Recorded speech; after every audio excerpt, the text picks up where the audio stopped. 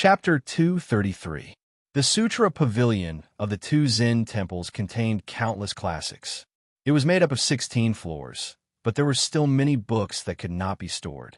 Although it was not a forbidden area, there was no place to burn incense. Pilgrims did not dare to walk around in this sacred land of Buddhism. Therefore, there were very few people in this area. Only a few monks came and went in a hurry, either to borrow books or to return books. Therefore, the group of three was particularly eye-catching today. A woman who looked like a young woman was holding the ear of a young monk who was wearing a special monk robe. The young woman was nagging nonstop. The poor young monk was being held by the ear and scolded. When he saw the monks of the temple, he still had to bow and greet them politely. Among the monks, there was no lack of eminent monks of the Hui generation. They were all in their 60s. When they saw this young monk who often taught them, they would also respectfully put their palms together and salute. However, when the old monks saw this scene, they all looked down as if they did not see anything. As for the younger monks of the temple, the more timid ones would blush and grin at the young woman and the girl behind the monk. The more courageous ones would stop and follow a few steps, calling her mistress. Most of them would try to worm their way into being friends with the girl of the same age. Unfortunately, the girl ignored them and was annoyed. She glared angrily and said, "Go away. Who are you gathering so many bald heads to light up the lanterns for in broad daylight?" The young monks laughed and dispersed, not forgetting to sneak a few glances at the girl. The young woman who had been holding the young monk's ear said angrily, "Nanbei, you're really loyal.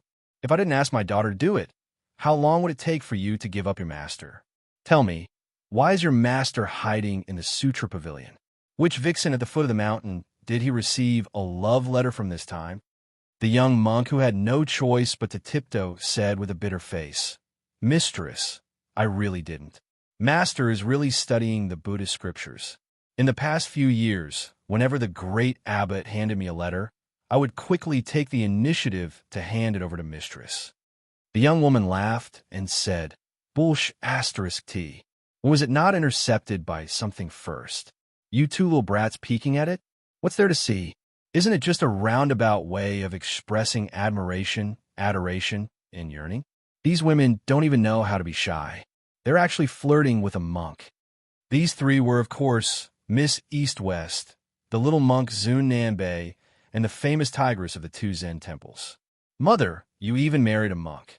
Mother, you're married to a monk." The young woman was very amiable towards her daughter. She increased the strength she used to twist her daughter's ear. She turned her head and said softly, "Daughter, how can this be the same? If I don't go to hell, who will? It's enough for your father to harm one woman." Stupid North and South hurriedly expressed their loyalty and said, "Mistress is kind and virtuous." The young woman did not loosen her grip after listening to his flattery. Instead, she tightened her grip and snorted, "You're becoming more and more slippery like your master. You've gone down a mountain twice, and now you know how to change your mind according to the wind? How could this be? Daughter, be careful in the future." The small monk wanted to cry, but had no tears. It was over. He would probably have to eat half a bowl of rice for every meal for the next half a month. So forget it. I'll just use the copper coins I saved to buy some nice clothes for East-West. When they arrived in front of a sutra building, the young woman finally let go of the small monk. She shouted angrily, not losing to the Buddhist lion's roar, "Li Xiaoxin." The small monk said timidly, "Mistress, master said that monks don't talk about their names, nor do they talk about their longevity." The young woman ignored him, and East-West said unhappily, "Shut up." As soon as the young woman finished shouting, a white-robed monk rushed out of the lofty pavilion with a swoosh. He came to the front of the young woman and said with a smile, "Wife, are you tired from walking? Can you give me a massage?" If an outsider was present, they would think that this woman had been rude and unreasonable along the way and would definitely teach the white-robed monk a lesson. However, when she saw her man, she said softly, "I'm not tired. It's just that I haven't seen you for a few days, and I miss you a little." The white-robed monk, whose real name was Li Xiaoxin, smiled intoxicatingly and did not speak. Since she was here, there was no Zen in the world. The East-West girl shook her head and walked away like an old man. The small monk, Nan Bei, followed behind her and asked softly, "Going to play chess?" The young woman, who was thinking about which abbot to ask for fruits to satisfy her cravings, frowned and said, "Aren't you going to teach some old monks with the surname Sure?" The small monk looked at the hot weather and the hair on East-West's temples sticking tightly to her cheeks. He felt a little distressed and said, "There's still 2 hours left. Do you want to find a place to cool off?" East-West said absent-mindedly, "Why hasn't Su Fingyan come to our temple to play?" The small monk smiled brightly, revealing his white teeth. He volunteered, "Why don't I tell Master to let me go down the mountain to find Su Fingyan? Can I show him the way?" East-West did not speak. She just turned to look at this stupid Nan Bei. Alas, a few years ago, this stupid Nan Bei was half a head shorter than her. How did he suddenly grow so much taller? She walked to a cool corridor under the eaves of a sutra pavilion and sat on the railing. She held her chin and said, "Nan Bei, you're so stupid. If I'm not by your side in the future, what will you do?" Nan Bei had always been scolded as stupid by this family of 3. In fact, he was the one taking care of these 3 lazy guys. However, he was seriously thinking about this problem. His expression was even more serious than when the old monks in the temple asked him about the ambiguity of Buddhist scriptures. He seemed to have finally figured it out and smiled. "It's okay, as long as you're happy. Look at Master and his wife. They're so loving. You'll definitely be like them in the future. Don't worry, East-West, monks don't lie. I'm a man of my words. In the future, I'll definitely give you a box of the best and most expensive rouge. As for the Saraira, I can probably afford it." East-West turned around and slapped the small monk's bald head. "Are you really going to burn the Saraira after becoming Buddha? Aren't you stupid?" Nan Bei smiled foolishly. He was quite stupid. Chapter 234. Inside the carriage, Su Fengyan and Princess Pei's chess game was a bit messy. Princess Pei's chess skills were originally on par with His Royal Highness's, but today she had easily won 2 games in a row. She couldn't help but raise her head to look at his expressionless face. She wondered if it was because he was afraid of returning home. Was it because of the big sister, Su Jihu, who had stirred up a storm of criticism and even shook the capital university? Princess Jing, and could be considered to be born into a wealthy family. She was used to the internal strife between brothers. There were very few families that were truly harmonious. Princess Pei had only heard rumors about the most famous widow in Gangnam-do. Not long ago, she had been slapped in the face by a woman from the neighboring Jiangxin County. This talented woman had created a saying that Su Jihu was a broken incense burner. The incense burner was porous and was a metaphor for a slut. This saying had never appeared in any books. When the scholars of the 2 counties came back to their senses, they all slapped the table in praise. For a time, the saying of Su Jihu's incense burner in Gangnam-do became more and more popular. This was especially true for the noble ladies and young ladies of Gangnam-do who had always hated Su Jihu. They would talk about the incense burner every 3 sentences, which made them feel indescribably comfortable and satisfied. After Su Fengyan conceded, he didn't propose a rematch this time. Instead, he left the carriage and jumped onto a snow-white famous horse from the western regions. This fine horse was once the king of the wild horses on the border of Bailiang. It was undoubtedly the most outstanding heavy horse in the world. His Royal Highness said to the lieutenant Yuan Meng, who was slowly riding behind him, "Tell General Ning that we will enter the city together." Yuan Meng's expression changed, and he secretly grinned. Under normal circumstances, the Bailiang battalion would maintain a distance of 1 li. Today, since His Royal Highness wanted to take a stance, he was naturally happy. As the leader of the 100 White Horse loyal followers, although he didn't insult the Bailiang army by fighting to the death in the Battle of the Reed Marshes in Qingzhou, His Royal Highness had shown such bravery. The Phoenix Battalion had only suffered heavy casualties and couldn't help much. It was always suspicious that they were of little help to the overall situation. During this period of time, Yuan Meng had been unhappy and wanted to vent his anger. Wasn't the opportunity now? Yuan Meng turned his horse around and quickly galloped away. He saw Ningame, whose arm had healed and was once again holding his halberd, and said in a deep voice, "General Ning, His Royal Highness has ordered that we enter the city together." Ningame, who was wearing heavy black armor, nodded. He pulled down his helmet and looked extraordinarily stern. He pointed his halberd at Yangchun City and suddenly squeezed the horse's belly. He led the Phoenix Battalion Light Cavalry to speed up and gallop forward. Dust flew everywhere. All the carriages and pedestrians on the official road heard the sound of the heavy cavalry and moved to the side with pale faces. They let the group of light cavalry pass by. Su Fengyan didn't stop at all in Xiangbao County. He galloped his horse and arrived 2 days earlier than expected at Yangchun City, which was known as the heart of the world. This city's earth veins were most suitable for the growth of peonies. Therefore, Wei Ziyao and Huang Chuchun were among the top 3 of the dynasty's top 10 peonies. Su Fengyan looked at the city walls that were getting taller and taller as they approached. He didn't say a word.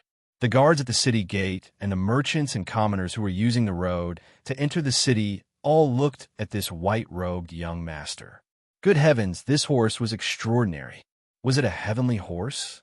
Even the officials of Yangchun City didn't have such a mount, right? The experienced and knowledgeable guards had better eyesight than ordinary people. Just this horse alone was more imposing than those generals. If there was no mistake, this young master should be one of the top aristocratic families in Yangzhou. When they asked for the road pass according to the rules, they had to smile. If this young master was a generous person, it would be even better if he gave them some money as a reward. However, when the guards heard the thundering sound of cavalry and saw a group of unfamiliar riders with unknown banners charging toward them, their expressions immediately became serious. One of them hurriedly went to inform the city gate captain, while the others berated the common people to temporarily stop entering and leaving the city gate. The 6 or 7 city gate guards and other miscellaneous people all dodged to the foot of the city wall on both sides. Only then did they feel compelled by their duties to block the road with their spears, trembling with fear. Among them, a burly man from the Jiangnan Dao had the right to carry a saber. He took 2 steps forward. Under the scorching sun, he swallowed his saliva, moistening his dry throat that had been tossed around by the heavens. Just as he was about to shout, a halberd general among the cavalry, who was dressed very differently from the Yangzhou soldiers, rushed to the city gate. He placed his 80-gene halberd on the captain's shoulder. Without exerting much force, the captain, whose figure could not be considered weak, staggered. This foreign general, who was wearing black armor and riding a black horse, was like a killing god. He coldly said, "Get out of the way." The 2 trembling captains said in a trembling voice, "General, foreign troops entering the city need to show the tiger seal and the official document from the Ministry of War." Originally, there were only less than 10 generals in the Liang dynasty who had made meritorious contributions. Other than the 6 fixed military officer titles of Long Xiang, Piao Qi, and Fu Guo, they were all second class. The rest of the generals who could be called general were even rarer. For example, Su Xiao, who had just been stripped of his title as the pillar of the state, and Gu Jiantang, a famous general in the spring and autumn period who had been given the title of pillar of the state. However, outside of Beiliang, as long as one was a military officer above the 7th class, they would be happy to be called general by their subordinates in private. However, in public, it was easy to cause trouble if one openly called a general who did not have an official title. It could be seen that this small soldier from Huding County was really afraid of this majestic general of unknown origin.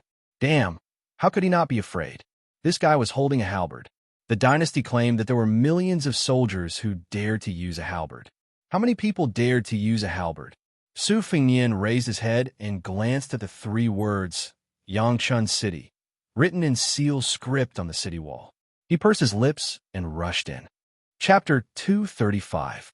The officer at the gate, who had just drunk half a jug of wine under the shade of a tree in the inner city, hurriedly ran over. Seeing this troublesome situation, his drunkenness completely dissipated. There was no need to think about forcefully stopping them. He only wanted to delay as much time as possible. When the government received the news, there would be no need for him to be stuck in the middle. He was just about to speak when an object flew through the air. It was like a rainbow piercing through the sun. It stabbed into the stone floor in front of him with a loud bang. It was an extremely rare jet-black halberd in the army. If he took one more step forward, this halberd would pierce a large hole in his body. He was so scared that he stood there like a wooden chicken. In the time he was stunned, the young master in white robes on a white horse had already passed through the gate. Then, 2 carriages followed closely behind. The general in black armor rode slowly on his horse. When he passed by the officer, he pulled out his halberd. The light cavalry passed through the gate. More than 100 cold and beautiful standard knives were unsheathed. They shone dazzlingly through the gate. No one dared to move. It was not until the cavalry troop that trespassed the city gate of Yangchun City disappeared that everyone, who did not dare to breathe loudly, finally felt relieved. The common people near the city gate, who had their eyes open, discussed animatedly, guessing which family's young master in their province would act so domineeringly. Since ancient times, Yangzhou had produced wealthy families. If it wasn't for the unjust war of the spring and autumn period that suppressed the limelight of Yangzhou's Jiangzhou group, the Green Party of Qingzhou, who had achieved success in recent years, would be nothing.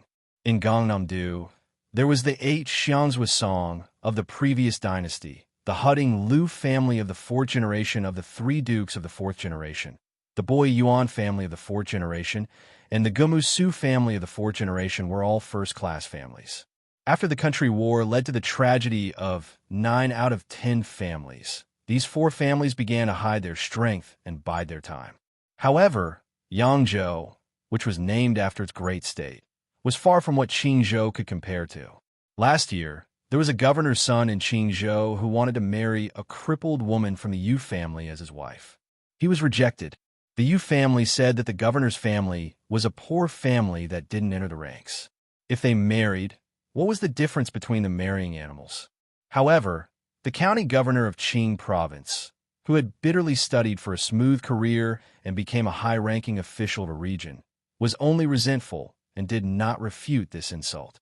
The citizens of Yangchun City counted with their fingers for a long time, but they could not guess who this young master was. They had never heard of such a rude young master among the 4 major families of Gangnam-do. After entering the city, Xu Xiu urged her horse to catch up with His Royal Highness and said carefully, "Your Highness," seniorly said he was hungry and wanted to eat something at the restaurant in front. Su Fengyan frowned and nodded. "All right." Xu Xiu asked for the way to the Liu residence later. His Royal Highness and company dismounted and entered the restaurant, while the Phoenix Battalion stopped their horses by the roadside. The waiter of the restaurant was alert, so he quickly ran out of the restaurant to greet this group of distinguished guests. After being brought to the 2nd floor to take a seat, the business here was booming and the place was packed to the brim. He saw that the customers were divided into 2 groups. Those near the windows were craning their necks to look at the elite cavalry in the bustling city, while those further away from the windows were pricking up their ears to listen to the comments of the customers near the windows. Su Fengyan, the elderly god of swords, and the others had just sat down and asked the waiter to prepare some of the restaurant's signature dishes when they heard some whispers. There were 2 granaries in the world. The desolate northern Liang was the horse granary, while the Jiangnandao was the granary of the world, where the richest people in the world were the richest. In the last 100 years, the many commanderies of the Jiangnandao had produced a large number of scholars. Thus, the air of eloquence and the air of an advisor were extremely strong. In the eyes of the scholars of the Jiangnandao, there was nothing that they could not criticize and nothing that they could not comment on. Of the 30,000 students of the Imperial College in the capital, the ones who liked to point out the state, the most were mostly from the Jiangnandao. Su Fengyan was expressionless as he waited for the dishes to be served. Xu Xiu had already asked for the location of the Liu residence in the Lake Pavilion. She bowed beside him and reported the details respectfully. Xu Xiu was a naturally beautiful and charming woman. She was the type of seductress that men would think of in bed with just a glance, especially now that she was bending over.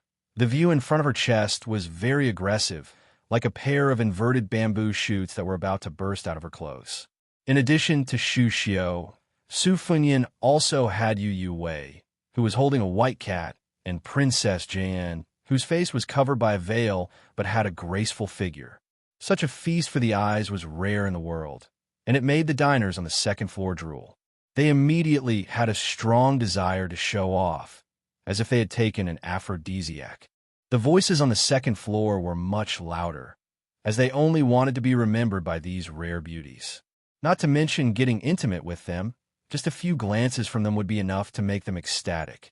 Gangnam-do, which was full of noble families and nobles, had always advocated talkative and mysterious talks. The scholars and doctors all wore loose robes and wide belts, feather fans and silk headscarves, and wore crane robes. The air was very fragrant, and they did not even look at riding horses. They had to drive ox carts to show their status. Even the page boys had to pick those pale youths with red lips and white teeth. There were only a few young maidservants who were familiar with playing the zither and brewing tea, and they were too embarrassed to go out and greet their friends. The second floor was full of loud conversations, and it was very lively. I heard that in a few days, Belyang's empty-bellied heir will come to our Hutting County to visit his eldest sister. This pair of siblings, one is ignorant and incompetent, the other is shameless. They really are a good match. If this widow's conduct wasn't improper, how could she have been scolded by Sir Chengzhai's wife to be a two-legged incense burner? This saying is really too wonderful for words. That slap in the face was really good. I heard from some people at Baowu Temple that after this unrestrained widow was slapped, she still laughed. She really is a woman from Belyang. You should lower your voice a bit. I heard that the empress who wrote the precepts for women wanted to support her niece, but after the one from Belyang went to the capital, this empress ceased all activity. There's even news that she went to Changchun Palace.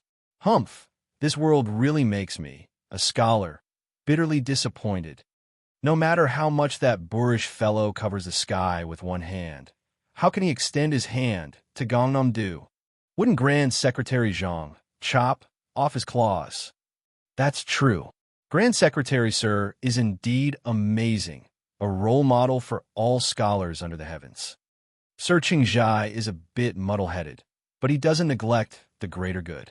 Read that poem about breaking off ties. We should make a toast. These words aren't wrong. We should indeed make a toast. Come, let's drink. One of the people on the second floor suddenly stood up, arriving at the table where the discussion was the most heated. He drew his blade and hacked the table in half, calmly saying, "You want a drink, right? Today, I'll let you drink piss until you're full." Chapter 236. The middle-aged swordsman in green was about to make a move when his expression changed drastically. Without caring about etiquette, he grabbed his master's arm and hurriedly flew backward. They crashed through the wooden wall on the second floor and landed on the street. The young master asked gloomily, "Wang Ming, why are you doing this?" The swordsman replied as if he was facing a great enemy. Someone downstairs used chopsticks as swords and threw them. His sword intent has reached the first-grade realm. After the swordsman led him a few times into the alleyway, the young master elegantly folded his fan and patted the dust off his body. He smiled and said, "Little Sunny Spring City, there's such an expert? No wonder that guy with 2 sabers dared to be so impudent.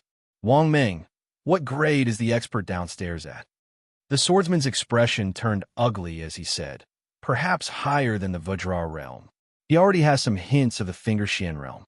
Only then did the young master's expression turn serious.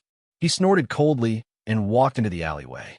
After hesitating for a moment, he threw away the precious folding fan carved from ivory that was worth at least 1,000 taels of silver and said, "You dirted my fan. This debt must be properly settled. So what if you have a first-grade expert to rely on? I don't believe you can walk out of Yangzhou alive." Lu residence. Lu Xianlang, the clan brother of the current head of the Lu family, Lu Daolin, was sitting in the study with a gloomy expression. One of the female servants was standing and massaging his shoulders while the other was kneeling and massaging his legs. The weight of the massages was just right.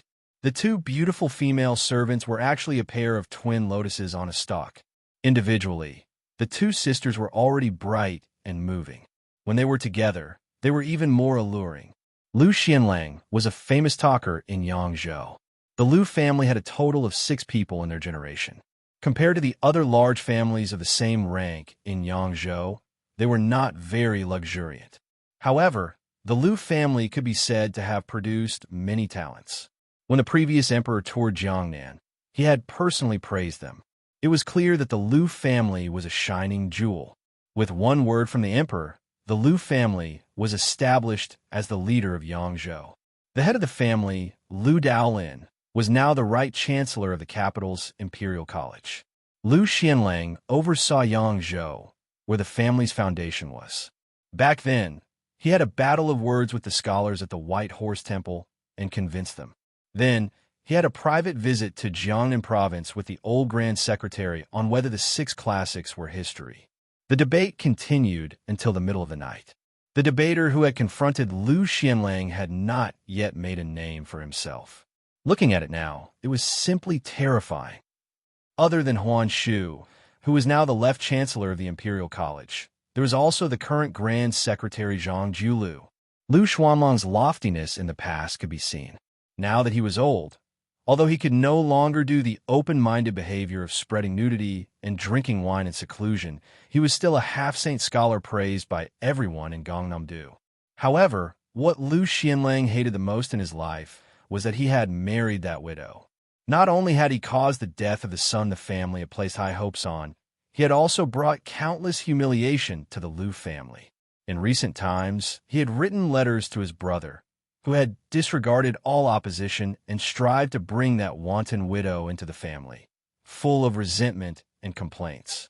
However, his brother was stubborn and refused to drive that woman out of the Lu family.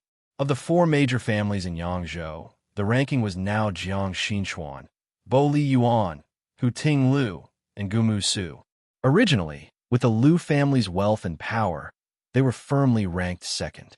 However, it was because of this wanton woman, who he had never treated as his daughter-in-law, that the Bo Li Yuan family's reputation overtook.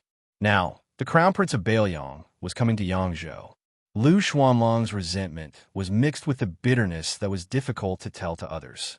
How could the wife of the young man from Jiang Xian County, Lu Lighting, have the ability to disturb the imperial concubine who wrote the admonition for women in the palace?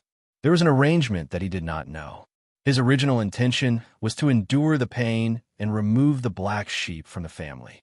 He could no longer allow her to stir up trouble and ruin the reputation that the Lu family had painstakingly accumulated for dozens of generations. However, he did not expect that before the imperial concubine in the palace could do anything, he received shocking news that the imperial concubine had been banished to the Changchun Palace by His Majesty and was completely banished into the cold palace. Lu Xianlang, who was holding a saint's classic in his hand, slammed the book on the table.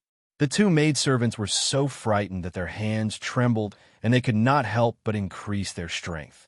This caused Lu Xianlang, who was fond of eating stones when he was young, to feel a wave of pain. This great scholar used to take bait before. Today, not only in the summer, even in the winter, he had to eat ice to relieve his qi. Fortunately, compared to the other 3 families who had taken the 5 minerals powder, he was much better off. However, to the scholars of Gangnam-do, this was nothing. Lu Xianlang was in pain from taking the 5 minerals powder. He could grit his teeth and endure the pain. However, the lowly maidservants did not serve him well. They were immediately slapped in the face. A palm print appeared on their smooth cheeks. Only then did Lu Xuanlang's mood improve slightly. He signaled a maidservant to retrieve the book.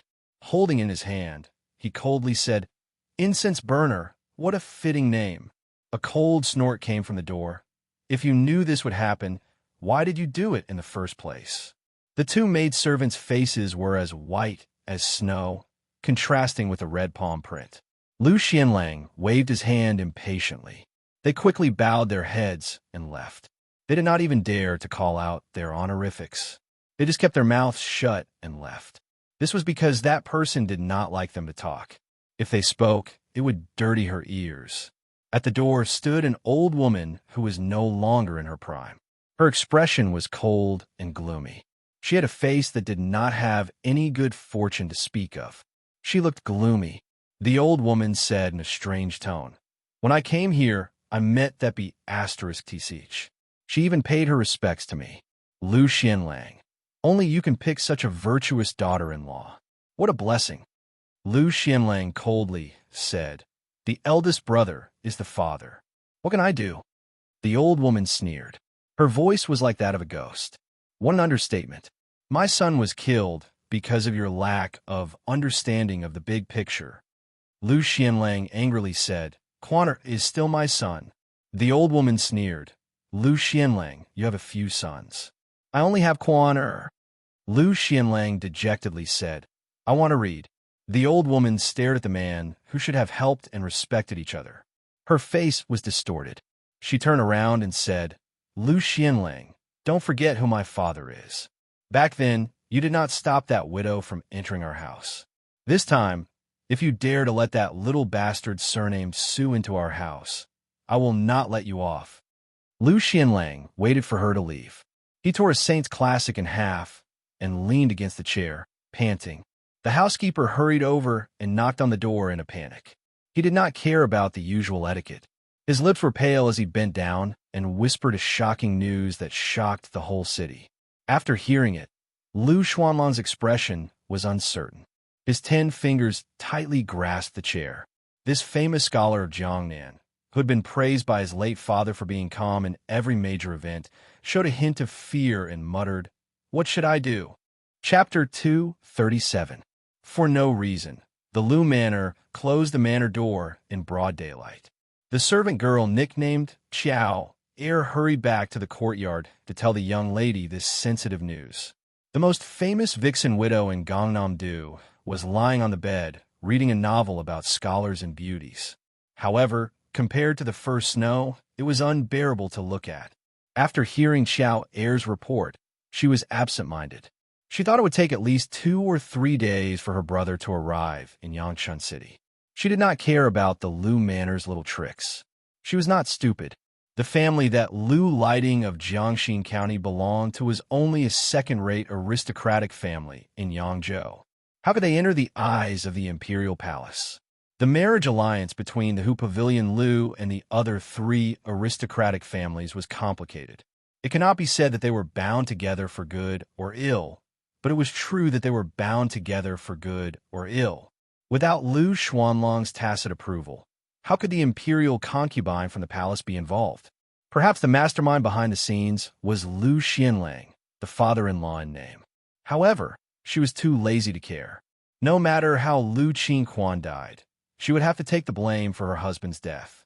No matter how harsh and cold her parents-in-law were, she still performed all the etiquette that a daughter-in-law should have. As for often going to famous temples to listen to the debates of famous scholars and being silently criticized, she did not care about it.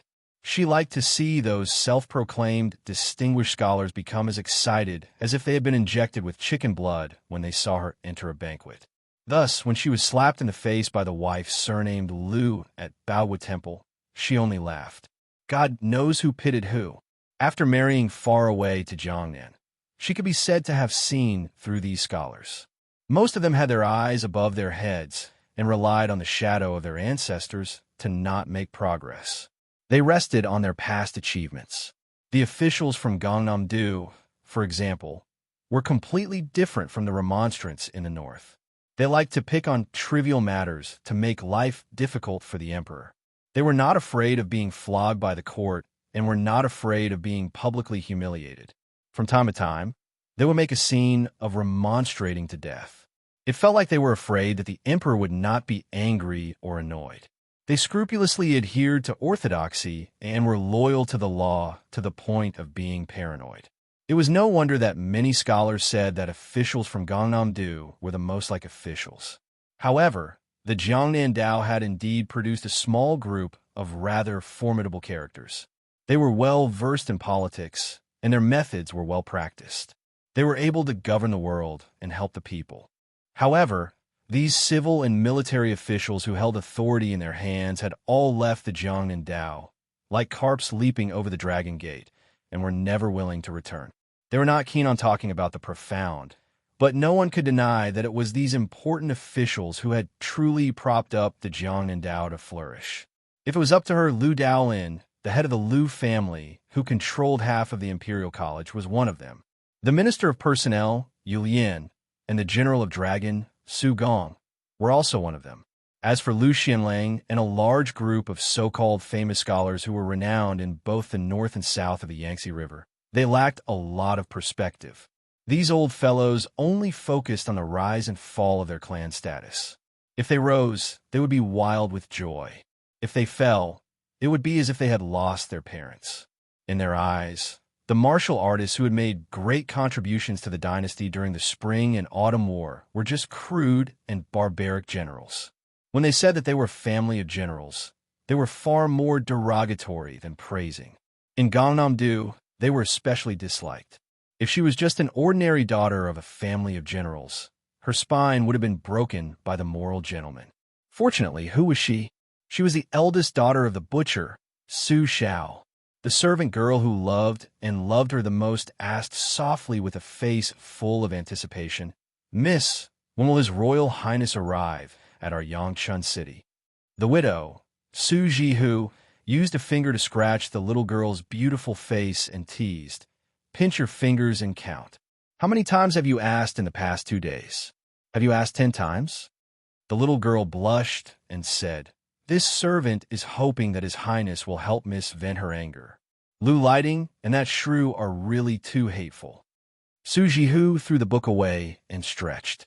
He smiled and said, "The latest would be the day after tomorrow. The last time my younger brother sent a letter, he had already arrived in Xiongbao County." The servant girl, Chao Er, who had been bought by the widow for 10 taels of silver, laughed out loud. Her limpid eyes curved into a pair of crescent moons. She cleverly said, "Compared to the second princess, His Highness still prefers Mississippi." Su Jiu hugged the girl's delicate body and rested his chin on her forehead. He laughed heartily and said, "You really know how to talk."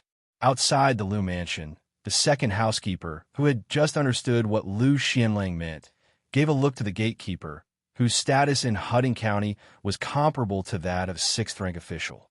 The gatekeeper hurriedly opened the side door, allowing only one person to enter and exit. The second housekeeper's surname was originally not Lu, but because of his loyalty, the Lu family bestowed him with the surname Lu. Don't underestimate this change of surname.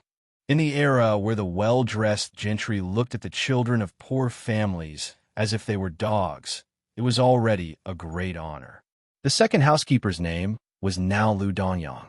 For more than 10 generations, he had served the Lu family. The head housekeeper had followed the head of the Lu family to the capital. Lu Danyang held great power in the Huding County family and had been influenced by the Lu family's simple and upright style.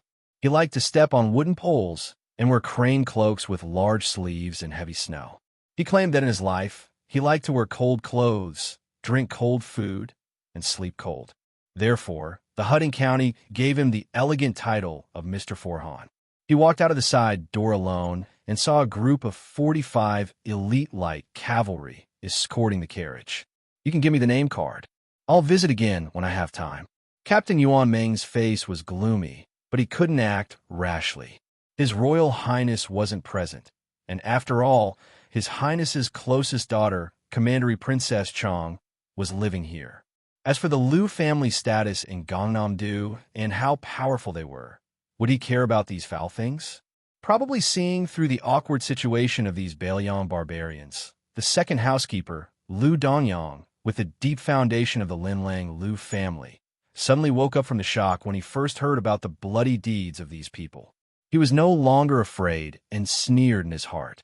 50 light cavalry dared to act so boldly in Huding County. They really didn't know what was good for them.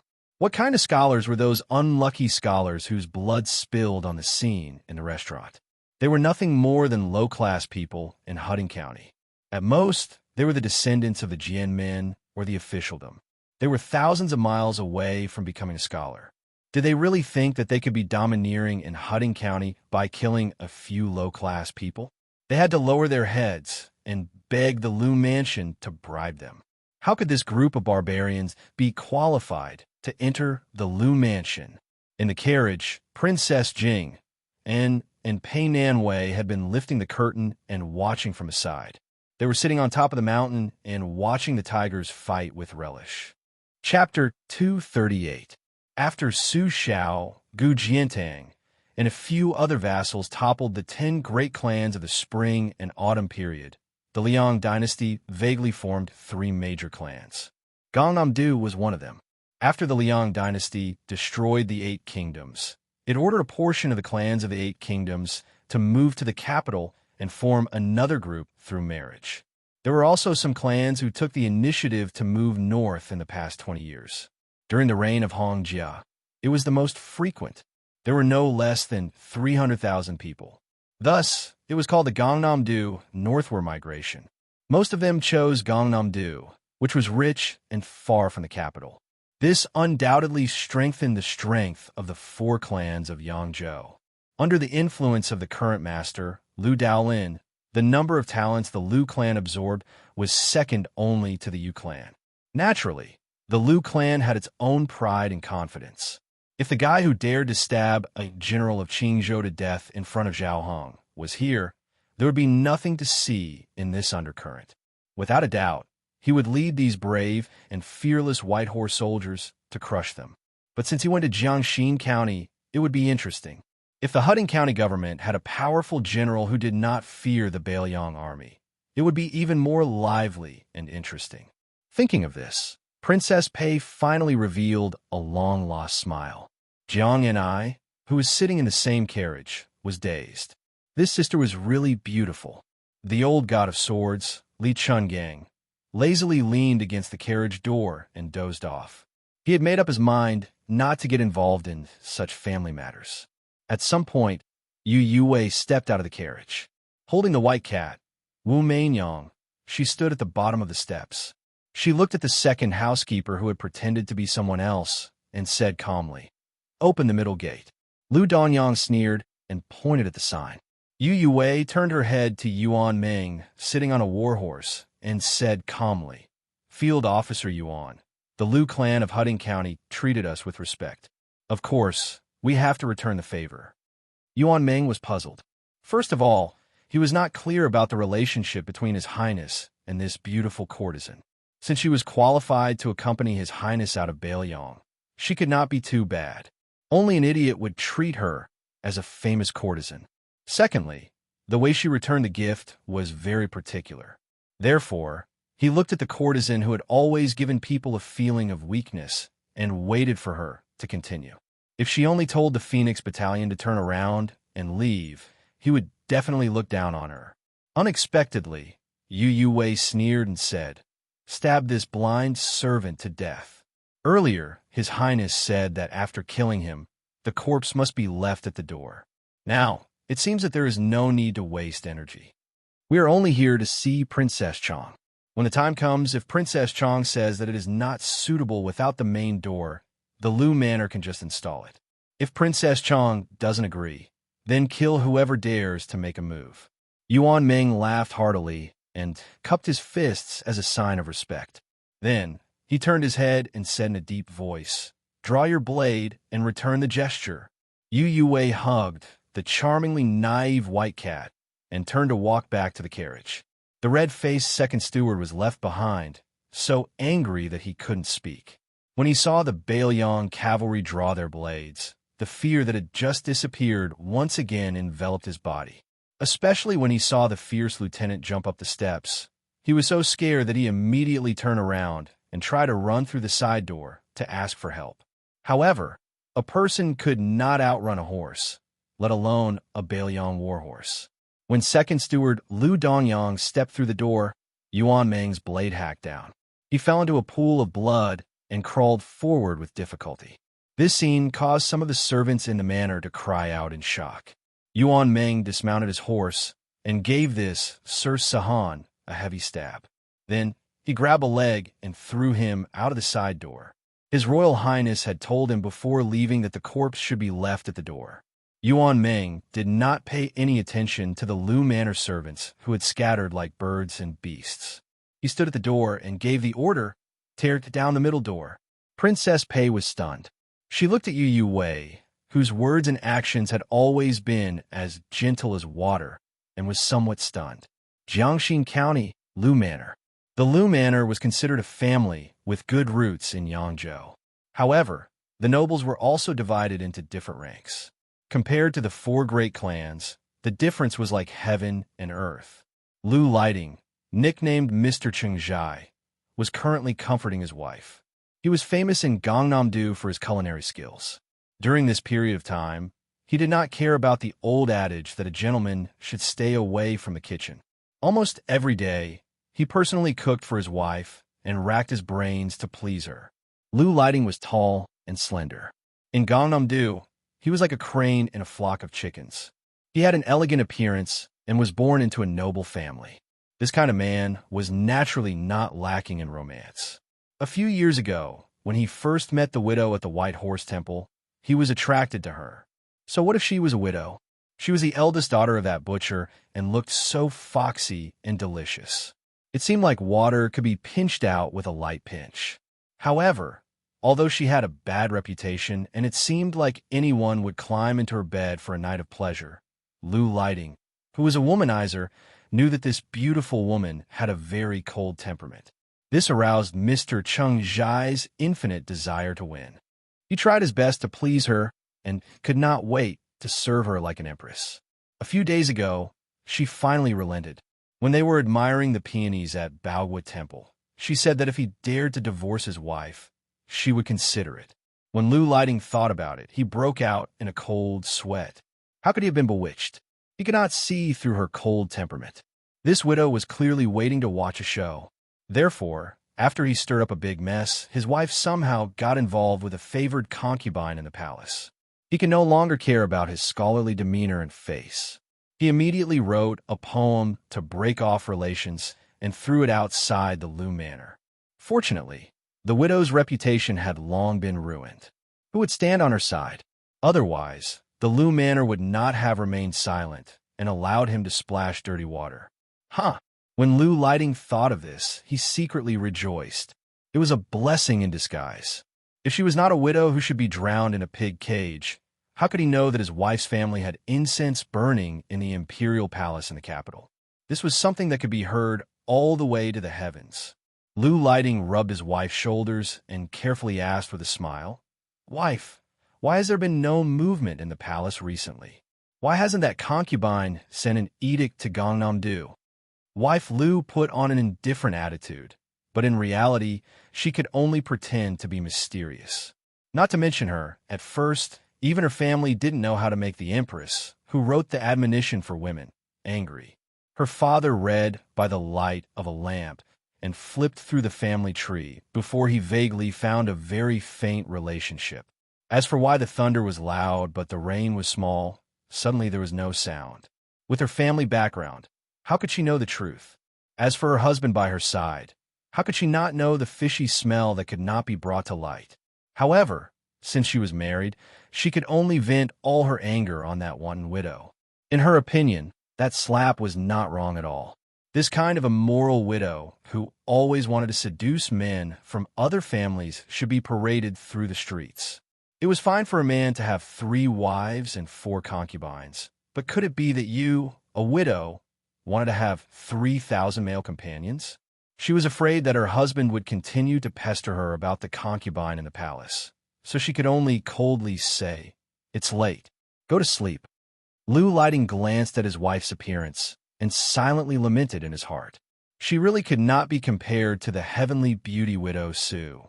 Under the moonlight, outside the Lu Manor, 50 brave light cavalry ignored the night curfew and forcefully entered the city, heading straight for the manor.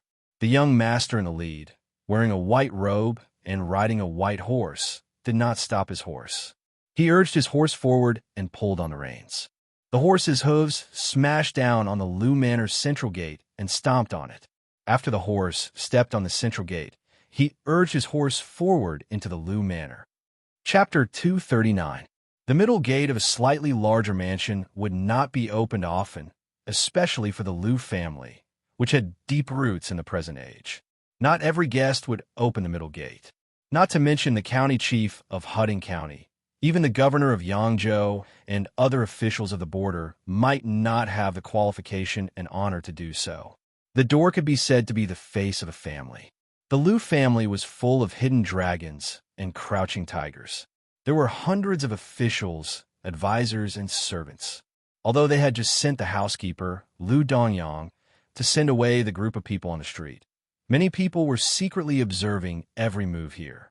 However, when the Bailiang's light cavalry opened the door, the Liu family did not send out any men of sacrifice. Only a middle-aged Confucian scholar with a pure yang scarf on his head and cloth shoes on his feet walked out. He was dressed simply and shabbily. Behind him was a young servant with a delicate temperament. He held an ancient sword in a black sandalwood scabbard wrapped in the skin of a southern sea shark. Unlike other famous swords, this sword did not have the slightest chill when it was sheathed. The middle-aged man looked at the housekeeper who had died in the courtyard and sighed softly.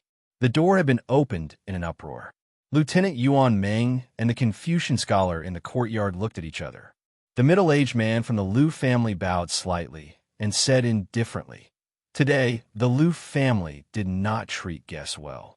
As the housekeeper, Liu Dongyang should be punished, but not to the point of death. A return of gifts needs to be returned." Yuan Meng knew what was good and was on guard. He held the Bailiang knife in his hand tightly. The murderous aura that was nurtured by battle formations was naturally different from the aura of Jianghu people. After the Confucian scholar, who was not holding a book but a sword by his side, bowed, he faced the drowsy old man in a sheepskin coat in the carriage in the distance. This time, he bowed deeply and said, "I am Liu Baijie from Huding County. I received the ancient sword Ba Xiu when I was 11 and have been practicing swordsmanship for 36 years. I would like to learn from Senior Li." When the old god of swords heard the two words Ba Xiu, he slowly opened his eyes and glanced at it. He nodded and said, "It is indeed Yang Yuzhang's sword." This old man was limited by his aptitude, and his swordsmanship was mediocre, but his vision was not bad. When this old man fought with others, he would have a headache every time he saw this guy. However, Yang Yuzhang once said that he would not accept any disciples in this lifetime. "How did you obtain the last sword from the Tongshi sword furnace?" Liu Baijie, who introduced herself in front of Li Changgang and performed the etiquette of a junior, smiled and said, "It's probably because I was nicknamed Tongshi when I was young. I met my master by chance and was given the Ba Xiu sword and half of the sword manual. For 36 years, he had not dared to slack off for even a single day. His master held the old senior in high esteem. He said that the two-sleeved green snake could dominate the sword forest for 50 years. Junior has been longing for this for a long time. Today, I have the courage to draw my sword partly because I am forced to do so by my status as a disciple of the Liu family, but mostly because I want to sharpen the inferior swordsmanship that I have cultivated behind closed doors for 36 years. If I lose, I implore Senior not to take your anger out on the Liu family." The old man with the sheepskin fur coat said impatiently, "Your tone is exactly the same as Yang Yuzhang's. Why don't you try? If you only have the craftsmanship of Yang Yuzhang's swordsmanship and not the ingenuity of his swordsmanship, then you are not worthy of this old man taking action. Who the F***CK wants to make things difficult for you aristocratic families? Do you have nothing better to do? Swatting flies with a bamboo pole in a latrine pit. You will be splashed with feces no matter what." This old man did not believe in heresy back then and suffered a great loss at the hands of Lame Su. At this point, the old man immediately shut his mouth. Exposing one's shortcomings was not Li Chuangong's usual style. Liu Baijie smiled and stretched out 2 fingers to gently stroke the scabbard. The famed Ba Xiu sword was half unsheathed. At this moment, a familiar sound of footsteps came from behind. The woman called out, "Little uncle." Liu Baijie, the youngest and most leisurely of the Liu clan's glittering jewels 7 jades in the lake pavilion, had a sorrowful expression on his face. His fingers swiped back, and the Ba Xiu ancient sword that had appeared in the world immediately returned to its scabbard. Everyone only caught a glimpse of a bright azure edge. Liu Baijie was the youngest son of the previous master of the Liu clan, Lu Xianhua. Compared to the current master's eldest son, Lu Daolin, he was a full 20 years younger. Lu Baijie was born of a concubine. He was naturally intelligent, but he was indifferent to fame and fortune. He was not passionate about the three immortals of Confucianism and was obsessed with the way of the sword. Until now, he had not married, so naturally he did not have any children. He rarely showed his face in the Lu clan. Among the influential members of the Lu clan, Lu Baijie was the only one who was truly close to the widow.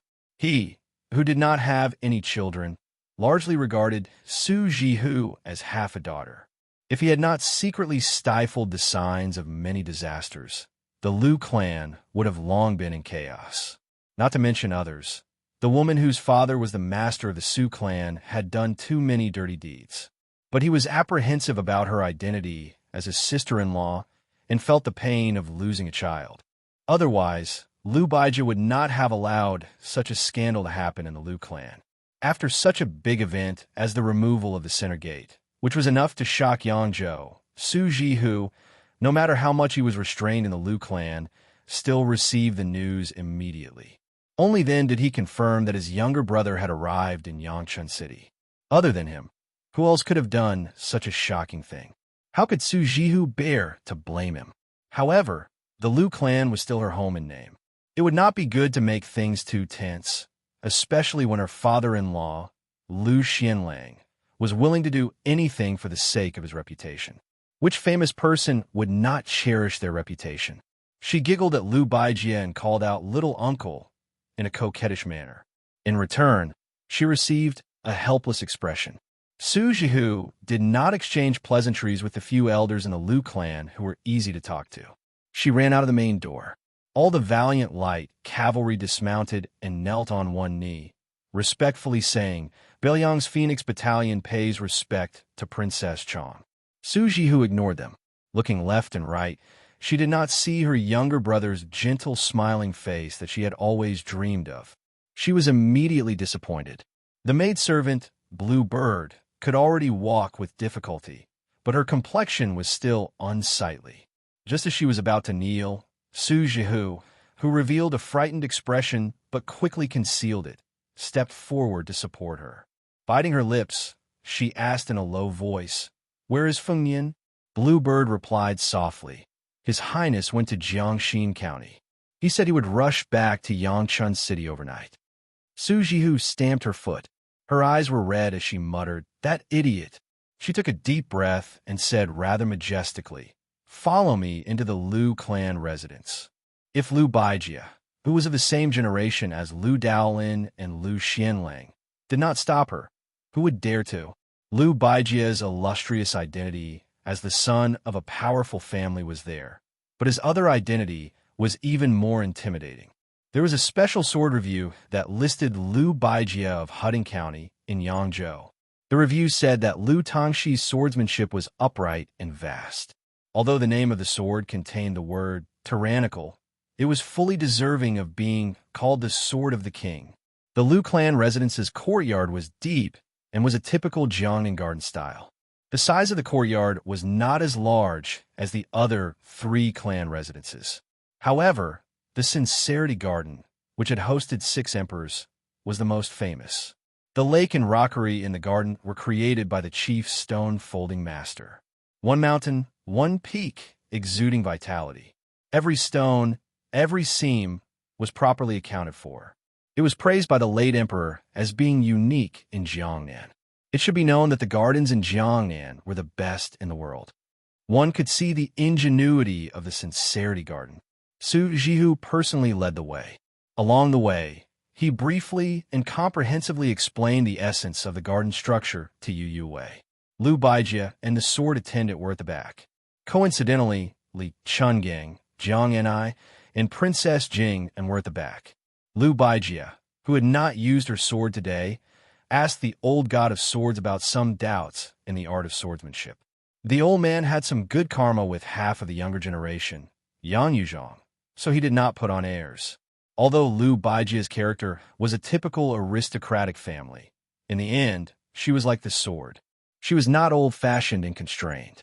Lu Baijie only glanced at Princess Pei from the corner of her eyes and did not look at her again.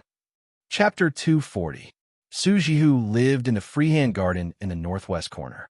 The yard was not small, but there were pitifully few servant girls. It was slightly cold.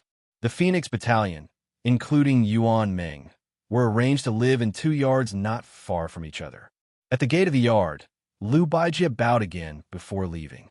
Entering the yard, Su Jihu had his personal servant girl Xiao Air bring some iced plum soup. After sitting down, he asked, "What happened on the road?" Bluebird truthfully reported everything that had happened at the reed marsh. Bluebird spoke calmly and tirelessly. The danger involved could not be described as simple twists and turns. Su Jihu's expression rose and fell. In the end, when he heard that His Royal Highness was safe and sound, he covered his chest and sighed heavily in relief. Su Jihu turned his head with a strange gaze to Pei Nanwei, who still had not been able to sit down. This unruly younger brother was really something. He even dared to steal a Wang Fei. From afternoon to dusk, the freehand garden was calm. Su Jihu asked the girls about Su Fingyan and especially liked to hear some embarrassing stories. Su Jihu did not have the good mood to be treated coldly by the Lu manor that was within reason. After a sumptuous dinner, a well-educated page came and lightly knocked on the door. He came from the smallest retreat garden in the Lu manor. Lu Baijie, who was regarded as a sword immortal by the people of Yangzhou, did not live there much. For most of the year, she took this page to travel and visit hermits. The one who opened the door was the servant girl Xiao Air. For some reason, the two of them did not see eye to eye. At this moment, it seemed that enemies would not meet unless they were enemies. Seeing Xiao Air, the page said coldly and stiffly, "My master wants to see your mistress." The atmosphere was already strange. After these words were said, it became even more awkward. Xiao Air huffed coldly and left after saying that she understood. Looking at her back with clear eyes, the page secretly revealed a thread of annoyance. Sitting in the pavilion by the lake, Lu Baijie smiled slightly and muttered to herself, "The youth already knows the taste of worry." Su Jihu walked out of the garden and sat down in the pavilion. He said guiltily, "I've troubled you this time." Sword Immortal Lu, who didn't have any of the bad habits of a noble family, but still had the backbone of a noble family's descendant, shook his head and said, "It's not that I'm causing trouble for little uncle, but if I do that, it will be even more difficult for you to conduct yourself in the Lu estate." Su Jihu said indifferently, "This is nothing. It's nothing more than a fake smile in front of me and a colder smile behind me." Lu Baijie sighed and said, "Let's not talk about second steward Lu Dongyang first. His Highness the Crown Prince ordered his retainers to commit murder in the downtown area. No matter how bad their conduct was, they were still scholars from Hudding County. One of them was even a descendant of a servant. If the Crown Prince didn't dismiss him, little uncle could still go to elder brother and say a few words. Lu Manor would come forward to clean up this mess. At most, we'll just give some compensation to the families of the lesser concubines, as well as a few officials' salary. Anyone would have complaints about using money to buy their lives, but a proper official's position should be enough to shut their mouths. For such a troublesome matter, little uncle doesn't mind making an exception for you. But to tear down the central gate of the Lu estate and kill Lu Dongyang in front of the entire street of Hudding family, second brother cares about his face, and not adding insult to injury is already the limit of his patience. The Lu family has experienced ups and downs for hundreds of years and has suffered a lot of humiliation. It's just that in the past 100 years, the bumpy days have gradually lessened. Today, we've been humiliated to this extent. I'm afraid even the master will be angry." Su Jihu was silent. Lu Baijie frowned and said, "Jihu, at this time and place, there are only the two of us. Little uncle will speak frankly. As His Royal Highness' younger brother, how can you act without any regard for the consequences? Do you really not care about the opinions of those in the capital at all? You must know that no matter how powerful your father is, in the end, he still set up political opponents like Zhang Jiulu and Gu Jiantang, who are pillars of the dynasty. Moreover, he wants to push the 4 clans of Yangzhou to the enemy side of Baoyang. Because of you, Su Shufei was demoted to the Cold Palace. If it was His Majesty's idea, it would be fine. If it was His Majesty's idea, do you think the Su family will still have any friendship left in His Majesty's heart? Moreover, don't you know who Su Shufei is? These years, the Gumu Su family has spent almost all of their manpower and resources to pave the way for her. Now that they've suffered such a calamity, even if the Gumu Su family, who used to have a close relationship with the Liu family, will not be able to advance and retreat together like before. It's exactly the same as Quan Er's sudden death. You'll have to take the blame. Su Jihu raised his head and smiled. I'm used to it, Liu Baijia said bitterly. Oh, Su Jihu leaned against the red pillar and looked into the distance. He said softly, that younger brother of mine went to Jiangxin County to find trouble with that Liu lighting. Liu Baijia said in a low voice. Is he still going to cause trouble? Is he not afraid of being unable to clean up the mess? If someone with ulterior motives fanned the flames, then it would not be just people fishing for fame that would jump out. Even the entire Jiangnan Dao would be in an uproar. After all these years, have you not seen through the so-called famous people of Jiangnan Dao who value fame more than life? I know, I've seen through a long time ago. Qingzhou values benefits. Yangzhou values fame. Which Gangnam-do scholar doesn't admire my father-in-law's words? Even death is more important than Mount Tai? Su Jihu squinted his eyes and smiled. But this younger brother of mine, probably because my father is the king of Bailiang, he doesn't care about the things that many people would risk their lives to hold in their hands. However, he cares about the things that even poor people don't care about the most. Little uncle, if you tell him these very reasonable advice, he probably won't listen to it. Liu Baijia, who had the reputation of Tangxi Sword Fairy, sighed. If you stop him from entering the Liu residence, your future days will be easier. But if you really go and stop him, not to mention whether you can stop him or not, you'll be the first to fall out with me. Su Jihu laughed without caring about etiquette. Uncle, you're so pitiful as a sword fairy. Liu Baijia looked at his daughter's smiling face with some sadness in his eyes. Back then, the woman he admired also had such a natural smile. If he had been more resolute and talked less about morality and the overall situation, perhaps he wouldn't have had any regrets. How could there be so many ifs in the world? Liu Baijia closed his eyes. Not far away, the page boy and the servant girl were arguing.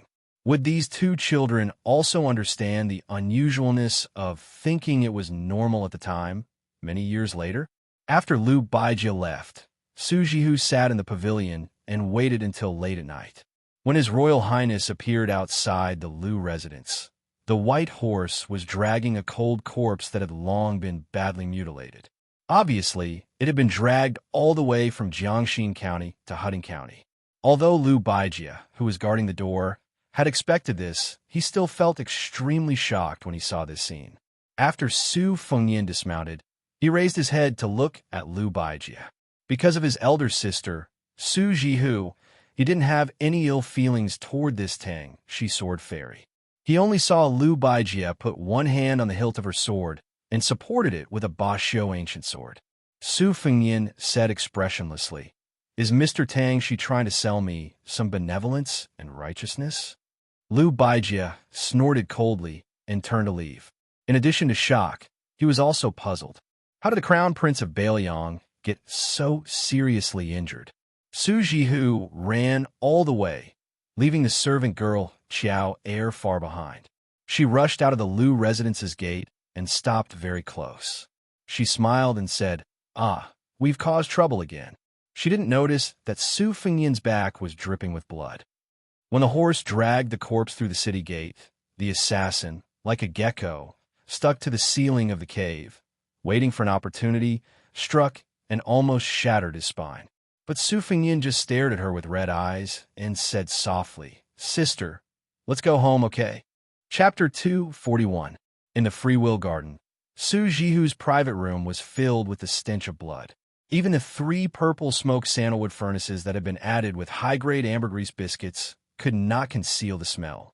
Su Jihu's face was pale as he looked at Li Chungang, who was taking Su Fengyan's pulse. His Royal Highness's upper body was naked as he lay on the bed. His spine was badly mangled. The old god of swords had a look of pity on his face. Su Jihu, who was not afraid of anything, was so scared that tears fell down his cheeks. He covered his mouth with both hands, not daring to cry out loud. Su Fengyan, who had just taken a stroll through the gates of hell, did not look like a dying person. Li Chungjing nodded and said, "He won't die." What a pity. If the hand knife had been an inch deeper, even De Luo Jinxian would not have been able to save him. Now, it's just a superficial wound. Is it the young lady who killed Wang Mingyin? Su Fengyan's face was gloomy as he grunted. He brought his halberd, Ning Mei, Wei Shuyang, and 50 light cavalry to Jiangxin County. From the beginning, he had agreed with the 2 retainers to lure the snake out of its hole. However, he did not expect that the lady who raised the big cat was so patient. On the way from Yanchun City to Jiangxin County and back, His Royal Highness had deliberately revealed so many flaws, but she did not take advantage of them. After entering the city gate, Su Fengyan had just breathed a sigh of relief when the assassin, who had been sticking to the dark wall like a gecko, gently dropped down. Fortunately, she did not seem to have expected that His Royal Highness was already on the 4th floor of the Great Yellow Courtyard. If it had been Su Fengyan in the reeds, his spine would have been shattered by her stab. However, after several failed assassinations, the embarrassed and angry girl immediately gave chase. Su Fengyan stepped on the side wall with the tip of his foot, and she followed closely behind. Just as she was about to deliver a second stab, Ningamei's halberd had already been thrown out. Wei Shuyang's figure also swept away like a hawk, and the white horses all brought out their crossbows. Seeing that the situation was not good, she did not continue to fight. She slipped out of the inner gate, and her slender fingers dug into the wall like tofu. After a few leaps, she disappeared in an instant. When they were passing through the Xiangbao County, the horses were drinking water by the stream. She, who had been waiting for a long time, also made a move once. She rushed out from the bottom of the stream, but at that time, Li Chungjing was not far away. In an instant, Sword Chi rushed over and did not give her a chance to get close. Everyone only saw this girl hiding in the water, disappearing like a fish. The dense rain of crossbows and short halberds were unable to hurt her in the slightest. She really was a bone cancer. Su Fengyan comforted her, "Sister, it's really all right."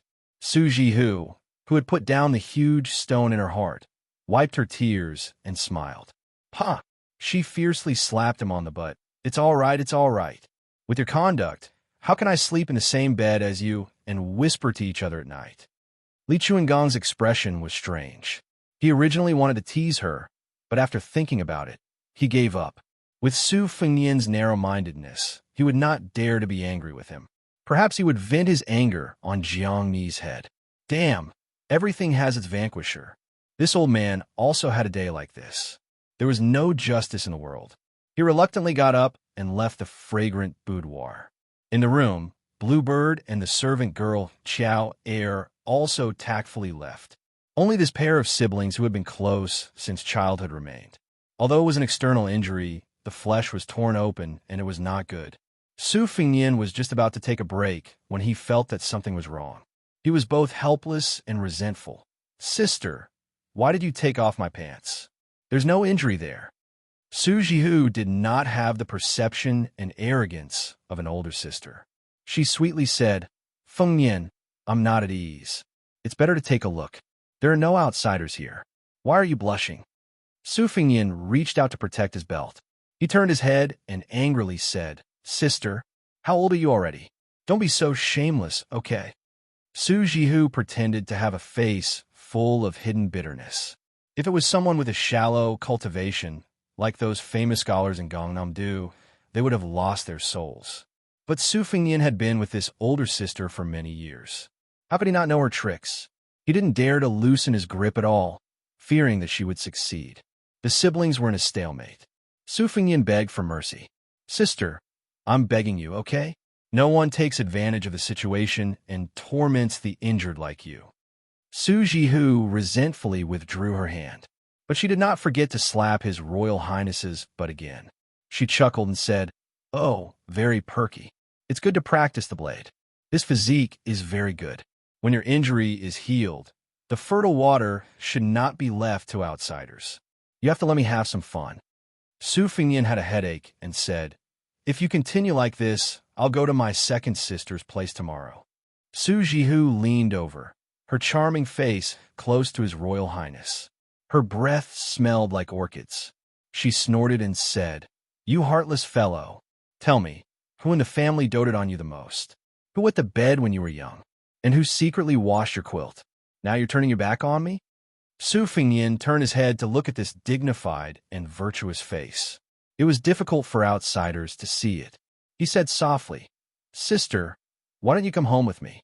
Su Jihu squatted at the head of the bed. She rested her chin on her hand and stared at her younger brother, who had just entered Yangchun and started a massacre. She said gently, "This is sister's home. A married daughter is like spilled water. Why else would there be the saying, spilled water can't be recovered? Even if sister goes back to Bailiang, it's only to visit family, not to go home." Su Fingyan didn't say anything. Su Jihu reached out and stroked this fellow who didn't hesitate to make enemies in Gangnam-do for her. After looking at him for so many years, she still couldn't get tired of looking at him. She said softly, "My youngest uncle, that Tangshi sword immortal Liu Baijia, said that you're going against the tide and won't amount to anything. This is because he doesn't know how much Fingyan likes sister. Of course, sister knows how much your heart aches. You killed those boring scholars in the city and went to Jiangxin County to drag Liu Lighting to death to Hutting County. Other than wanting to avenge sister, you also want to force sister out of Gangnam-do so that I can go back to Bailiang with you. Am I right? You fool, I'm still your sister no matter where I am. If I really go back to Bailiang, will I be happy? In the future, when your second sister goes back from Shangyin Academy, she'll be jealous of you every day. I can't win against her when it comes to reasoning, so I don't want to suffer this. This time you came to see sister first. She's not happy even when you call her second sister. She'll be furious." Su Fingyan snorted in a fit of pique. Su Jihu reached out and pinched this increasingly angular face. She said with a smile, "You're becoming more and more attractive, but you're still a child." Su Fingyan was just about to speak when Su Jihu waved her hand and said, "Go to sleep. Don't chase sister away. I'll take a good look at you." Su Fingyan fell into a deep sleep. Chapter 242. When His Royal Highness woke up in the morning the next day, he found that his eldest sister had fallen asleep at the head of the bed. He got up with a wry smile. The wound on his back had already scabbed over, and the speed of his recovery was astonishing. Although there was still a long way to go before he reached the Vajra realm, he already had a huge advantage over the body of an ordinary martial artist. The sound of Su Fingyan waking up did not wake Su Jihu up, but it startled the servant girl sleeping next door, Qiao Qiao. Most of the servant girls who did their jobs were not deeply asleep. She casually put on a coat and trotted in. It was a hot summer day, so she was dressed lightly. Her growing figure was graceful and graceful, and she had the unique moist spirit of a Jiangnan woman. Her body was light and pure. Otherwise, the capital's officials and dignitaries would not have raised thin horses in their households. The thin horses trained by the Gangnam-do and the West Chu concubines were known as the Two Beauties. Su Fingyan raised his finger and shushed her, indicating for the budding young girl to be quiet. She glanced at His Royal Highness's naked upper body, and her small face flushed red. She quickly lowered her head, afraid that she would overstep the rules. The higher the status of a powerful family, the stricter the rules and regulations. The masters also had different personalities, so the servants naturally did not dare to be arrogant and overstep the boundaries. Moreover, the servant girl Qiao Qiao had heard too much about the arrogant behavior of Bailiang's heir apparent from the Mrs. Mouth. In addition to yesterday's disturbance, she did not dare to be careless. The little girl originally thought that His Royal Highness would at most go to Jiangxin County to beat up that henpecked Master Qingzhai after seeing the Mississippi. She would never have thought that His Royal Highness would use a horse to drag Liu Lighting's corpse from Jiangxin County to the Liu residence. Su Fingyan picked up a mutton fat jade bottle at the head of the bed, lowered his voice, and chuckled, "Qiao Air, help me apply the ointment. I can't reach my back." The little girl trembled as she took the jade bottle. She poured out the fragrant ointment onto her fingertips and sat on the edge of the bed. Her face, ears, and neck were red as she gently applied the ointment onto His Royal Highness's back. When her fingertips touched the skin, her delicate body trembled. The girl's sparkling and translucent skin was almost dripping with water. However, when she saw that in addition to the new injuries on His Royal Highness's back, there were also some old scars, she only felt shocked. She didn't dare to imagine why His Royal Highness, who had such a prestigious family background, would be covered in scars. The little maid Xiao Er lived in the courtyard of the Lu residence, which was as deep as the Marquis's palace. She was especially fortunate to be under Su Jihu's protection. How could she understand the sinister ups and downs of the Jianghu? To her, if the miss ate less rice or caught a cold from heat stroke, it would be a big deal. It was like being slapped in the face by a fierce woman. She would risk her life to avenge the miss and repay the kindness. Generally speaking, Xiao Er was lucky to be able to meet such a widowed master like Su Jihu. She didn't need to worry about being molested by her master's men. In the aristocratic families, how many maids as delicious and seductive as her could maintain their virginity? They would have long been secretly eaten or openly eaten until not even their bones were left. The private affairs of the boudoir were something that even the moral model sages and scholars couldn't say anything about. With her help, Su Fengyin put on a new set of clothes and quietly got off the bed. He smiled and said, "Xiao Er, I'm going out to get some fresh air. You just wait for my sister and let her wake up naturally." Xiao Er timidly and shyly agreed. Only now did she secretly notice that His Royal Highness was tall and slender. He was much taller than the Gangnam-do man. Su Fengyin walked out of the room. Bluebird was standing in the courtyard. Master and servant left the freehand garden and strolled along the lake. Su Fengyin saw that the Tangxi sword fairy Lu Baijia was already sitting in the pavilion. He didn't know if she was waiting for him. Su Fengyin walked over without hesitation. Lu Baijia was the youngest of the 7 glittering jewels of the Lu family.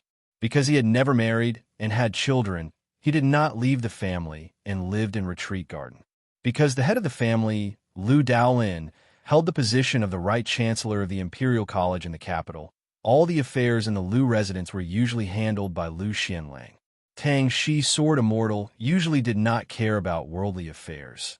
But the more he was like this, the more his words carried weight on important matters. Even Lu Daolin and Lu Xianlang, who held the power of the Lu family, had to pay attention to the opinions of this concubine-born brother. Among the 7 heroes of the Lu family, apart from these 3, one of them had devoted himself to cultivating Taoism, and one of them had entered Buddhism, while the other 2 were officials in Yangzhou. They were both primary grade 4 officials. Being a local primary grade 4 official was already a true high-ranking official. They were far more popular than being a primary grade 4 official or even a secondary grade 3 official in the capital. Although the officials in the capital had always looked down on the officials from other places, the ones who truly wanted to enter the cabinet were mostly secondary grade 4 officials. It would take at most 6 years and at least 3 years to accumulate enough experience and popularity before returning to the capital. Only then could they be considered as the true pillars of the dynasty. Originally, with Lu Baijia's talent, he could have become the backbone of the Lu family, second only to the head of the family, Lu Daolin. However, the head of the family was still his elder brother, Lu Daolin, so Lu Xianlang could only complain. After entering the pavilion, Su Fengyin gave a junior salute and said respectfully, "Fengyin pays his respects to Mr. Tang Shi. Last night, I mistakenly thought that Mr. Tang Shi wanted to stop me from entering the mansion. In a moment of desperation, I spoke disrespectfully.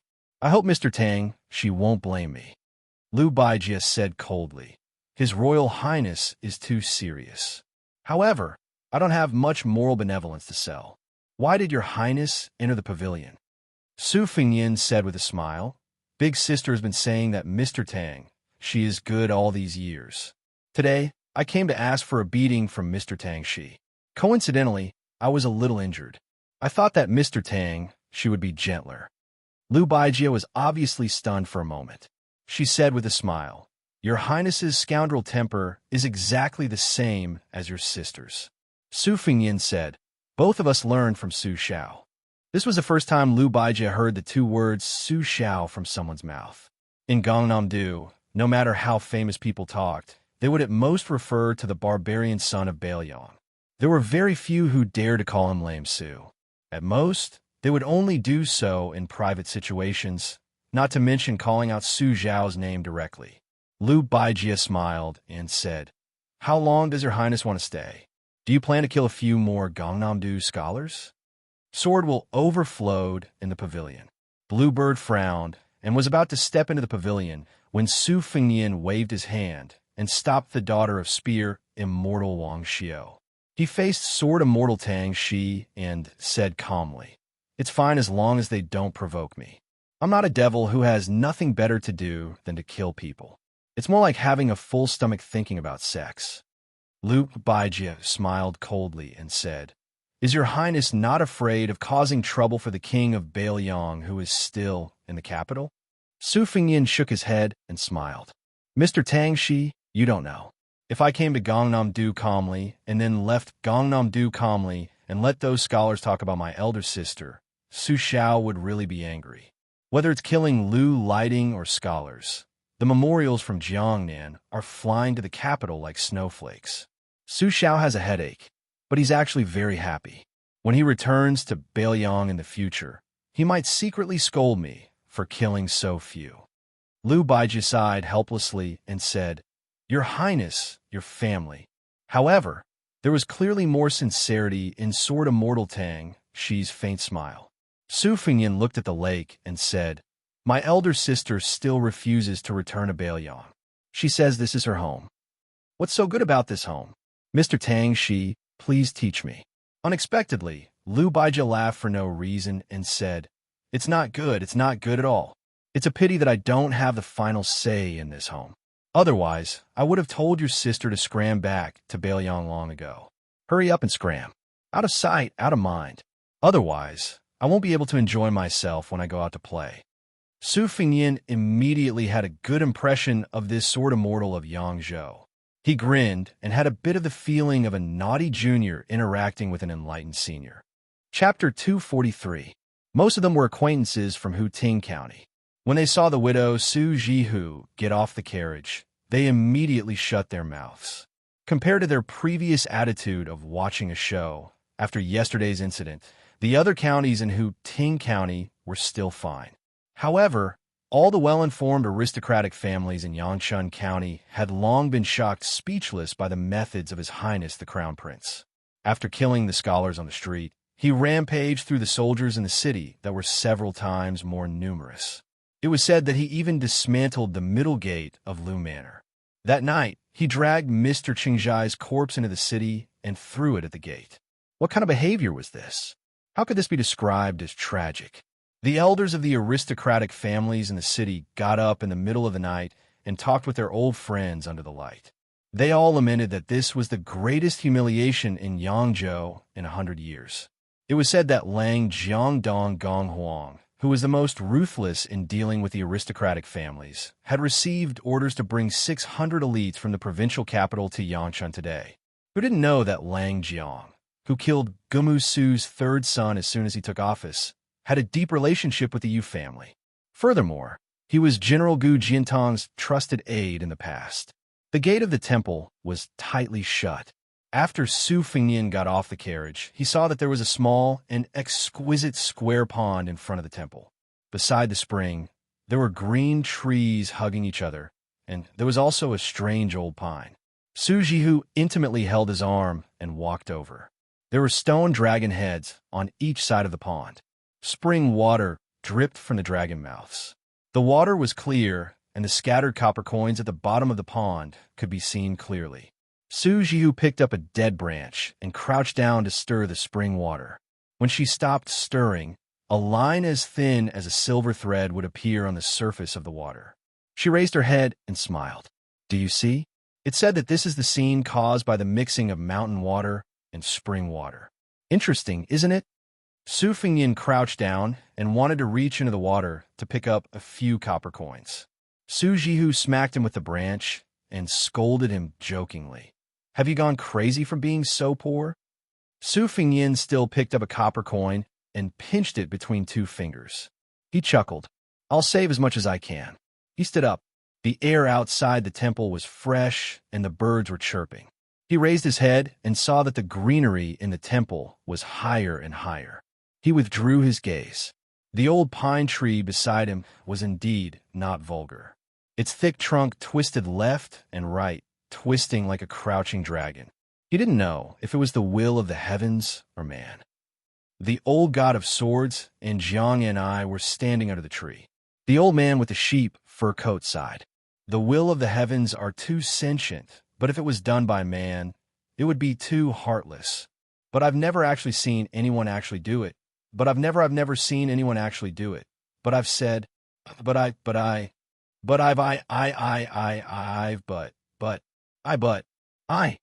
I. Su Fingyin smiled and said, shall I try? Su Jihu glared at him. You dare. Whir. When Dum Xiao saw this, she smiled gently. His Highness the Crown Prince and the young miss really loved each other. Perhaps because he was caught laughing, Su Fingyin made a face at the little girl. The servant girl was so frightened that she quickly hid behind Su Jihu. The little girl's heart was beating like a deer. She didn't seem to be afraid. Instead, she seemed to have been gently scratched by something and couldn't calm down. Su Jihu turned his head to look at the little girl who was in a daze. He smiled knowingly. How could there be a girl in the world who didn't like her younger brother? But on the surface, Su Jihu still rolled his eyes charmingly at Su Fingyin. He waved the branch as if warning him not to fool around in a Buddhist holy land. The door of the temple slowly opened. The two little monks joined their hands and bowed.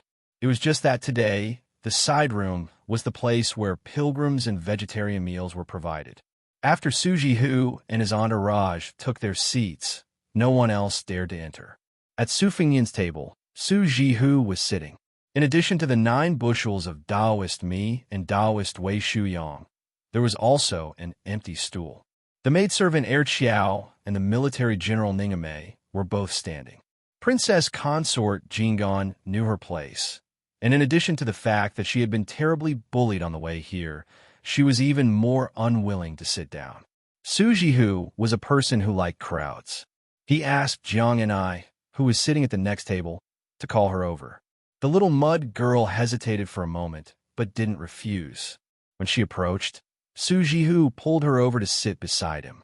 He smiled and said, Jiang and I, you're really getting prettier as you grow up. You were already pretty when you were young. Back then, you were the only one who could compare with Fengyan. At first, I was worried that a girl would change 18 times between childhood and womanhood. I was afraid that you wouldn't be pretty when you grew up, but now it seems that I was worried for nothing. Come, tell sister whether Fengyan bullied you or not. The little mud girl was quite a shrewish girl in front of His Royal Highness and the old God of Swords. At this moment, her face was red and she didn't say anything. Su Fengyan laughed and said, Your face is red.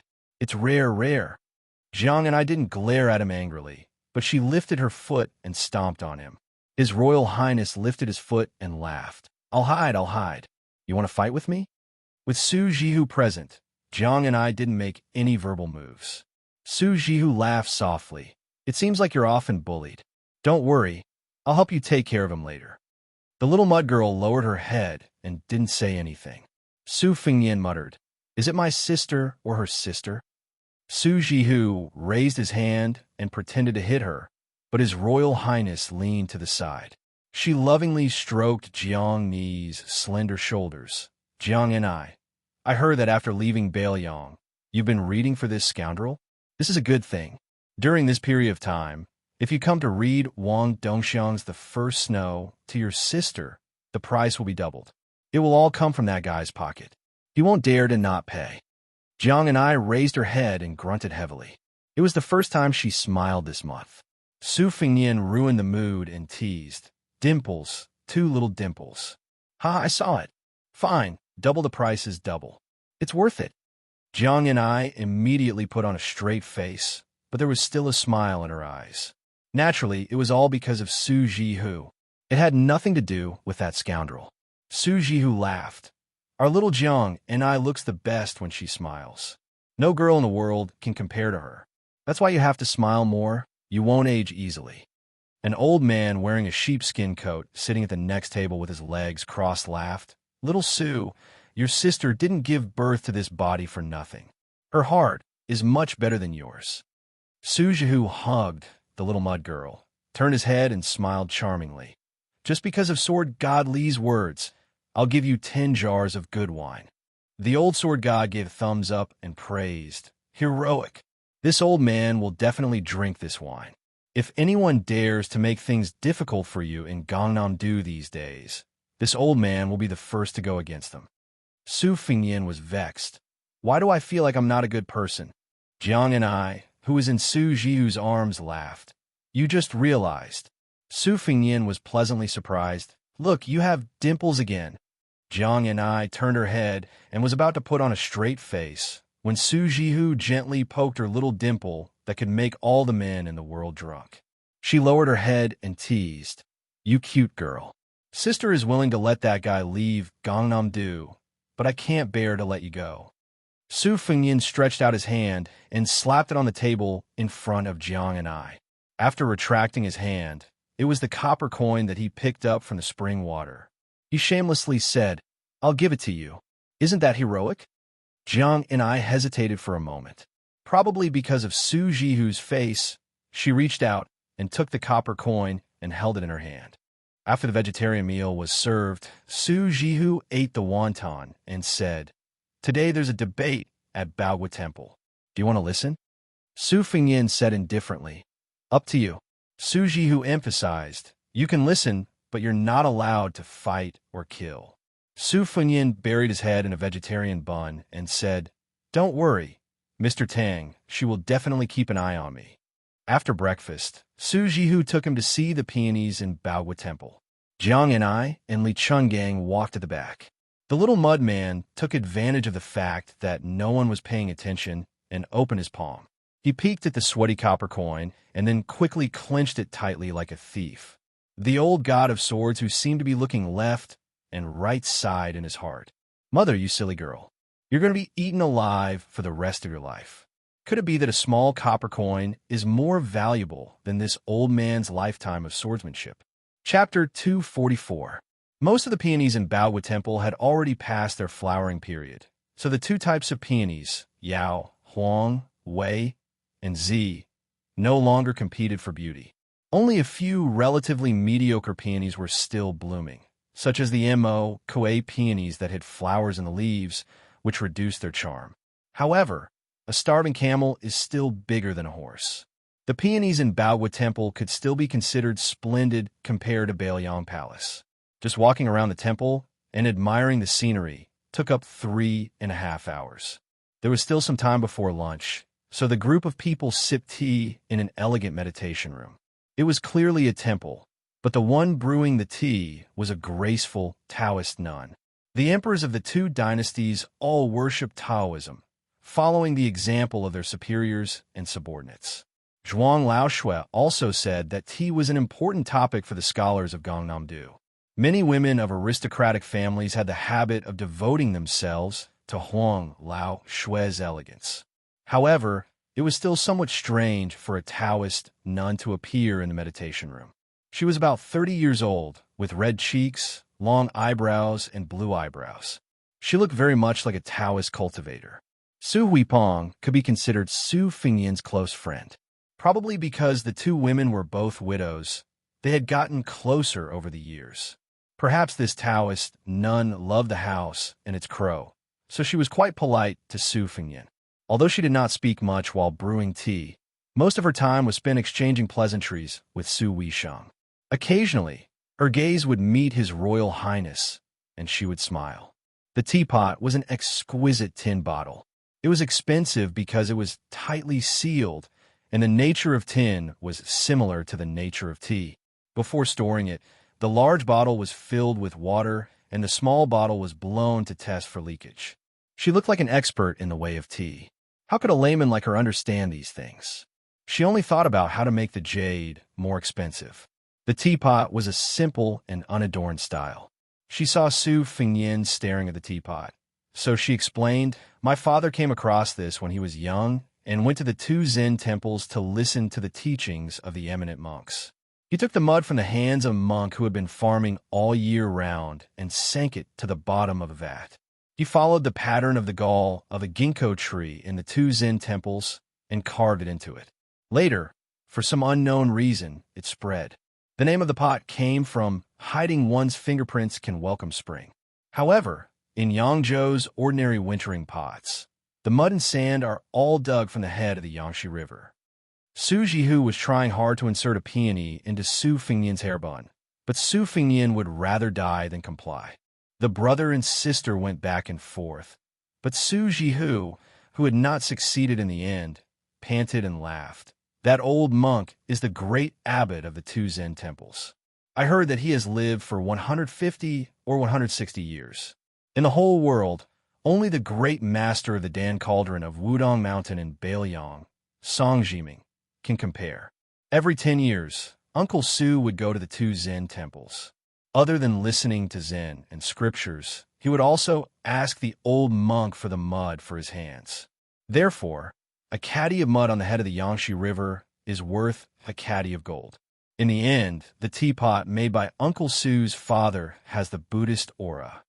Su Fingyin had just taken a green jade teacup and was about to drink some tea when he heard that the teapot was made from the old monk's hand washing mud. His expression immediately became unnatural.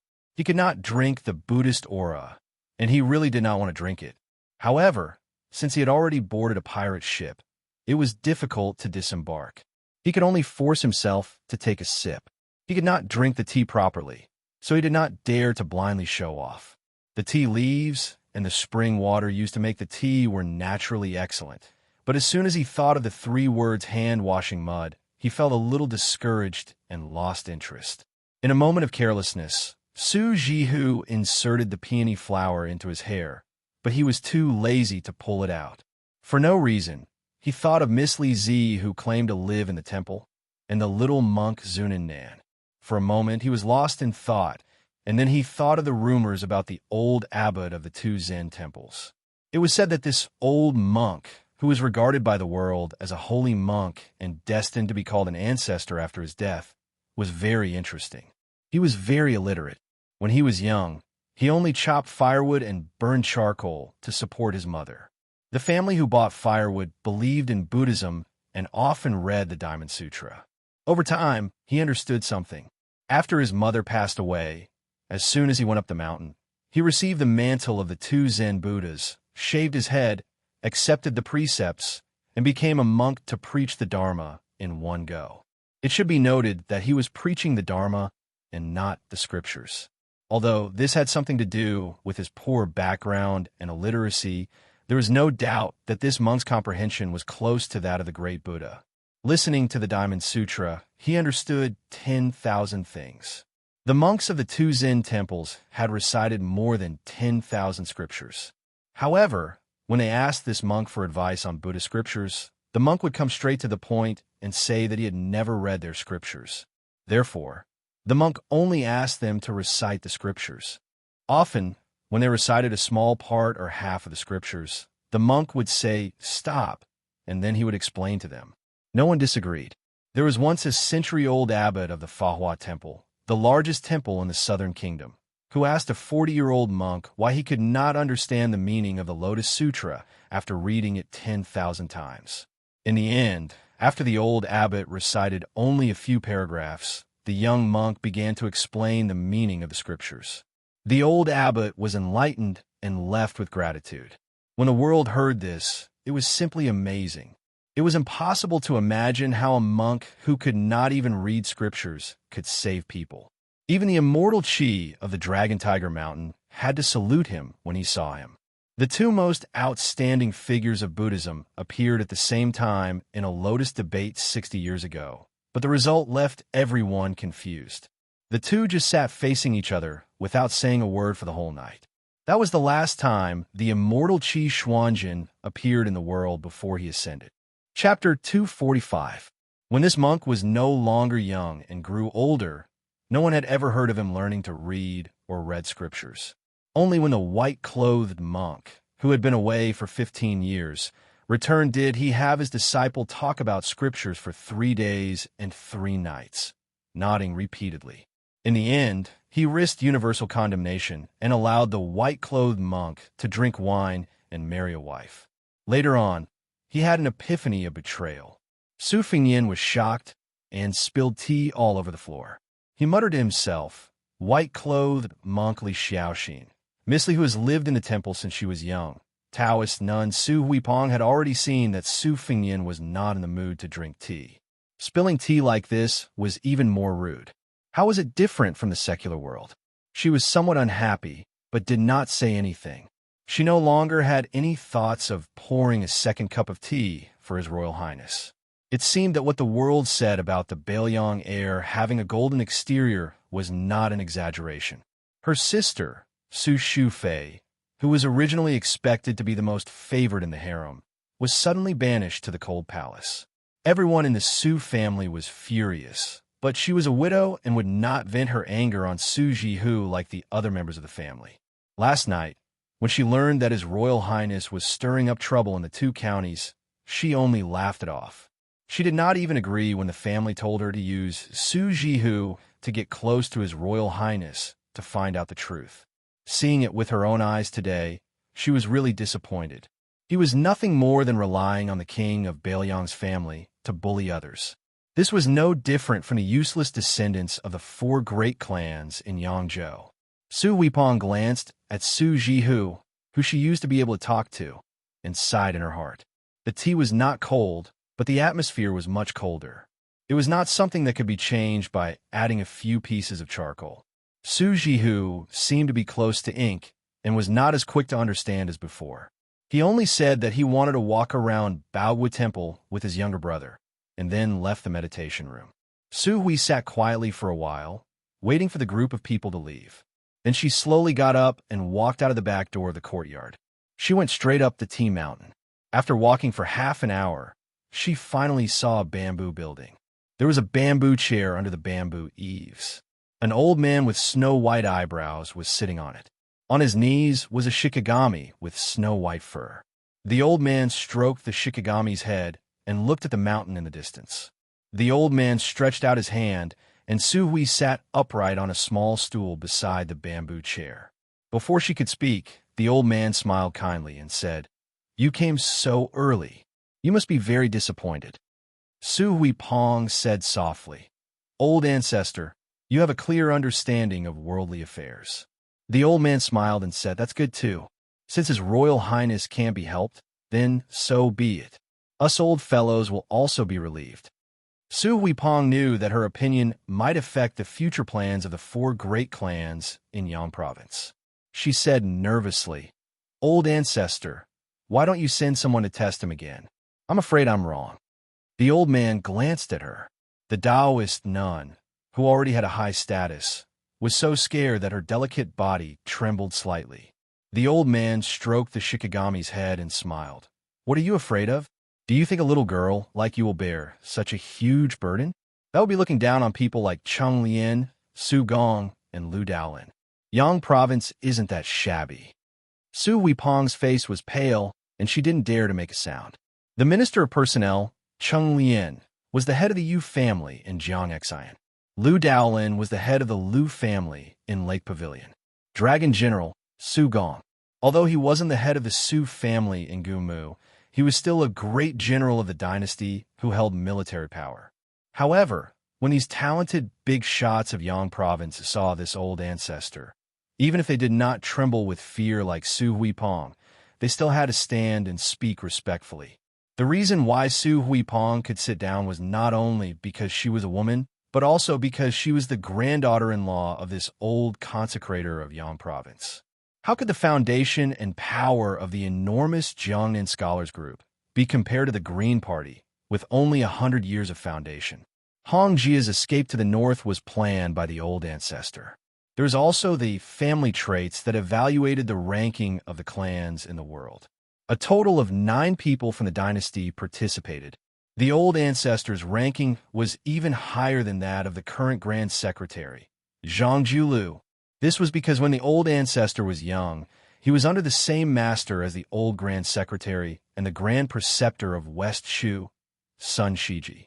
No matter how powerful Zhang Julu was, he still had to consider himself a junior. The old man gazed into the distance. Today's debate between kings and tyrants will probably have to pick up the wisdom of others again. Su Huipong hesitated but didn't say anything in the end. The old ancestor was involved in the debate between kings and tyrants at the pinnacle of the past 50 years. Naturally, he had the right to say this. The old man sighed. The old Grand Secretary was lucky to have Zhang Julu surpassing him. Otherwise, with his ability, he would only be a paper hanger in the empire. He was destined to be unsuitable after the Spring and Autumn War. It's good that he died.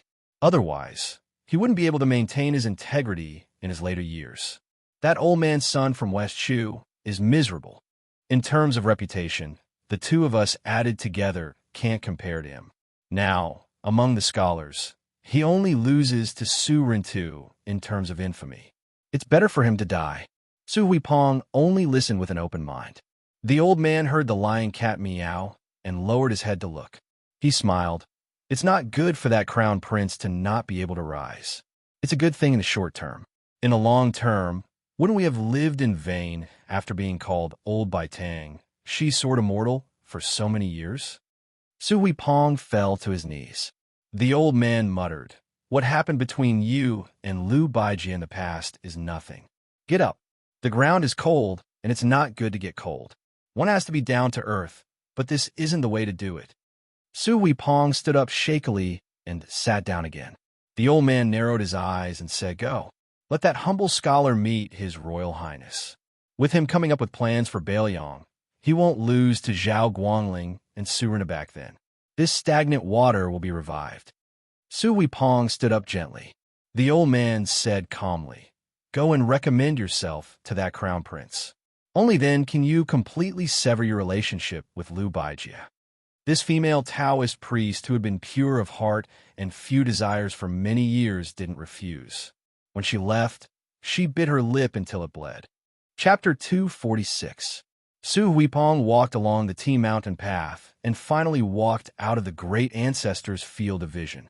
She stood among the tea bushes and looked at the yellow, glazed roof pavilion at the top of the Baogua Temple, lost in thought. Other than the blood from biting her lip, there was not much grief on her face. She did not hate the great ancestor's arrangement. She only hated the green-robed swordsman for not fighting back then. She cultivated wholeheartedly and had the ability to retain her youthful appearance. She looked like a 30-year-old woman, but she was actually close to 40. When she first met him, she was only 13. How many 13s could there be in life? She wiped away the blood and walked down the mountain with a gloomy face. Su Huipong did not know that the green-robed swordsman had been watching for many years in the depths of the shade. After seeing her enter the Baogua Temple, he slowly walked toward the bamboo building. The old man and cat were still there. The snowball-like Shi Tzu screamed. The dozing old Yangzhou minister of offerings raised his eyelids with some difficulty and looked at the unpolished jade carefully carved by the Liu family. This swordsman used to be so high-spirited. If it were not for the fact that he could not overcome the barrier of love, he would have gone very far whether he was an official or a swordsman. The old man comforted the frightened Shi Tzu on his knees and frowned. He asked calmly, "Did you hear that?" Tangshi Sword Fairy Liu Baiji nodded. He looked at the old man coldly with one finger on the scabbard. It looked like the ancient sword could be unsheathed at any time. With Liu Baiji's attainments in the sword evaluation, he could unsheath his sword very quickly. He did not need to show it deliberately. Of course, this was Liu Baiji expressing his position. If the old man did not take back his words to Su Huipong, he did not mind doing another disgraceful act as Tangshi Sword Fairy and not as a disciple of the Liu family. So what if you're the old master of the Jiangxin Yu family? I, Liu Baiji, have a sword in my hand and a clear conscience. Why should I care? Yu Jiankong's eyelids trembled. One of his hands was no longer stroking the snow-white Chaosi.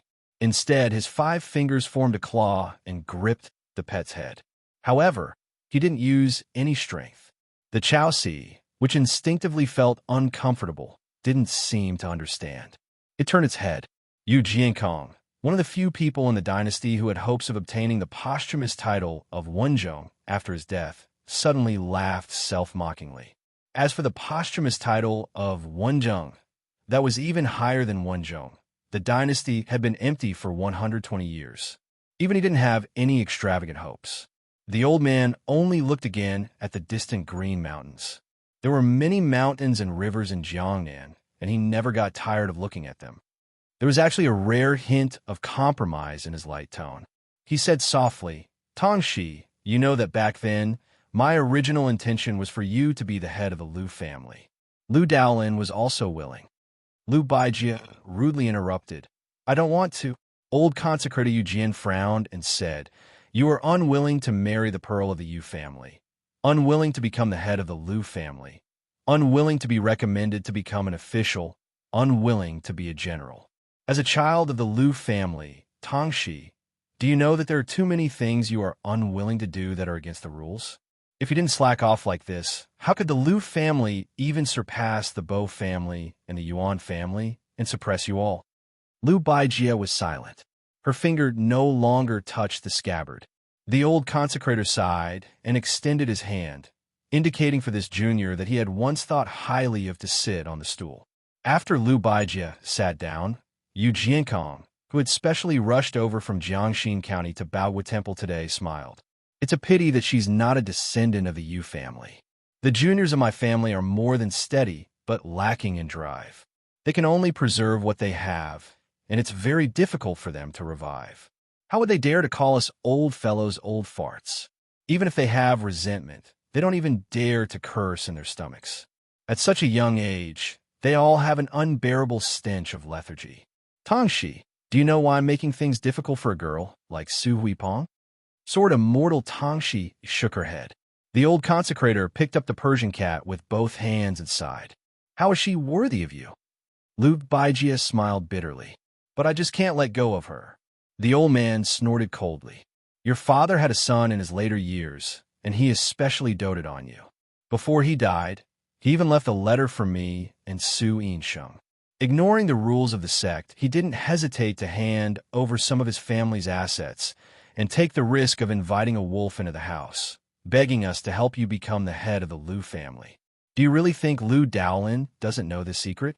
I could have kept it a secret, but Su Yinsheng had already revealed it to him. These past few years, Gumu has used the Liu family's influence to secretly grow stronger.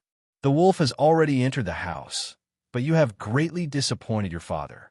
It's true that Lu Daolin is a good person, but how can he take advantage of a group of treacherous people like Gumu's Su family? Let's not talk about the distant matters." Empress Zhao watched coldly from the sidelines and remembered all of this in her heart. Do you really think that Empress Zhao would be as close as sisters with that girl from the Su family? This time, the Crown Prince of Bailiang stirred up trouble and angered the Gangnam-do scholars. The 30,000 students of the Imperial College in the capital were incited. How can your brother be safe in the Imperial College? If nothing unexpected happens, Lu Daolin, who can't do anything inside or outside, will take the blame and resign as the right chancellor. Huan Shu, who has been fighting with your brother for many years, will naturally be happy to take advantage of the situation. The Liu family's setback in the capital, in the end, isn't it Yangzhou's loss? If not, why would I, an old man with one foot in the coffin, come here? To listen to the boring difference between a king and a tyrant?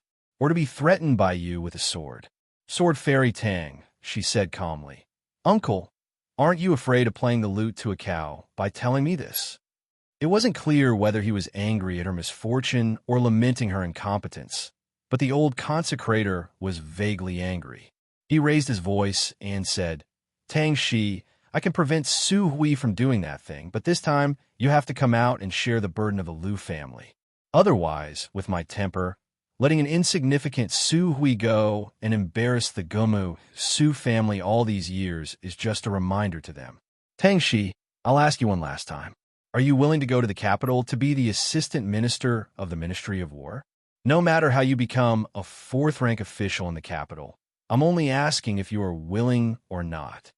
Lu Baijie said bitterly, I only ask that you don't make things difficult for her." The old consecrator smiled slightly and returned to his usual carefree state. He said with a pleasant expression, Tang Shi, those who are closely involved can't see clearly.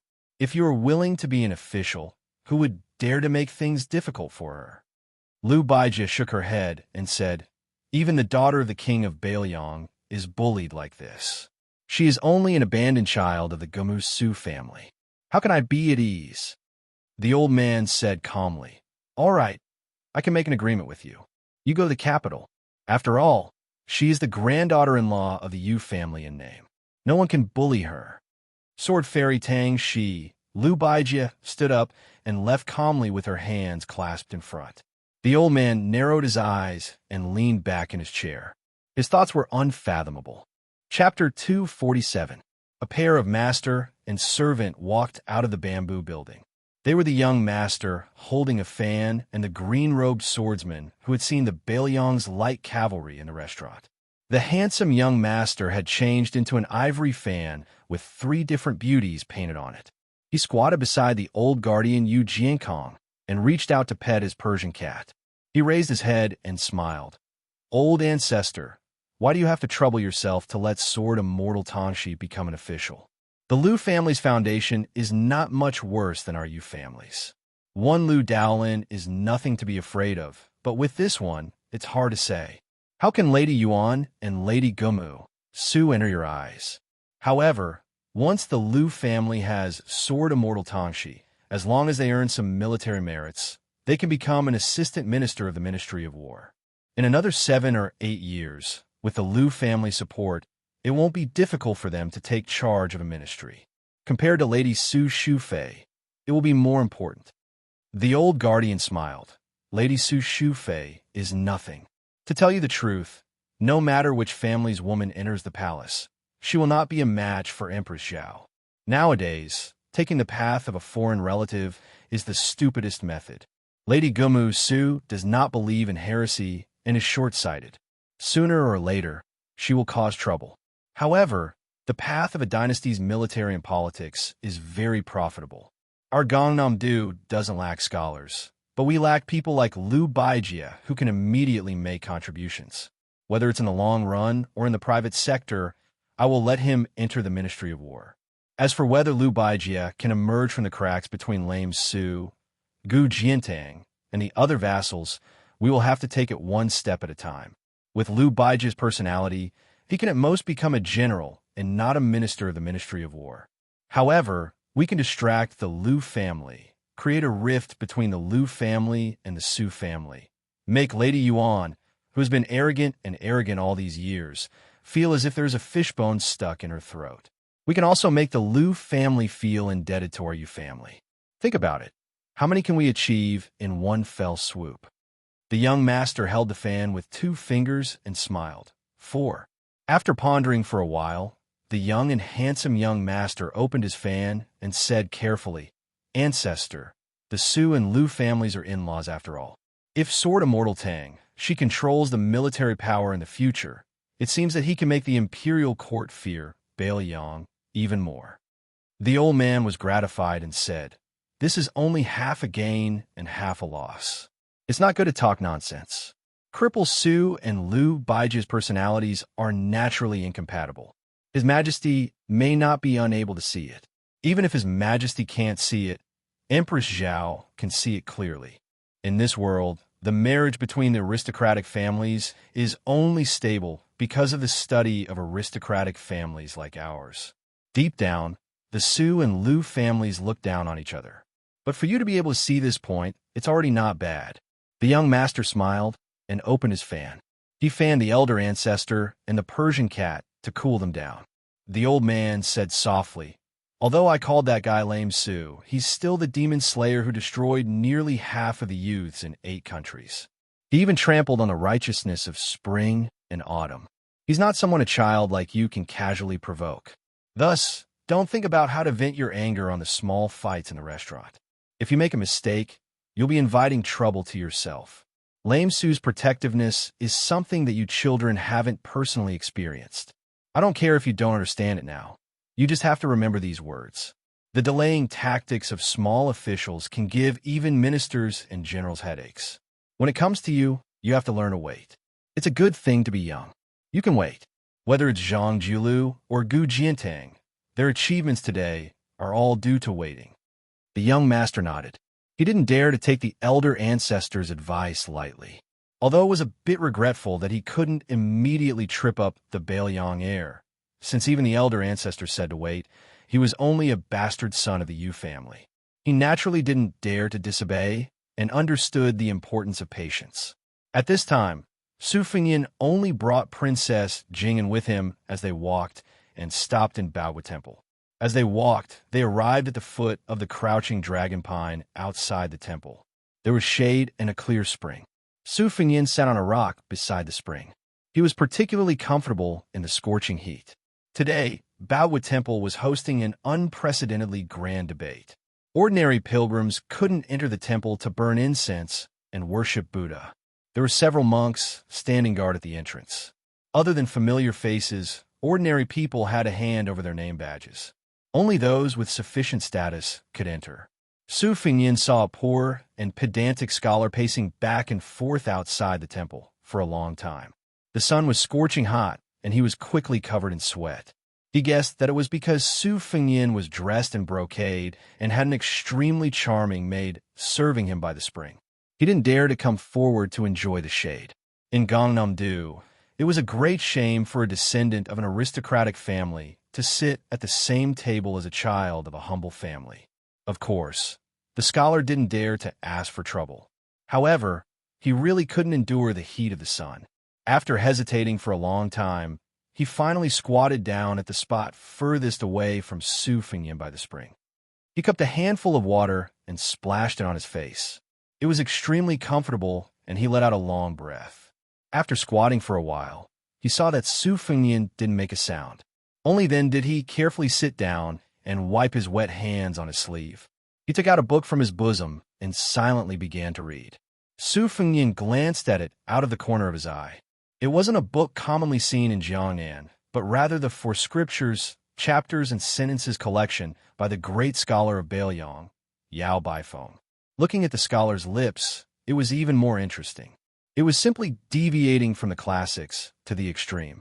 Mr. Yao's interpretation of the scriptures, based on what I have seen, may not be the saint's original edict. There are many things to consider. His words are too high, but he exerts his own will too much, overflowing the original scriptures. He has the suspicion of wanting to surpass the saint, so that he treads on empty air without substance. It is not the orthodox interpretation of the scriptures. However, compared to the meticulous Confucianism of the school of learning, there are still many lovely aspects. There is less restraint and more understanding. Su Fengyin observed the scholar's lips and felt it was very interesting, especially when the shabby scholar closed the book and said, "I, as scholar, will be buried in the grave." He couldn't help but laugh out loud, startling the scholar. His hand trembled, and the For Scriptures, Chapters and Sentences collection fell into the water. The scholar hurriedly jumped into the water. Seeing the soaked book curled into a ball, his heart ached so much that his face was gloomy. After climbing ashore, his soul seemed to have left his body. Even if he tore off a page of this soaked book to dry, it would probably be more than half destroyed. For a moment, he sighed in despair. Su Fengyin joked, "How much is a book worth?" The scholar didn't raise his head and said, "This book is indeed not worth much, but if I read it, I can make quite a bit of money." Su Fengyin clicked his tongue and said, "There's a saying that a well-read scholar sells the emperor, but you can't even enter Baowu Temple. Who cares about you?" The shabby scholar smiled and lowered his head, minding his own business. "Who said I was going to sell it to the emperor?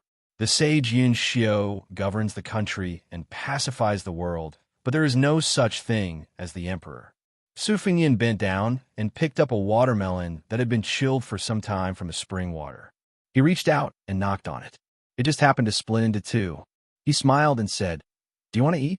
The scholar raised his head with a puzzled expression. Su Fengyin smiled and said, "You don't dare?" The scholar didn't say anything and only frowned. Su Fengyin simply threw half of the watermelon over. The scholar was flustered and managed to catch it with great difficulty. Seeing Su Fengyin engrossed himself in eating, he lowered his head and ate a mouthful. The coldness penetrated his heart and lungs. Su Fengyin joked, "To be buried in the grave, what great ambition." The scholar paused for a moment. This time his heart and lungs were really cold. Chapter 248. The Confucian school of exegesis was the same as the Buddhist school of Buddhism. Exegesis was not the same as reading the scriptures, nor was it the same as talking about the scriptures. Both were things that only a great scholar could do. His Royal Highness, this poor and pedantic scholar in front of him, dared to make irresponsible remarks about Yao Bai, the great scholar of Confucianism, who was famous for his exegesis of the scriptures. As for the ambition of the so-called posthumous title of Wenzheng, it was even more shocking. Even the old consecrator of Yang province, Yu Jiankong, only hoped that it would be a great fortune to have a Wenzheng behind him. In the spring and autumn period, heroes vied for the deer. After Li Yang ascended to the throne, there was a clear standard for the posthumous titles of officials. The civil officials used Wenzheng as the leader, but this posthumous title had been vacant for 100 years. Wenzheng followed closely behind, and everyone in the court viewed it as the possession of Grand Secretary Zhang Jiulu. After that was Zheng Duan, Kong Yi, and so on. Since Wenzheng and Wenzhen did not dare to hope for it, then Wenzheng became the most popular item for the various vassals and top civil officials in the dynasty. In today's world, in order to determine the status of aristocratic families, the number and weight of posthumous titles was undoubtedly an extremely important standard. Normal scholars did not dare to say that they would be posthumous to Wenzheng even if they died. Once exposed, if it was a small matter, it would be considered improper conduct. If it was a serious matter, it might even lead to imprisonment. The scholar's heart was pained when a book of the four classics fell into the water. It was clear that he came from a poor family. Having his thoughts exposed by an outsider, the scholar's panic disappeared in a flash. He soon calmed down and lowered his head to continue eating the iced watermelon. After Su Fengyin exposed his thoughts, he did not continue to be unforgiving. Instead, he was aroused by the posthumous title. It was natural for civil officials to have a posthumous title, and military officials were no exception. There were relatively few titles with the word military, but there were still 18 characters. Therefore, there was a saying that a real man should have 18 posthumous titles. The character E took the top spot. The first 9 were Yi Lai, Ning Jing, Ping Xiang, Jing Min Su. It was rumored that great General Gu Jiantang had already given the posthumous title of Wu Jing. Eli, Ning San, was still a huge suspense. Unlike civil officials, military officials often had lower posthumous titles. Generally speaking, it was a great honor to have one of the first 9 posthumous titles. This was related to how aristocratic families despised military officials. Of course, if a military official could have a posthumous title, it would be an even greater honor. This was only favored by those military officials who came from rich and powerful families. For example, Tangxi Sword Immortal Lu Baijia was able to become an official. After her death, it was not impossible for her posthumous title to take the lead. Su Xiao had never been too concerned about this. He always said that after 3 generations, it would be enough to have a passable posthumous title. This was because no matter how favored the court officials were at the time, no matter how outstanding their achievements were, it was not an exception to change their posthumous titles after death. Su Fengyin's absent-mindedness was awakened by a burst of cheers from the Baogua Temple. It could be said that the debate between the kings and the tyrants had already begun. The other person was the eminent monk Yin Daolin of the Baogua Temple. Shilin respectfully called him the motionless monk. He did not speak much, but when he spoke, he was sure to amaze the world. His 2 famous battles with Lu Yin and Lu Xianlang, the Yi Xiang Yu Jiexing, and the 4 Books of Talents were both held at the Baogua Temple. It could be said that the reason why the Baogua Temple could become the holy land of the Jiang and Dao, other than the beautiful scenery and the borrowing of thousands of peonies from the Wei Ziao Huang, was mainly attributed to this elegant old monk who had a good reputation and a good reputation. The other person was the eminent monk Dao Lin of the Baogua Temple. Shi Lin respectfully called him the motionless monk. He did not speak much, but when he spoke, he was sure to amaze the world. His two famous battles with Lu Yin and Lu Xianlang, the Yi Xiang Yu Jie Xing, and the Four Books of Talents, were both held at the Baogua Temple. It could be said that the reason why the Baogua Temple could become the holy land of the Jiangnan Dao, other than the beautiful scenery and the thousands of peonies that borrowed the influence of the Wei Ziao Huang, it was also due to this elegant old monk who had a good reputation. The other person was the eminent monk Dao Lin of the Baogua Temple. Shi Lin respectfully called him the motionless monk. Su Fengyan finished eating the watermelon and asked, "Do you want to participate in this debate? I heard that as long as you win a few, it will be more useful than obtaining scholarly honors." The scholar who had only eaten a few mouthfuls of watermelon smiled and shook his head. He said self-deprecatingly, "I was fortunate enough to participate once and was chased out after saying a few words. I don't know if I won or lost, but I probably lost. The scholar from the Yuan family who debated with me will probably be recorded as one person removed." Su Fengyan caught a glimpse of the female Taoist nun Su Hui rushing out of Baogua Temple and walking straight over. He ignored her and looked at the scholar in front of him. He smiled and said, "Isn't this something to be expected? I'm guessing that you will be sitting alone during the debate, right?" The Taoist nun walked closer and said, "Your Highness guessed wrong this time." Su Fengyan had a look of realization. He said, "Sister Su brought me in?" The Taoist nun Su Hui nodded with a smile and explained, "Young Master Zhang is full of wisdom and is especially good at debating. He is original and ingenious. He once asked me to explain the advantages and disadvantages of military and political affairs to Su Gong. The general commented that he did not stick to one pattern and that it was not easy to do." Su Fengyan was slightly surprised and said, "Oh." During lunch, he chatted with his elder sister Su Jihu about Su Hui's family background. The general of Gumu Su's family, Dragon General Su Gong, was the mainstay of the family. This general, who was good at both military and political affairs, was born in a rich and powerful family. He presided over the military affairs of the 3 provinces in Gangnam-do. He had made a lot of bold and decisive reforms and tidied up the government.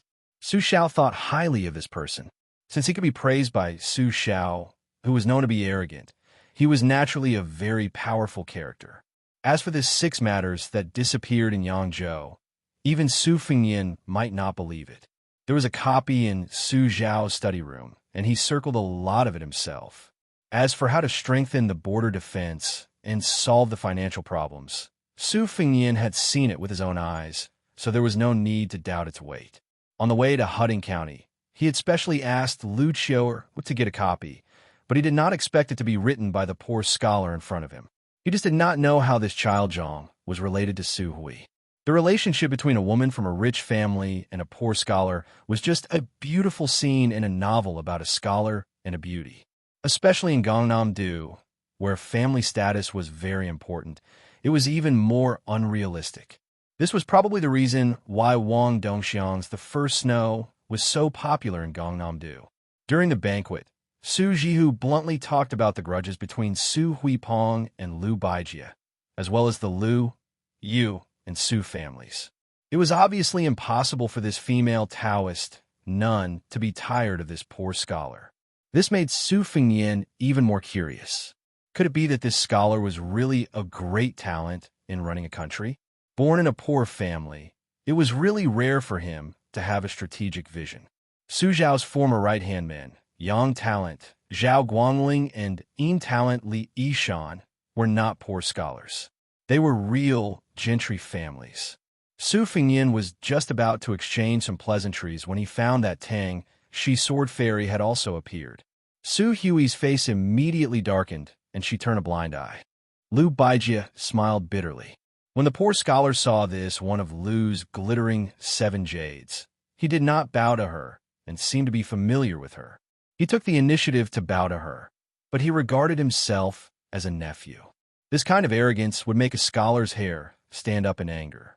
Tang Shi Sword Fairy was a celestial figure. So what kind of person was this nobody? How dare he not avoid or retreat? Was he not afraid of dirtying the eyes of Mr. Lucci? Lu Baijia also seemed to have a good impression of the scholar. She gave him a few words of sincere encouragement before turning to look at Su Huipong. She hesitated for a moment before saying, "I want to talk to you." Su Hui sneered and said, "Mr. Lucci has avoided suspicion for so many years. Why are you making an exception today?" Chapter 249. Su Fengyin and the poor scholar both automatically turned their heads. With a tacit understanding, they decided not to look or listen. This pair of man and woman, who had stirred up a great commotion in Gangnam-do, were in a deadlock. In the end, it was the female Taoist Su Huipong who was defeated. She walked with Lu Baijia along the quiet and empty wall of Baogua Temple. Before leaving, Su Huipong did not forget to bid farewell to His Royal Highness. Then she told the scholar that there was no harm in entering the temple to debate. She had already told Baogua Temple that no one would stop them. So there were only 3 people left by the spring. The scholar surnamed Zhang frowned slightly. Su Fengyin smiled and said, "My surname is Su, and my given name is Dian Xia. Dian as in classic, Xia as in sword case. What do you think of my name?" The poor scholar smiled and said, "Dian in the case cannot cry. A good name." Princess Jing in Painanwei, whose face was covered with a veil, could not help but roll her eyes. Su Fengyin asked, "Since you have permission, why don't you go in and listen to the debate? As for me, I'm just an idiot. Since Sister Su said that your talent is not ordinary and I want to bask in your glory, I'll sit with you." The scholar asked in return, "Sitting with me, aren't you afraid of being laughed at by the scholars and celebrities?" Su Fengyin smiled strangely and did not answer. Instead, he turned his head and asked Princess Pei, "Tell me, am I afraid?" Princess Jing'an, who had suffered a lot along the way, did not dare to ignore the question. Her tone was stiff and cold as she said, "Not at all." Su Fengyin was satisfied. He smiled and looked at the poor scholar. The latter sighed and nodded. He put down the finished watermelon and picked up the 4 classics, chapter and sentence collection, which had been exposed to the sun, and carefully put it into his sleeve. The 3 of them walked out of the shade of the ancient pine tree and walked toward Baogua Temple. Su Fengyin was in the middle, Princess Jing and was on the left, and the poor scholar was on the right. There was a difference between who came first and who came first.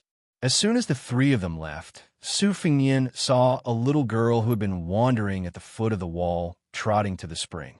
Previously, because of his presence, the sallow and skinny little beggar-like child did not dare to come forward to enjoy the shade, so she hid in the corner.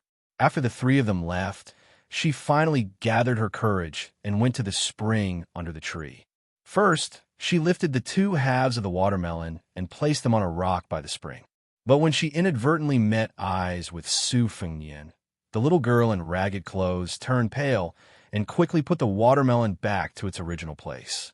Seeing that this rich and imposing child was not angry, she timidly squatted under the tree. The scholar was afraid that this aristocratic scholar, who was familiar with Tang Shi Sword Fairy, and Su Huipong would be unhappy. So he said softly, "This child is pitiful. She begs for a living and depends on her paralyzed grandfather. If it weren't for her, the old man would not have survived last winter. I taught her some words so that she can use some tricks when begging. Alas, her grandfather must have fallen ill again. Otherwise, she would not have come to Baogua Temple to pick up copper coins. She doesn't dare to pick up too much each time. It's only a few copper coins, enough to buy half a basket of steamed buns, but it's enough food for her and her grandfather for several days." As for the watermelon, Su Fengyin said expressionlessly, "After slicing the watermelon rind, it can be fried as a dish." The poor scholar nodded after a moment of shock. Yes. It must have been the first time Princess Jing'an had heard that watermelon rind could be used to cook a dish. She unconsciously glanced at the little girl. The debate between Baogua Temple's Wang and Ba attracted many Gangnam-do scholars. Those who had the qualifications to participate in the grand occasion had already entered the temple and taken their seats. There were also many ordinary scholars who did not have the qualifications to join in the fun and could only wander around outside the temple. The area under Wulong Pine Tree was a treasured land of feng shui. It was originally occupied by Su Fengyan. His Royal Highness was a dandy who did not need to speak and had a domineering arrogance. It was obvious that he was not a person to get close to. In addition, he came from a temple, so the scholars outside the temple could only stand far away. Most of them pointed at the servant girl, whose face could not be seen clearly, but who had an enchanting figure. She was a feast for the eyes. In this world, when the rich and powerful went out, they usually looked at the people and horses. As for the noble and famous people, they looked at the beautiful women by their side. The female Taoist nun, who came from a noble family, was the first class. People like Su Huipu could only be found but not sought. Next, the beautiful and talented courtesans were also the first class. The young and beautiful maids in one's own residence were second. The more there were, the more it showed one's status. A great scholar in Gangnam-do, such as Yuan Jianyan of the Yuan family, had once gone out with almost 100 young boys and girls. When the Su Fengyan finally made room, a few well-dressed young masters and daughters immediately went up to enjoy the cool air. The little beggar who had rolled up his trousers and bent down to pick up the money in the spring was undoubtedly an eyesore. A triangular-eyed young master sneered and kicked a watermelon into the spring, splashing water everywhere. The little beggar was so scared that he shivered and did not dare to pick up the copper coins anymore. He wanted to dodge, but he walked too fast in the water and accidentally fell into the spring, causing a burst of laughter. A woman from a noble family with heavy makeup gloated and scolded sharply. "Little bastard, who let you come here to pick up the wishing money? Aren't you afraid of being beaten to death by the monks in the temple?" The spring was surrounded by the rich and powerful young masters who were enjoying the cool air. The little beggar had nowhere to hide and could only stand in the spring. He lowered his head and said with red eyes, "The temple said that as long as I pick up a few copper coins each time, it's not a big deal." The woman shouted, "You still dare to talk back?" She was angry. Since there were no outsiders around, she was too lazy to pretend to be a virtuous lady. She picked up a stone from the ground and threw it fiercely. The little beggar instinctively dodged, but the woman did not hit him. She was already angry because she was not allowed to enter the temple, but now she was even more annoyed. She picked up a stone the size of an egg and laughed gloomily. "You still dare to dodge? If you dodge again, I'll break your legs." She threw the stone with all her strength, and it hit the little beggar's chest with a thump. The men and women around her clapped and cheered, praising her accuracy. The little girl's thin and weak body could not withstand such torment. She swayed, and her face was pained, but she still did not dare to dodge. She stood in the water and said with a sobbing tone, "I won't dare to pick it up again. I won't dare to do it again." The young woman sneered and picked up a few more stones. She even distributed them to her friends. It was better to be happy together than to be happy alone. They prepared to play a game similar to throwing bamboo arrows into a pot. Gangnam-do scholars always had the custom of throwing pots in a song to liven things up. Many famous scholars were good at blind throwing screens and back throwing. The dragon general Su Gong could even fill a pot with more than 100 bamboo arrows. In the end, it presented a scene like a forest of arrows and mountains of arrows. This throwing pot could be considered the evolution of shooting in the 6 arts of gentlemen. It was very popular in Gangnam-do. However, today the bamboo arrows were replaced with stones, and the pot turned into a little beggar. In the eyes of the young masters and ladies, it was a different approach to achieve the same result. Those who got the stones were eager to try and aim. It seemed that they did not care if the little beggar's body could withstand a few throws. To Gangnam-do scholars, smashing a little beggar to death was nothing. The poor scholar, who already had one foot in the door of Baowa Temple, apologized and ran back. He angrily said, "Stop." With this roar, the foppish young masters and ladies were stunned. However, it was only for a moment.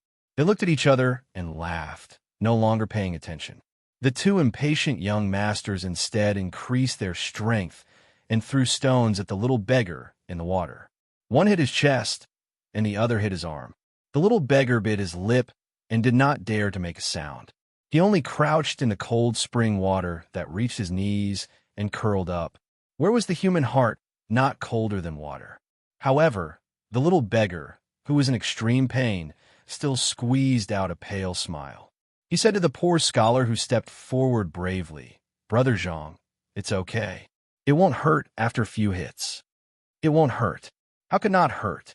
Facing Liu Baijie and Su Huipeng, the most outstanding young masters in Yang Province, the poor scholar could still jump into the water without being servile or overbearing. He no longer cared about whether or not the books in his sleeves would get wet. He stood in front of the little beggar to protect him. His face was mournful. Looking at this group of gentry men and women who relied on their families for their entire lives, there was no greater sorrow than a dead heart. He did not even question them. The arrogant woman who started it all had a face of disdain. She said condescendingly, "Where did you come from, you poor pig?" At this time, a mellow voice came from behind the gentry. "I came from Bailiang." Chapter 250. In Gangnam-do, the scholars formed a forest, and the commoners from the poor families relied on the scholars to grow trees and weeds. Cutting down a few bad trees and weeds was not a big deal. However, the scholars from the big families were proud of their status and did not deliberately target the commoners. They probably felt that it was beneath their status. However, the disciples from the Renmin and the Li sect, who were a notch higher than the poor families, were particularly bad. They spared no effort to show off their status. The young masters and daughters from the Baowu temple, who made things difficult for the little beggars, belonged to the category of neither high nor low. They wagged their tails and begged for pity. The noblemen's farts were fragrant.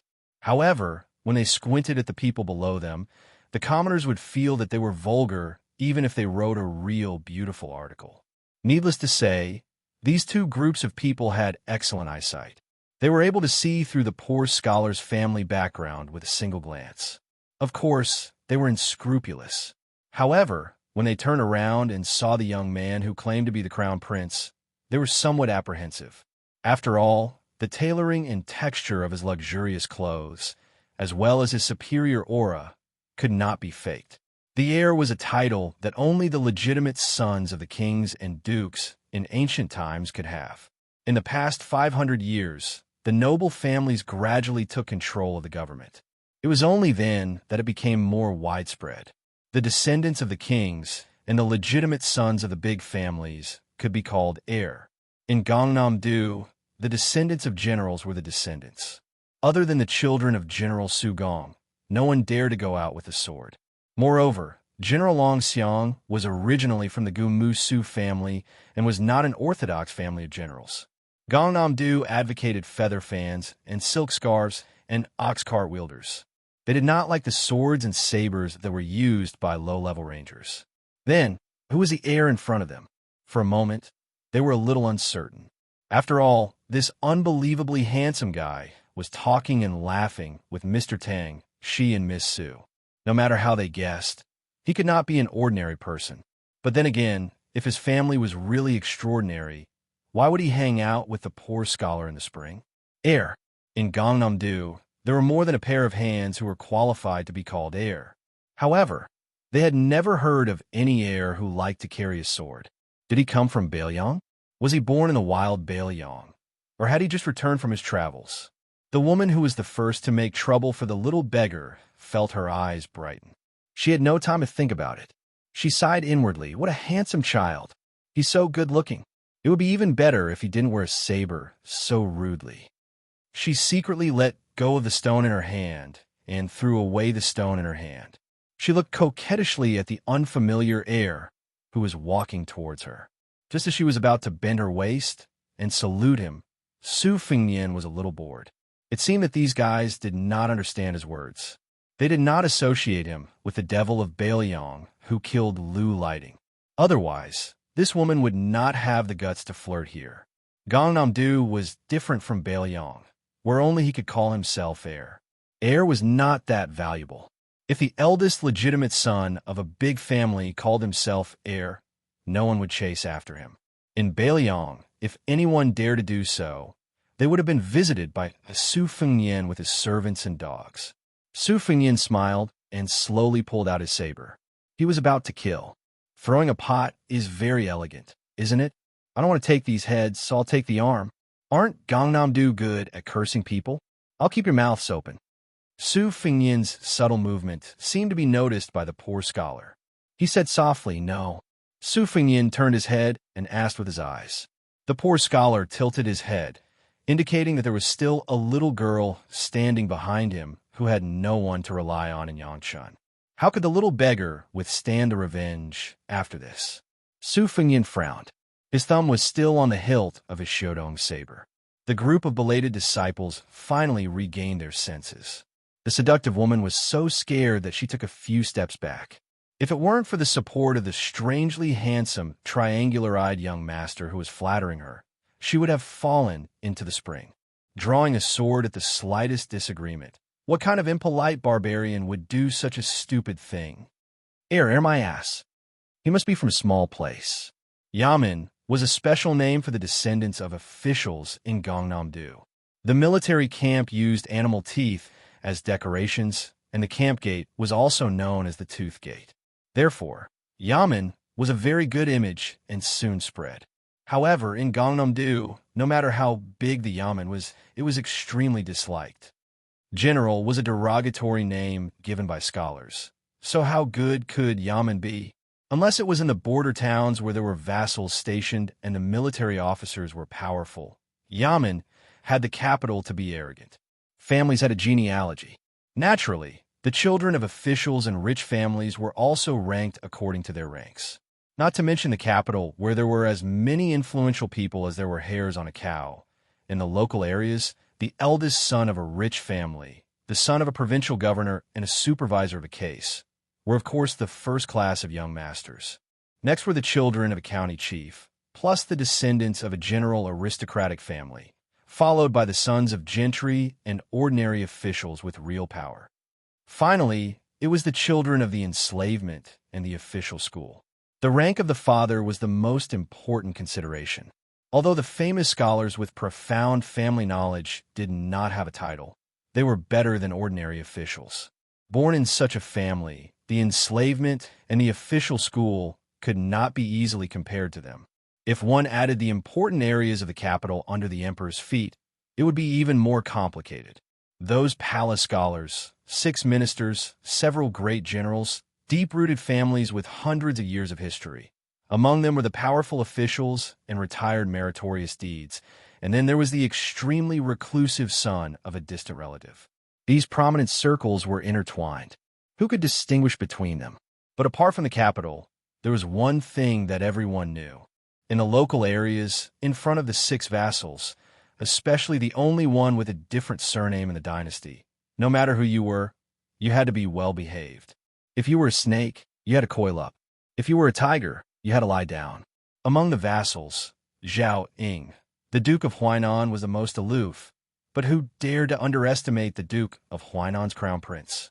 Therefore, the so-called crown prince from Beiliang, even if Yangshan City was full of rumors about His Royal Highness of Beiliang's tyrannical behavior, even if he really stood in front of them, no one would think in this direction. He was really too outstanding.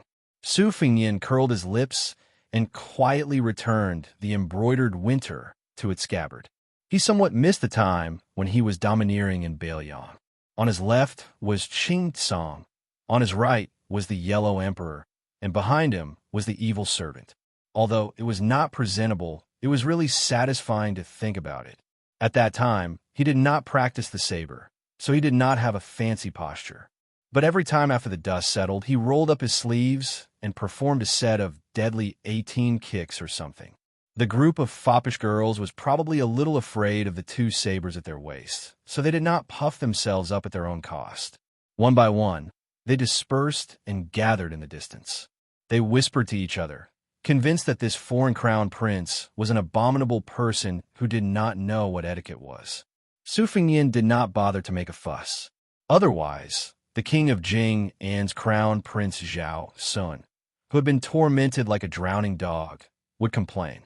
There was no reason to put him on the same level as these ant-like descendants of the servants. Su Fingyan jumped into the pool, bypassed the poor scholar, and reached out to help the little beggar up. He felt her chest. His Royal Highness had suffered several hardships, and a long illness had turned into a doctor.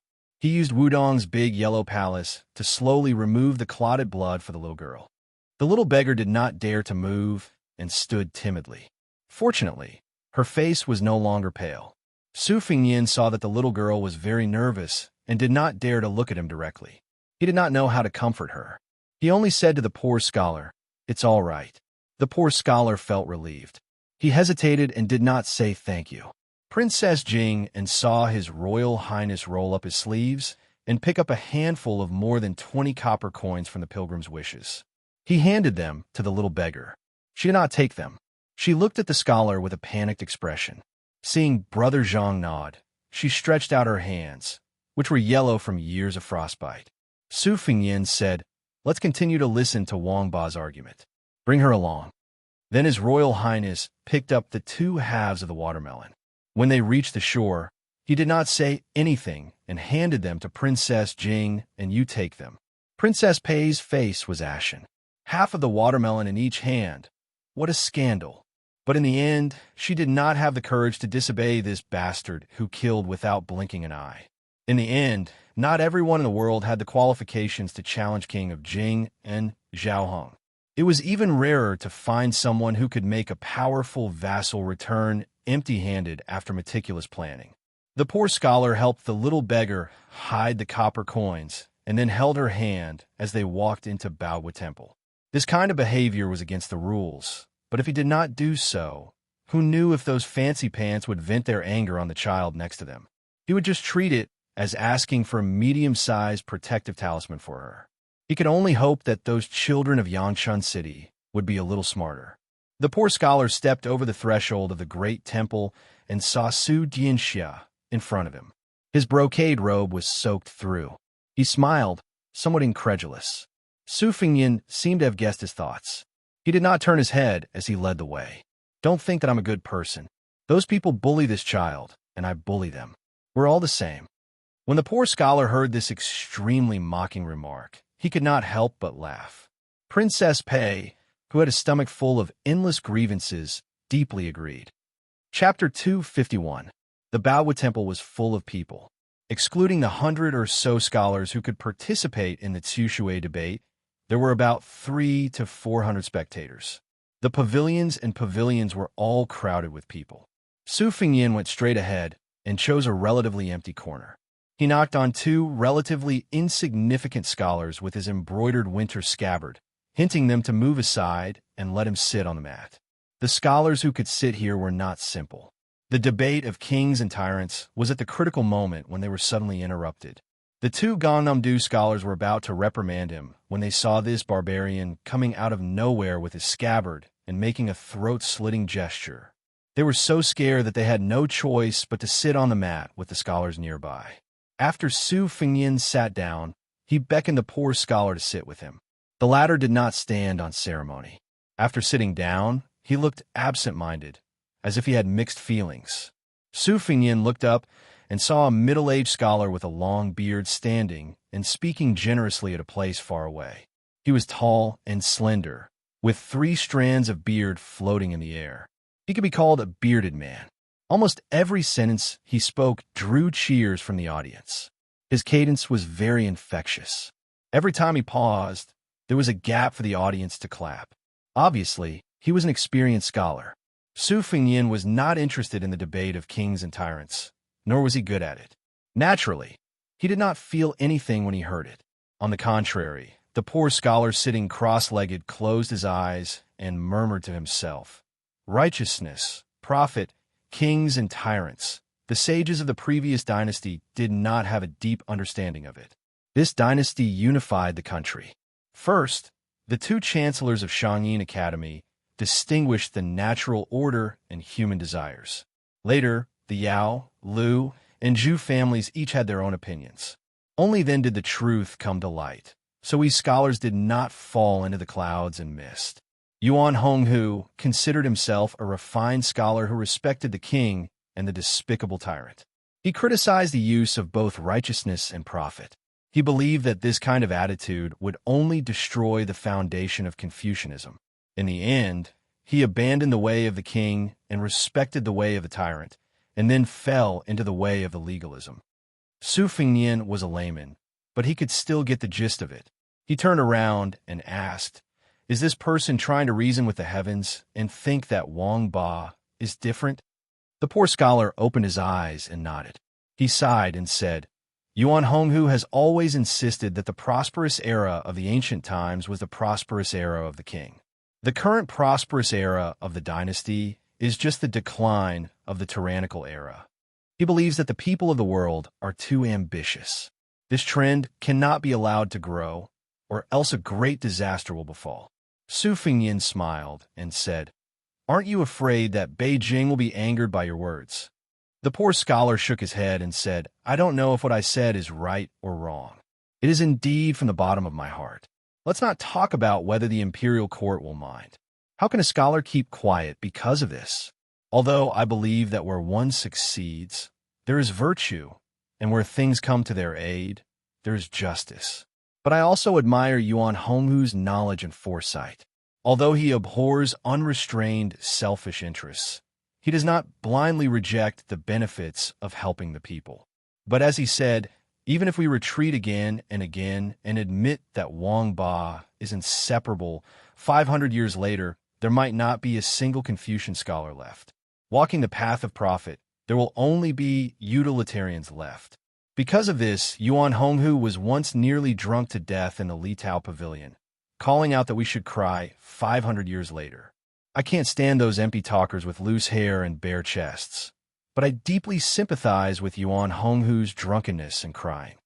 Su Fengnian said disapprovingly, "Only you scholars worry about the country and the people. But how many of you have been moral saints all your life? Have you ever really touched a copper coin? Do you know how much a steam bun costs?"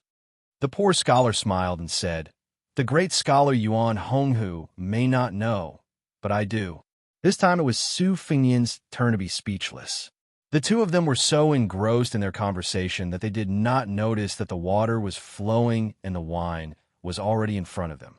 The beautiful maid who followed the wine leisurely came over and picked up the white jade wine cup. In an instant, this corner became the target of public criticism. Under the watchful eyes of the crowd, this old man, who had participated in countless talks but had not been able to raise his cup more than a few times, widened his eyes. The two Confucians who were chased away by His Royal Highness with a saber were full of jealousy. They wished they could bend down and snatch the wine cup. It should be known that today's debate between Wang Ba and Yuan Jianyan and Yin Daolin, two of the most famous scholars, were among them. It could be said that it was a once-in-a-lifetime opportunity to express one's own philosophy in front of these two big talkers. Other than the two great scholars of the present age, there was also Cheng Jia, a great scholar of Neo-Confucianism who was on par with Yao Baifeng. This old man was a great scholar of Neo-Confucianism who had exchanged letters with Master Yao. When did the contents of their letters not spread throughout the world? Cheng Zi said that he was slow and stupid all his life and only made a hole in literary theory. He used this to mock Master Yao's carefree interpretation of the scriptures. Who in the world would not laugh at this? Although Master Yao's reply was to add that there was no need to delete a single word. There was no need for future generations to interpret the scriptures. It was also very mysterious. However, Gangnam-do was obviously more supportive of Cheng Zi's words. They insisted that even if Master Yao's knowledge was higher, Cheng Zi's morality was higher. Today, the debate between Wang Ba and Wang Ba had gathered the three contemporary saints of Confucianism and Buddhism. Yangshan City had attracted more than a few hundred scholars who had come because of its reputation. However, Cheng Zi had always been learning from books and did not like to interact with people. Many of the local scholars had not even seen him for decades. Even if they walked right in front of him, they would not recognize him. A beautiful maid came in with wine. Su Fengnian, who was originally bored to death, opened his eyes wide. He was an expert in cursing and swearing. His Royal Highness had traveled for 3 years and learned a lot of unique skills in cursing without using any obscenities. Unfortunately, he was a complete layman when it came to reasoning with people. Therefore, he did not stand up and used his scabbard to nudge the poor scholar beside him. Su Fengnian saw that the poor scholar was not afraid of the stage. He stood up freely and took the wine cup and drank it all in one gulp. After exchanging the wine cup with the beautiful and delicate maid, he said loudly, "If one can manage the world, righteousness will be beneficial. If one can help the people, Tao will be meritorious. Therefore, Ba is the king." There was an uproar in Baowu Temple. Most of them were cold and mocking words like, "This person is trying to attract attention," or "This person is just talking nonsense." Their anger was surging. In the distance, Jiang's was number 1 Yuan Jiangyan and motionless monk Yin Daolin, who were sitting at the same table, looked at each other and smiled. Obviously, they were not moved and only felt that there was one more meritorious child. But the next sentence, "After 25 years of bumpy journey, I began to understand the scholars of today's world. Those who think they are sincere are all apathetic people who don't know pain," made the two famous scholars who looked down on him stunned. This person really did not stop until his words shocked people to death. A hunchbacked old man who did not participate in the debate had been shaking his head. Only when he heard this sentence did he laugh to himself. What the arrogant scholar said next was even more preposterous. The spearhead was directed at Jiang's was number 1 famous scholar, Yuan Honggu. "If you don't care about benefits at all, what's the use of crying for 500 years? Now that the people are not full, who should they cry to?" The beautiful bearded man, Yuan Jiangyan, laughed instead of being angry. He did not seem to be pretending to be magnanimous. He really laughed. But his table was far from the crowd, and he could not see the subtle changes of Jiang's was number 1. Baowu Temple's host, Yin Daolin, said softly, "A strange theory is a strange theory, but it is also interesting. Let's see if he has the ability to prove it." Yuan Jiangyan nodded his head. The result was unexpected. The poor scholar from a poor family, whom almost no one in Baowu Temple knew, talked about Wang Ba for an hour. He was very meticulous, which was completely different from the practice of ordinary scholars who cherish their words as if they were gold. Generally, when talking about profound mysteries, since it was profound, of course it had to be extremely profound. The goal was to make people confused. That was true ability. If they understood, it would be a blow to the head. If they did not understand, who would care about them? If a profound talk was strict and logical, wouldn't it be very boring? If the words did not convey the meaning and were thousands of miles away from the topic, then it would be interesting. A white horse that is not a horse is not a realm. A white horse that is a deer is a realm. There were more than 100 famous scholars in the banquet, and a few hundred listeners. Those who had strong willpower were still listening to this guy who did not know the big picture. Those who had strong willpower began to talk about things that could lift their spirits with the people around them. Those who had weak willpower were already itching to curse and yawn. If it was winter, they would definitely be stirring up lice. This was not impoliteness, but the elegance of a famous scholar. Su Fengnian narrowed his eyes. He folded 2 knives on his knees and raised his head with his hands supporting his cheeks. He was flirting with the delicate and pretty servant girl who was stunned by the poor scholar's endless chatter. He laughed and said, "Sister, tip me a cup of wine." The pitiful and cute servant girl was carrying a pot of wine and 3 cups. Her arms were already numb. Being teased by this lecher, she puffed up her cheeks and glared at him. Su Fengnian was not discouraged. "Sister, are you tired? Sit down and rest for a while. Do you want to help you carry it?" She glared again when no one was paying attention. This young master looked quite upright. How could he be so unrestrained? Su Fengnian smiled brightly and asked relentlessly, "Where is sister from? Where do you live? How old are you?" Princess Consort Jing, and wished she could dig a hole and bury His Highness the Heir Apparent so that he wouldn't embarrass himself in public.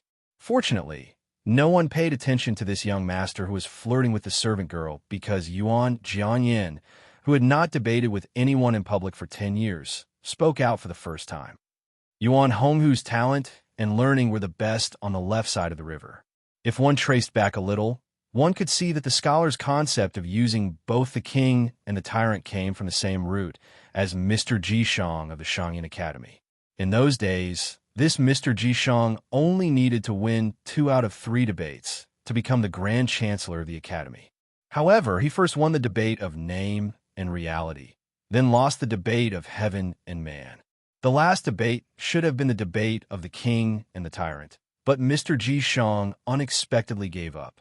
However, everyone knew that this Mr. advocated using both the king and the tyrant. Yuan Zhangyan asked in a low voice, Beiliang Xiao Shui is only dabbling in Zen, but you clearly talk about utilitarianism. Those who study Zen will search for the top, but they will not be able to find their way.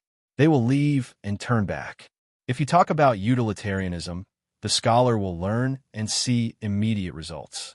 If you are lucky and forget about righteousness for the sake of profit, how will the future generation live?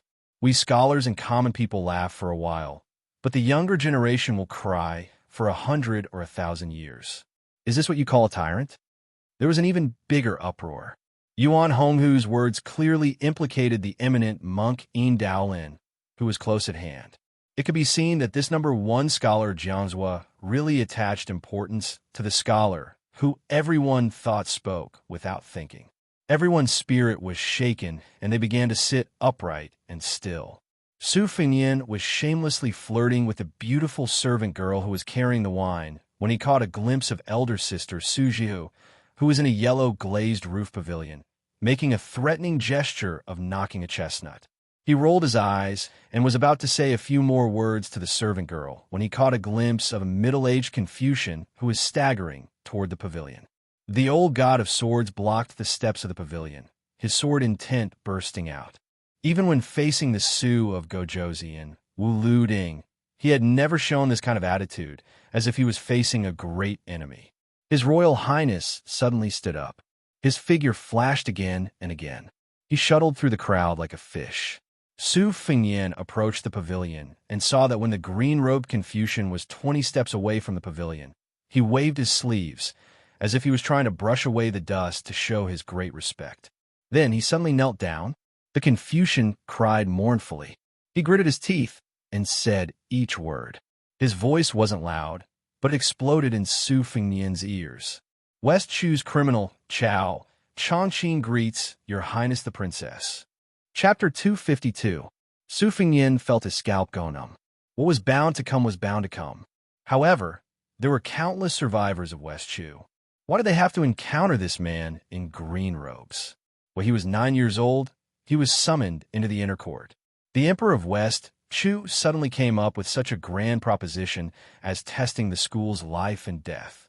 Not to mention a young child, perhaps even an old man in his 60s would not be able to use chess to describe life and death. Chao Chongqing responded with, The rules of the board are righteous. The chess circle is lively and intelligent.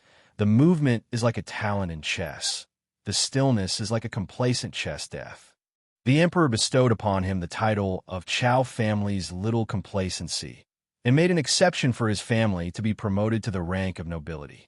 Because his family was located in Lonely County, in the future Chao Chongqing was given another name, Chao Lonely. When he was 12 years old, he played 3 games against the state preceptor Li Mi. In the first 2 games, he was defeated early on, but in the last game, he fought fiercely until he reached 200 moves. The more he fought, the braver he became. Huang Sanjia said that he was Li Mi's mortal enemy, the imperial preceptor of West Chu, who was known as a heaven-sent genius who could dominate the chess world for 30 years. In his youth, Chao Chongqing was still unable to penetrate Zhama, so he waited for orders from the imperial preceptor Li Mi. His talent and learning topped the imperial preceptor.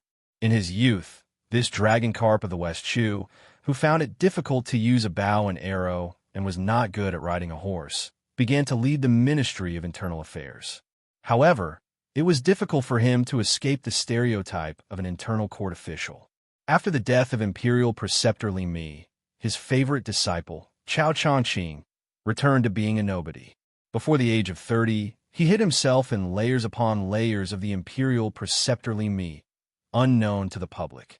Chao Chongqing immersed himself in chess for 20 years and won the 3rd title in his life, Chao Tuxiu, from the saying that the tallest tree in the forest. This showed how great Chao Changqing's talent was. He entered the capital when he was a child and only went to the southern border when he was 32 years old to command an army. He resisted the barbarians and had a constant strategy. Every battle, he would always win against the many with his inferior numbers and earn the title of Chao Changqing. Unfortunately, after the Battle of the Western Fortress, West Chu's power was gone. The great edifice was about to collapse. Chao Changqing alone could not hold up the fort. Everyone only knew that he fled to Jianghai. It was unknown how Chao Changqing, who was known to be unfamiliar with bows and horses and swords, suddenly became a great master of martial arts who could fight against 1,000,000 people. He won the title of Chao Guanzi in chess and defeated Chao Qingyi in martial arts. In the past 20 years, he steadily ranked in the top 3 in the martial arts evaluation twice. His limelight was unparalleled. In the first 10 years, no less than 20 important officials of Liang were assassinated by Chao Qingyi. Every time, he would come alone and leave with their heads. In the last 10 years, he entered Taiyan City 3 times. Of those, he killed his way into the imperial palace twice. He faced 2 emperors in succession and killed hundreds of soldiers. The most recent time, he was only 50 steps away from the current emperor. If it was not for the protection of Han Diaoxi, the most honorable head in the world would have been taken by Chao Qingyi in the midst of thousands of soldiers. It was rumored that Chao Qingyi once laughed at the emperor and said, "If the emperor is angry, he can make the spring and autumn 9 kingdoms fall into millions of corpses. So what if I am angry? As long as there was still Qingyi in the world, even if you obtained the world, you would not be able to live in peace." What kind of spirit did a martial artist have? Following the fall of West Chu, the names of Chao Dei, Chao Lonely, and the others were no longer well known. Only Chao Guanzi and Chao Qingyi remained. The former was Chao Changqing, who was invincible in both the Wulin and Yilin. The latter was the only mad scholar in the world who regarded the head of the Liang emperor as something in his bag. Any one of them could make people endlessly fascinated. And this old minister of West Chu, who was rumored to only wear plain clothes and not be good at playing classical music, was now kneeling in front of the pavilion, kneeling in front of the fallen princess. Heaven, earth, king, parents, and teacher, his clan had long been destroyed along with the country. His benevolent teacher, Li Mi, had long passed away. Now, other than the heaven and earth, which had existed for eternity, who else was worthy of Chao Changqing's kneeling? The answer was right in front of his eyes. Su Fingyin could not figure out how this Qingyi could see through Jiang Ni's identity at a glance. Was it that mysterious and obscure fate that revealed the secret of heaven? Or was it that the little mud man's appearance was too similar to the parents of the emperor and empress of West Chu? But these were not important. For His Royal Highness, the most important thing was to consider whether or not they could stop Chao Qingyi, who was widely recognized as a traitor. He and the halberd Ningame estimated that facing this famous top 3 grandmaster would be similar to facing the 11th ranked Wang Mingyin in a marsh of reeds. They could only stall for time. In the end, it would depend on whether or not the old god of swords, Li Chungang, could do his best. The problem was that the agreement between the old man wearing the sheepskin fur coat and Su Xiao was only to guarantee that His Royal Highness would not die. From the perspective of the old god of swords, he could not wait for the little mud man to escape from the confinement of Bailiang Palace so that he could practice swordsmanship with him. How could he be willing to fight to the death with Chao Guanzi? In the pavilion, Su Jihu narrowed his limpid eyes. His expression was somewhat gloomy. Yangzhou's Yangchun City had gathered no less than 1,000 foreign scholars in Huding County's Baowu Temple alone. Just in Baowu Temple, there were hundreds of famous scholars from Yangzhou's aristocratic families. This kind of meticulous planning undoubtedly came from those old masters. They were just waiting for his brother to provoke the Gangnam-do scholars again so that they could respond to his call. It was true that Lu Lighting, who had the support of a concubine in the palace, could not stir up any waves. However, if the Jiangnan scholar group's entire counterattack was echoed by the 30,000 students of the Imperial College, it would be like countless vats of saliva that could drown someone. If at this time it was revealed that Bailiang had secretly kept the West Chu princess, Presumably, no matter how much Su Xiao ignored the ritual, he would have a headache. Su Jihu glanced at Jiang and I, whose face was as white as snow. His brows relaxed, and he stretched lazily. He was calm and unruffled in the midst of chaos. He quietly waited for the situation to change. This kind of dead end, he would leave it to Feng Yin to break it. Was it not enough to carve out a winning hand over 10 years? Chapter 253. Although there were no outsiders around the pavilion, after Chao Chongqing arrived, he still attracted some curious gazes from afar. Su Jihu quietly instructed Ningame to disperse some of the famous scholars from Yangzhou who were trying to get close. She sat close to Jiang and I. If that terrifying middle-aged man in green wanted to harm her brother, she could use the dead princess beside her as a hostage. Su Jihu still had some true affection for Jiang and I. What happened in the past was not all fake. Of course, there was also the intention of going against her sister, Su Weisheng. Su Weisheng bullied her badly, so Su Jihu deliberately doted on Jiang and I. The two women's personalities were really not like biological sisters. Jiang and I was not His Royal Highness. Since she was young, she had been living under someone else's roof in Bailiang Palace. No one taught her how to live. She could not learn the ways of the world to wear a mask and pretend to be polite. After being scolded by the servants and maids of the palace or secretly pinched until her skin turned purple, no one complained. She would only follow her feelings and bear a grudge against His Royal Highness, who was always cynical and always smiling in front of her. Looking at him, she hated him. Who else could she hate if not him? With regards to West Chu, the empire and dynasty whose territory was once larger than Liang, her memory had long been blurred. Many times, lying on the cold bed in the palace, it was already very difficult for her to remember the warm faces of her father and mother. Thinking about it made her want to cry. As for the lofty and magnificent palace of the imperial family, it was even more out of her reach. She also did not want to think about it. Every day, when she woke up, she only needed to think about the trivial matters of tiredness. Where would there be a princess with frostbite on her hands? When Jiang and I heard the words of the green-robed scholar, it was as if she had heard a bolt from the blue. She was so frightened that she retreated a few steps. Immediately after, she saw the old god of swords blocking the stone steps. She was even more at a loss. She leaped over old man Li, whose back was as straight as an ancient pine tree, and then over the middle-aged scholar who was kneeling on the ground. She saw His Royal Highness and the perished princess whose palms were covered in sweat. She was muddle-headed and absent-minded. It should have been her heroic moment to raise her eyebrows and blow off steam. Instead, she was in such a dispirited state. It was really going to chill the hearts of the West Chu scholars. In these 20 years, other than a few groups of West Chu scholars who had collectively migrated to the north like Hongjia, the number of people who stayed in their homeland and refused to become officials and who died because of the heroic words written by the poet numbered more than tens of millions. How could she be worthy of these pillars of West Chu who had generously sacrificed themselves time and time again? Fortunately, she only needed to face Chao Chongqing at the moment. Not only was this outstanding scholar not angry at the little princess's loss of self-control, when he lowered his head again and again, he sensed the heartfelt fear in Jiang and I, whose real name was Jiang Si. He did not feel disappointed, only indignation and self-blame that could not be clearly explained. Chao Chongqing, whose scholarly elegance was more outstanding than any other celebrity in Gangnam-do, did not get up. He remained kneeling on the ground with his hands on the ground. Others could only see that his temples were already white, but this did not diminish the unparalleled elegance of the distinguished scholar Chao Chongqing. Thinking of his bumpy life, it added even more to this West Chu's leading official's demeanor as a first-class scholar. There was a son of the Chao family who was the proudest.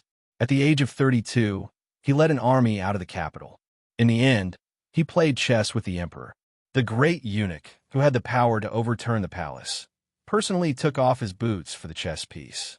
The imperial uncle of West Chu personally poured wine for the two of them.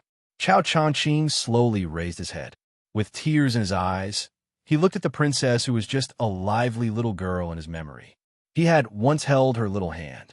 In the Wanchong Palace, he threw chess pieces into the chess pieces, arranged the troops, and gave pointers to the emperor. Chao Dai did not seek riches and honor. He only sought the smile of the beauty beside the emperor. When he was young and high-spirited, he walked with a zither and met her by chance in a corner of the garden. The sun was setting and she came slowly, humming a local accent. In the chessboard pavilion, she slowly rolled up her sleeves. She gently dropped the egret chess pieces one by one, landing heavily on his heart. Later, she became the empress. He and the emperor finally won on the chessboard. Seeing that the emperor was about to lose, she used the red cat in her arms to mess up the complicated chess game. The emperor scolded her, but she just smiled innocently, just like in the past. He could only lower his head and not look. Otherwise, with Chao Dai's talent, how difficult would it be to easily reverse the game? He took the opportunity to move his hand and collect all the pieces to see who had the most. What was the point of having the most pieces on the board? That day, Chao Chongqing stood up and left the capital alone. He never thought that once he left, they would never meet again. Chao Chongqing remembered her. Naturally, he remembered her daughter, the little girl who was as innocent and naive as her. He raised his head to look. She really looked like her. When he lowered his head again, Chao Chongqing's cold voice sounded again. "Who dares to stop me?" Su Fengnian smiled bitterly. This big bodhisattva was really King unreasonable. His martial strength was as high as the 9-story tower. Even the one in the capital couldn't do anything about it, so it wasn't shameful for him to be sullen. He thought about it. He wasn't afraid of Wang Mingyin, who was the 11th master, but Wang Xianji, who was at the 4th level of the 1st rank, was an immortal. The next two were also recognized as great supernatural beings who were close to the level of Earth immortals. The new god of Sword Dong Tai and Chao Guanzi had a clear difference between their realms and the remaining 7 on the list. In other words, once they used their strength, Chao Guanzi couldn't be regarded as 1.5 or 2 Wang Mingyin. After all, this was not Bailiang's territory, where they could easily mobilize hundreds of armored cavalry and thousands of armored cavalry to encircle and suppress them.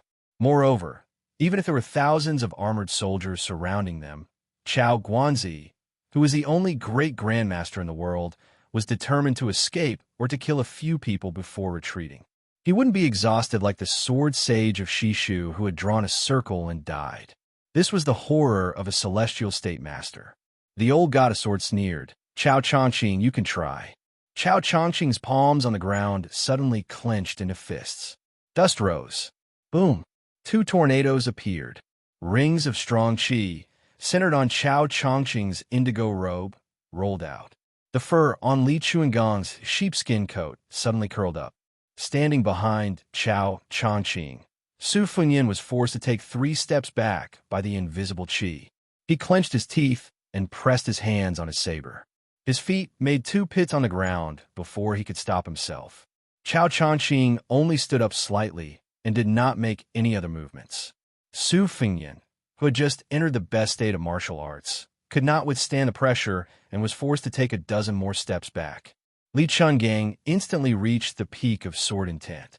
Chao Chongqing looked at Jiang and I and said softly, "Princess, do you want these to live or die?" As soon as he said this, Su Jihu flew into a rage, and then his face turned pale. If Li Chungang was still the god of swords who was the first person in Sword Dao, he might be able to stop Chao Guanzi today. But now in Jianghu, Qi Xuanjin had already ascended to immortality. Except for Wang Xianji, who dared to say that they could defeat the middle-aged scholar in front of him. Who in the world could reach the top of Martial Emperor City? Only Chao Qingyi. Chapter 254. Below the Pavilion. The old man in the pavilion had a green snake in his sleeve. Above and below the pavilion stood 2 generations of outstanding talents. In the pugilistic world, there would always be new waves. Even if one was a genius with extraordinary talent, they would at most be in the limelight for 10 to 20 years. 30 years was the limit. It was a little strange in the recent 100 years. There was Huang Longshi in Yilin, and Wang Xianji in Dongheim, martial emperor city in the pugilistic world. It was a true once-in-a-century occurrence. Compared to the so-called once-in-a-century occurrence in the world, they couldn't be compared. Apart from these two fellows who were both celestial and demonic, the general trend was that the latecomers would surpass. One of the four grandmasters of the previous generation, Spear Immortal Wang Xiu, lost to his disciple Qinzhibao. Wudong Mountain had a person who instantly obtained the heavenly Dao riding green ox. After the old god of swords, Li Chungang, went into seclusion, there was only a short period of gloominess in swordsmanship. Very soon, Peach Blossom Branch Dong Tai emerged as the leader. There were also Dragon Tiger Mountains Qi Xinxia, Sword Tombs Wu Lu Ding, and Tangxi Sword Immortal Lu Baijia. The older generation of pugilistic world people might have been subdued by the heroism of Li Chunggang's sword, but when they were old and dead, how many young people would remember the old god of swords' elegant demeanor of a sword immortal flying on a sword across the river?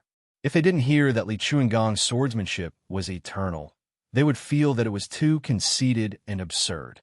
At this moment, Chao Chongqing was facing off against the former leader of swordsmanship, the two-sleeved green snake. With Chao Chongqing's noble spirit, he shouldn't have underestimated the older generation's god of swords. However, everyone understood the meaning behind his words. Even if Li Chungang trampled on the land sword immortal realm, Chao Chongqing wouldn't be afraid of him today. Even His Royal Highness, who had experienced the power of the two-sleeved green snake, was worried. He was afraid that old man Li, who was old and missing an arm, would not be able to compete with Chao Guanzi, who was at the peak of his cultivation. Chao Guanzi's life had been full of ups and downs. The Confucian school had always been good at cultivating righteousness. After the fall of his country, he fought against the wrath of the emperor as an ordinary man. His hands did not touch weapons, his body did not wear armor, and he entered and exited the palace 3 times in a row. His mind and breadth of mind were undoubtedly much more tenacious and broad than ordinary martial artists. Chao Guanzi's invincibility was without a doubt.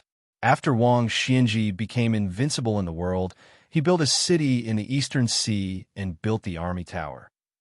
There were 6 floors below the top floor, and 6 martial slaves were stationed there to deal with challengers from all over the world. Generally, the peerless masters would rest for a few days after defeating one person. They would wait until their spirit was at its peak before fighting again. Even the insufferably arrogant Dong Tai, who defeated his opponent with a snap of his fingers, still retreated from the army tower after winning. After fighting for half a day, 3 days later, the 6 defeated people reached the top floor. Only Chao Chongqing fought for 2 days consecutively and reached the top. It was said that when he faced Wang Xianji, he was still calm and composed. He was praised for his vast qi and only lost to Qi Xianju. How could Su Fingyin not be afraid that the old god of swords would go into a dead end? This old man cherished his reputation the most. If he really angered him, he would deliberately fight to the death with Chao Chongqing. Would he be exhausted to death? The poor scholar, who was brought by His Royal Highness to Baowu Temple, had a fierce battle with the beautiful bearded Duke Yuan Jiangyan, and unexpectedly he did not fall into a disadvantageous position at all. The righteous benefit Wang Ba was full of miscellaneous theories. It was as if he was trying to turn the world upside down. There was nothing he could not understand. The 300 to 400 spectators completely stopped looking down on him. They no longer dared to regard this young man as a scholar from humble family who was trying to sensationalize people. Especially when he talked about filial piety, loyalty, and talent, he talked about these 2 functions separately and then combined them together. In the end, different paths led to the same destination. He woke up a lot of scholars who considered themselves to be mellow scholars.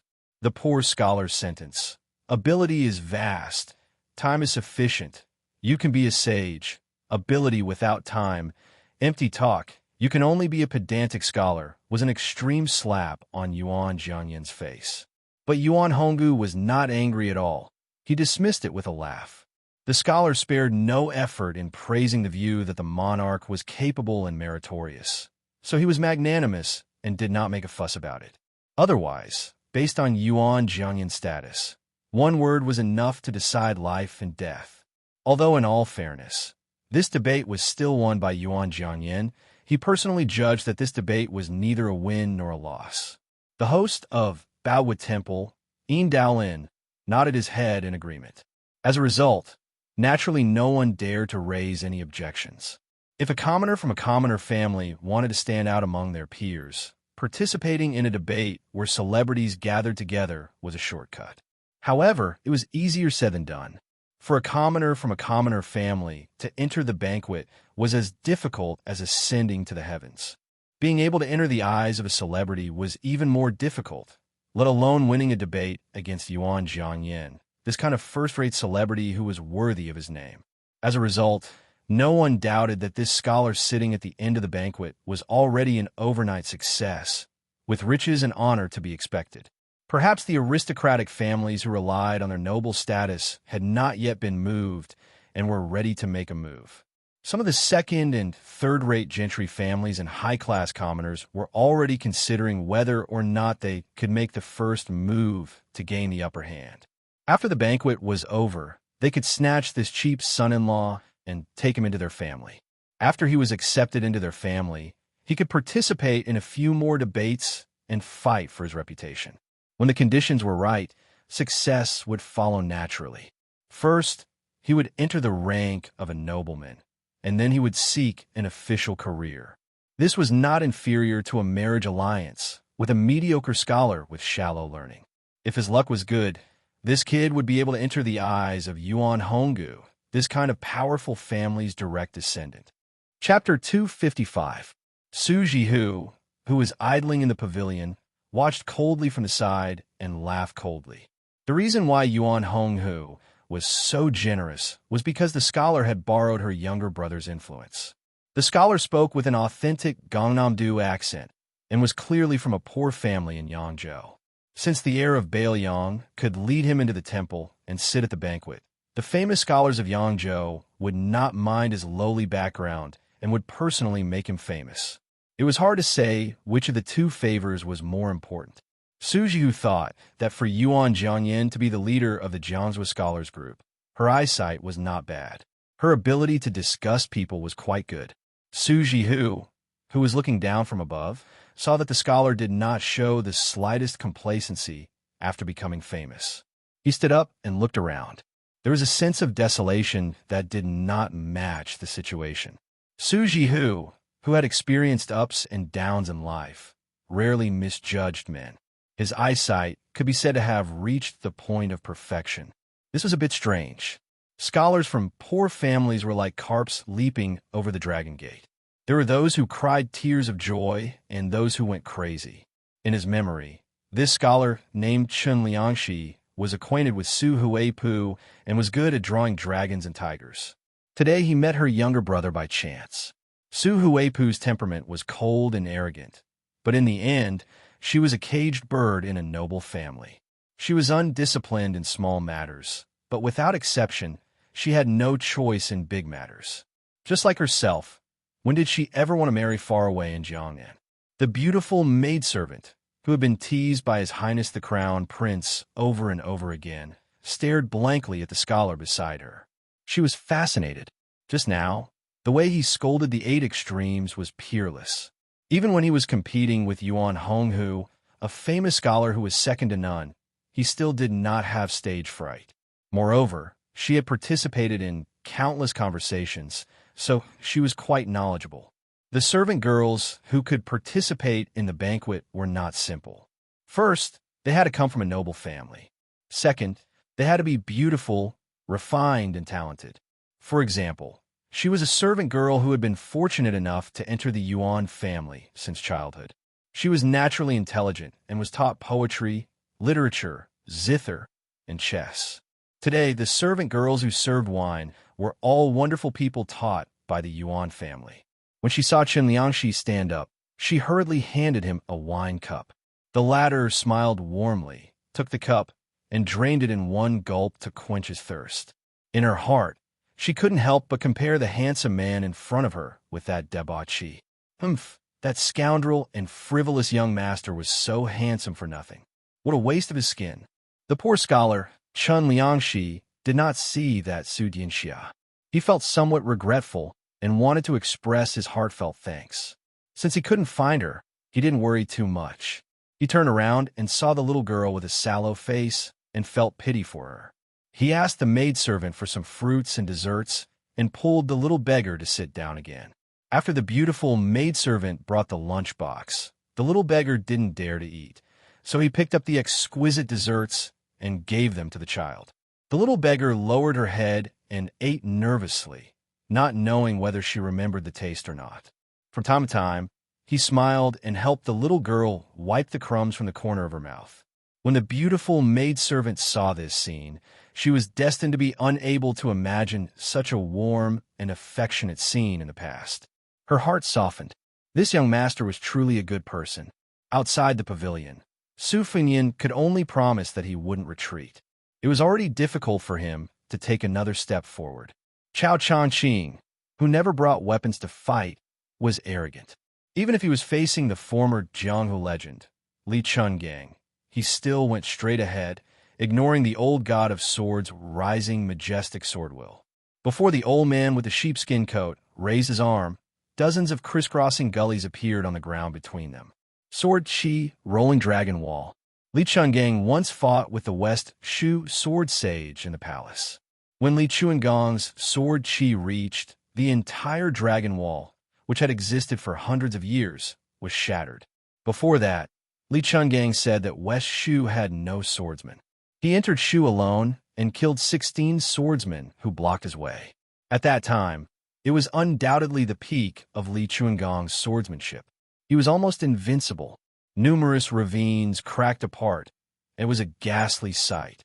Only when it reached Chao Zhangqing's body did it seem to be imperceptibly obstructed, and it was forcefully stopped. Chao Changqing said calmly, "Senior, you are not only eighth. People only know that sword god Li's two sleeves are unrivaled, but they don't know the power of the sword Qi to open the gate of heaven." The more the middle-aged Confucian walked, the thicker the gullies became. The two were only 10 steps apart. The old man with the sheepskin coat had a leisurely expression, allowing Chao Guanzi to walk forward again and again. He only squinted his eyes and smiled. "Stop talking nonsense." Chao Changqing smiled gently. In the pavilion, Jiang and I, who finally had the courage to stare at Chao Changqing, asked doubtfully, "Uncle Qi Zhao?" Chao Zhangqing abruptly stopped and nodded heavily, all sorts of feelings welling up in his heart. Jiang Ni's eyes suddenly turned red. He wanted to get up, but he subconsciously looked at his Royal Highness. Seeing that he was expressionless, he turned his head and looked carefully at Su Jihu. Chao Changqing saw this scene and felt extremely sad. Without the old god of swords, Sword Qi, the ground in front of the pavilion caved in. Jiang and I saw Su Jihu smile and puckered his lips. He then got up and said timidly, "Uncle Qi Zhao, can you not do it?" Layers of dust and dirt flew outwards like ripples. Chao Guanzi, who was in the middle, said softly, "Chao Zhangqing will listen to princess's orders." Even Su Jihu could not help but be dumbfounded. It really was the conclusion that Chun Liangshi of the Tsushui Wangba had made. Unreasonable. The old god of swords snorted and finally retracted his sword Qi. Chao Changqing walked up the steps, but did not enter the pavilion. He knelt down again. This time, he knelt for the prosperous West Shu of the past. Su Fengyan looked at the standing clay figurine and the kneeling Chao Guanzi with a complicated expression. Were they leaving? Chapter 256. Why was it that even though they were both the top experts in Jianghu, the difference between them was so great? The old man Li Chungang liked to pick his ears and buckle his feet when he had nothing to do. Chao Changqing, on the other hand, fit the image of a peerless expert in Jianghu. His body was tall and slender, and his divine aura was restrained. Even when he knelt down, it was soul-stirring. Even though he was an old man with white hair, if one looked carefully, he still had the mellow taste of old wine.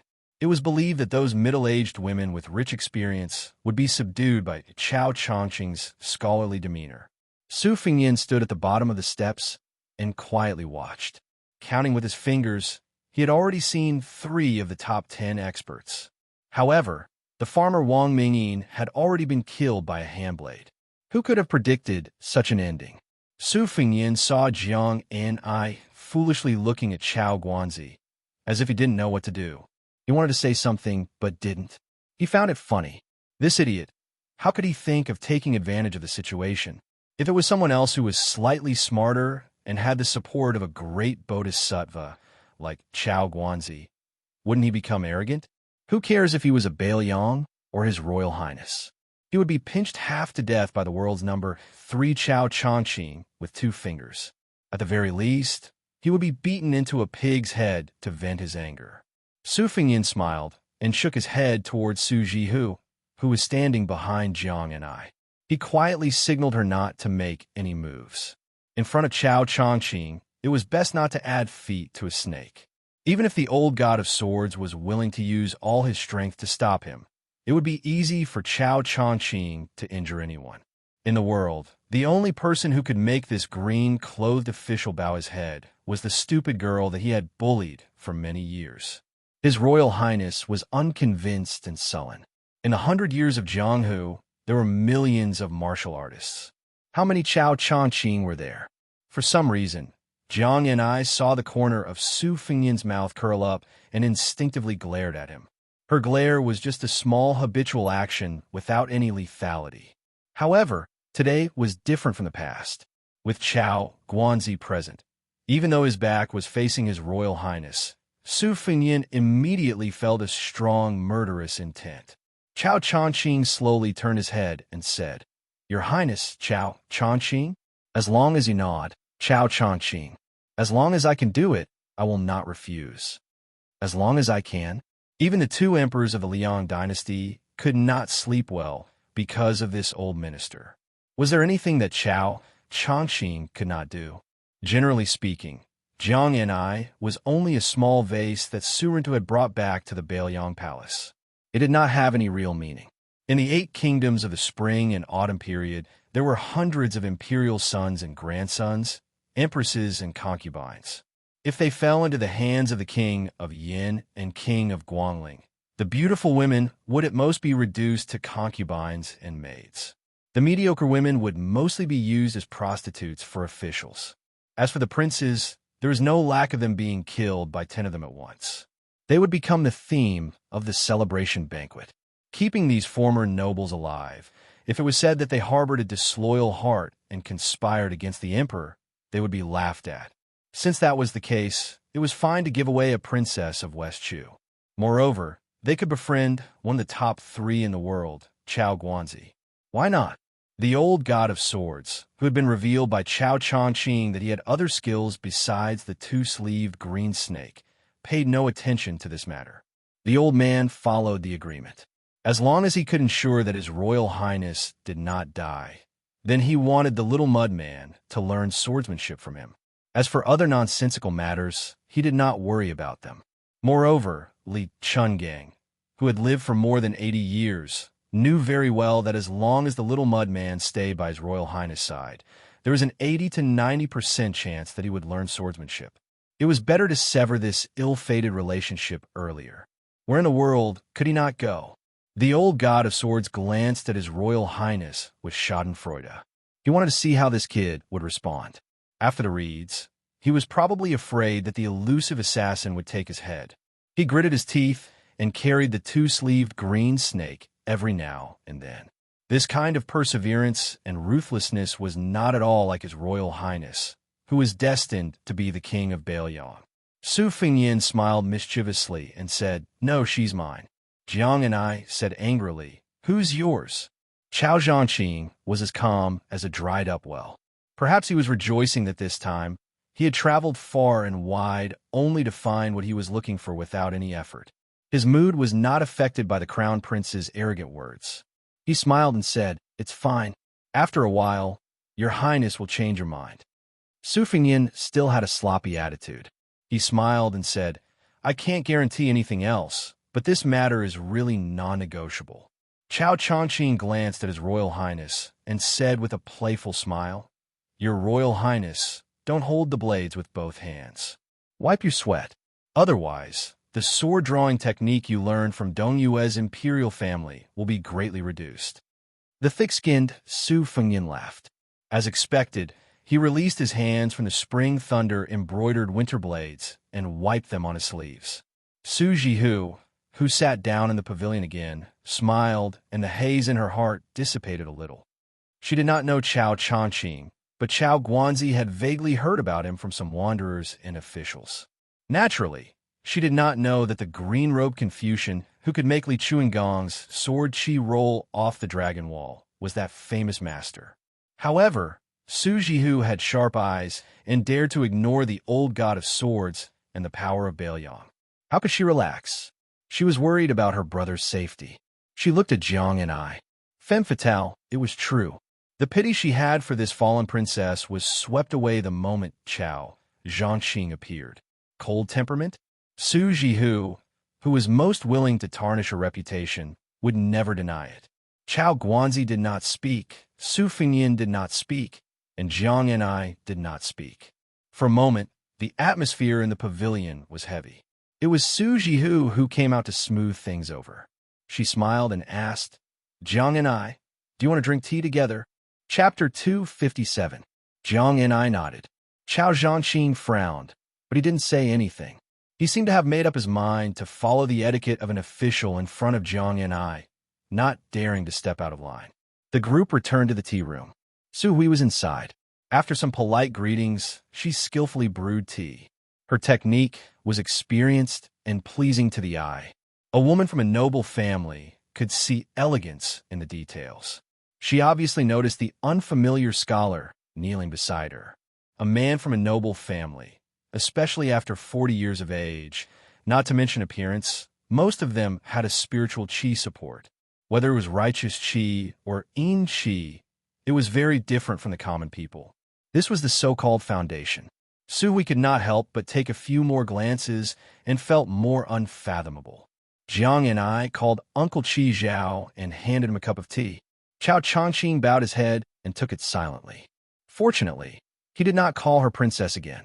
Su Jihu asked thoughtlessly, Jiang and I, why did you call him Uncle Chi Zhao?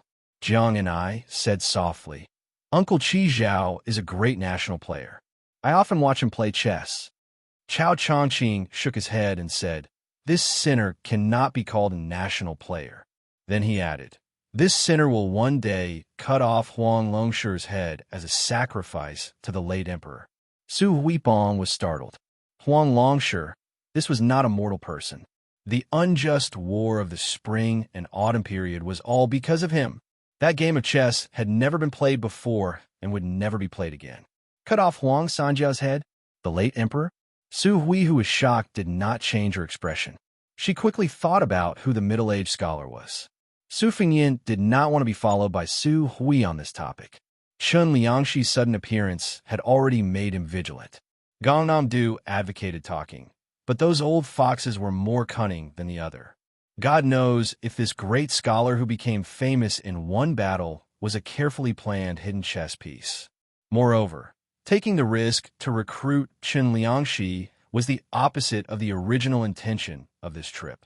Baoyang's heir had just turned 20, and Su Xiao had just asked for the hereditary title in the capital. But he was already impatient to train people. What were his intentions? Su Fengyan changed the topic and asked with a smile, Sister Su, where did young Master Chen go? Su Huipu hesitated almost imperceptibly for a moment before saying gently, in the meditation room, Mr. Swan and the others were having a deep discussion about the righteousness and benefits of the Wangba. Perhaps they were having a confrontation earlier and had yet to enjoy themselves to the fullest. They had to decide the winner and loser. Su Fengyan drank tea as if it were wine. He did not understand the slightest bit of elegance. He shamelessly asked for another cup of wild tea from Su Jihu. He laughed and said, Young Master Chen speaks eloquently, but it's a pity that this heir apparent does not quite understand.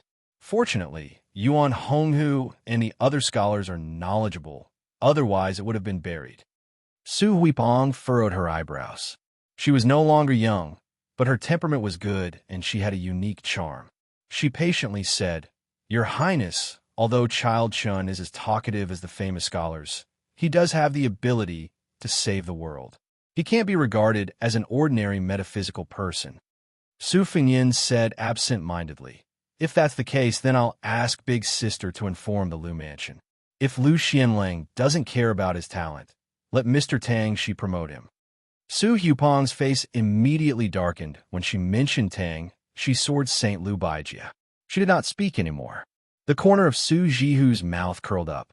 Chao Chongqing said calmly, "This person is an extreme outsider. Using both the Wang Ba and the Wang Ba is just a cover. If he can establish his own school in the future, his teachings will definitely be more harmful than Yao Baifeng's school of mind. Yao Baifeng's school of Confucianism is just a little biased. Even if the Yao family school of mind becomes popular, scholars will still be scholars and Confucians will still be Confucians. However, once this person's teachings become popular, it will be an internal injury to Confucianism. The root of the disaster will be in the belly, and the disease will be incurable. If they want to set things right, it will not be as simple as cutting off a few tails of flesh. If he is not a saint on the inside, how can he be an external king? At the root, his teachings are clearly the same as Huang Longshi's. If this person's reputation is not prominent, then so be it. However, if he shows signs of establishing his own school, then I will definitely kill him." Su Hupong's face turned pale. The old god of swords sneered, "You scholars are the most vicious, especially scholars. When it comes to killing scholars, you are more willing than anyone else. This bad habit of scholars belittling each other is even more incurable than the jealousy of women. This old man is sick of it. Chao Zhanqing, this old man will say it here today. In the future, if you want that young man, just let me know and this old man will fight with you." Chao Zhanqing indifferently declined to comment. Su Huipong firmly remembered the name, Chao Chongqing. Like Su Jihu, she did not know that Chao Chongqing was the Chao Guanzi who assassinated the emperor. Otherwise, they would not dare to live in the same room. If the capital found out, it would be a disaster. This thorn had been in the hearts of the two emperors for 20 years. Before the previous emperor died, he truly said that if he did not kill Chao Guanzi, he would not be able to rest in peace. For this reason, there was a group of imperial bodyguards who were hidden in Jianghu. Each one of them was extremely skilled in martial arts. They were also assisted by a considerable number of elite soldiers who spied for information all year round in order to kill Chao Guanzi. It was rumored that after the emperor ascended the throne, he did not summon these men of sacrifice. They were all under the direct charge of the cat Han Diaosi. It must be known that this was the great eunuch with the strongest yin qi in the world. He was a freak who could kill celestial phenomena. Han Diaosi had white eyebrows and a white face. To put it nicely, he had white hair and a youthful face. To put it bluntly, he had turned into a demon. How many sensational and bloody scenes in the palace were not all caused by this cat? People all said that he had the ability to retain his youthful appearance because he liked to use human hearts and human liver as food. He sliced them into pieces to go with wine. Not to mention whether it was true or false. Just hearing it gave off a bone-piercing chill. When the tea was hot, it would cool down. The group left Baowu Temple and returned home. Chao Chongqing stood at the door and watched Jiang Yan'ai get on the carriage with his own eyes. Su Fengyin boarded the carriage and asked, "Mr. Chao, are you going to reveal her identity to the whole world? If I don't let her go, will you follow me and let everyone know that I have a Chao Guanzi by my side?" Chao Chongqing smiled and said, "His Royal Highness is a smart person. The king of Bailiang is like father, like son." Su Fengyin was silent. Chao Chongqing didn't look at his Royal Highness. He only looked at the carriage where Jiang Yan'ai was and said with a smile, "Your Highness is still weighing the pros and cons. This decisiveness has lost to Su Shao. Even your emperor can't kill me. How can you kill me?" Chao Chongqing sensed Su Fengyin's aura. He shook his head and said, "At least you can't now. Unfortunately, I found the princess now." With these words, could it be determined that Chao Guanzi didn't dare to underestimate his Royal Highness' good fortune? Could Su Fengyin be worthy of this attention? Chao Chongqing stretched out his palm and made a repetitive action. He said, "Your Highness, as long as you are willing to go with the flow, Chao Chongqing can kill Qin Jibao for you. Su Xiao is not easy to kill. You're not easy to kill, but it is the same for me." Su Fengnian smiled bitterly. A man in blue killing a man in white. Chapter 258. Su Fengnian entered the carriage. There was still only Su Jihu and Princess Jing inside. Su Fengnian sat cross-legged, leaning against the wall of the carriage, his brows tightly furrowed. Su Jihu was somewhat distressed.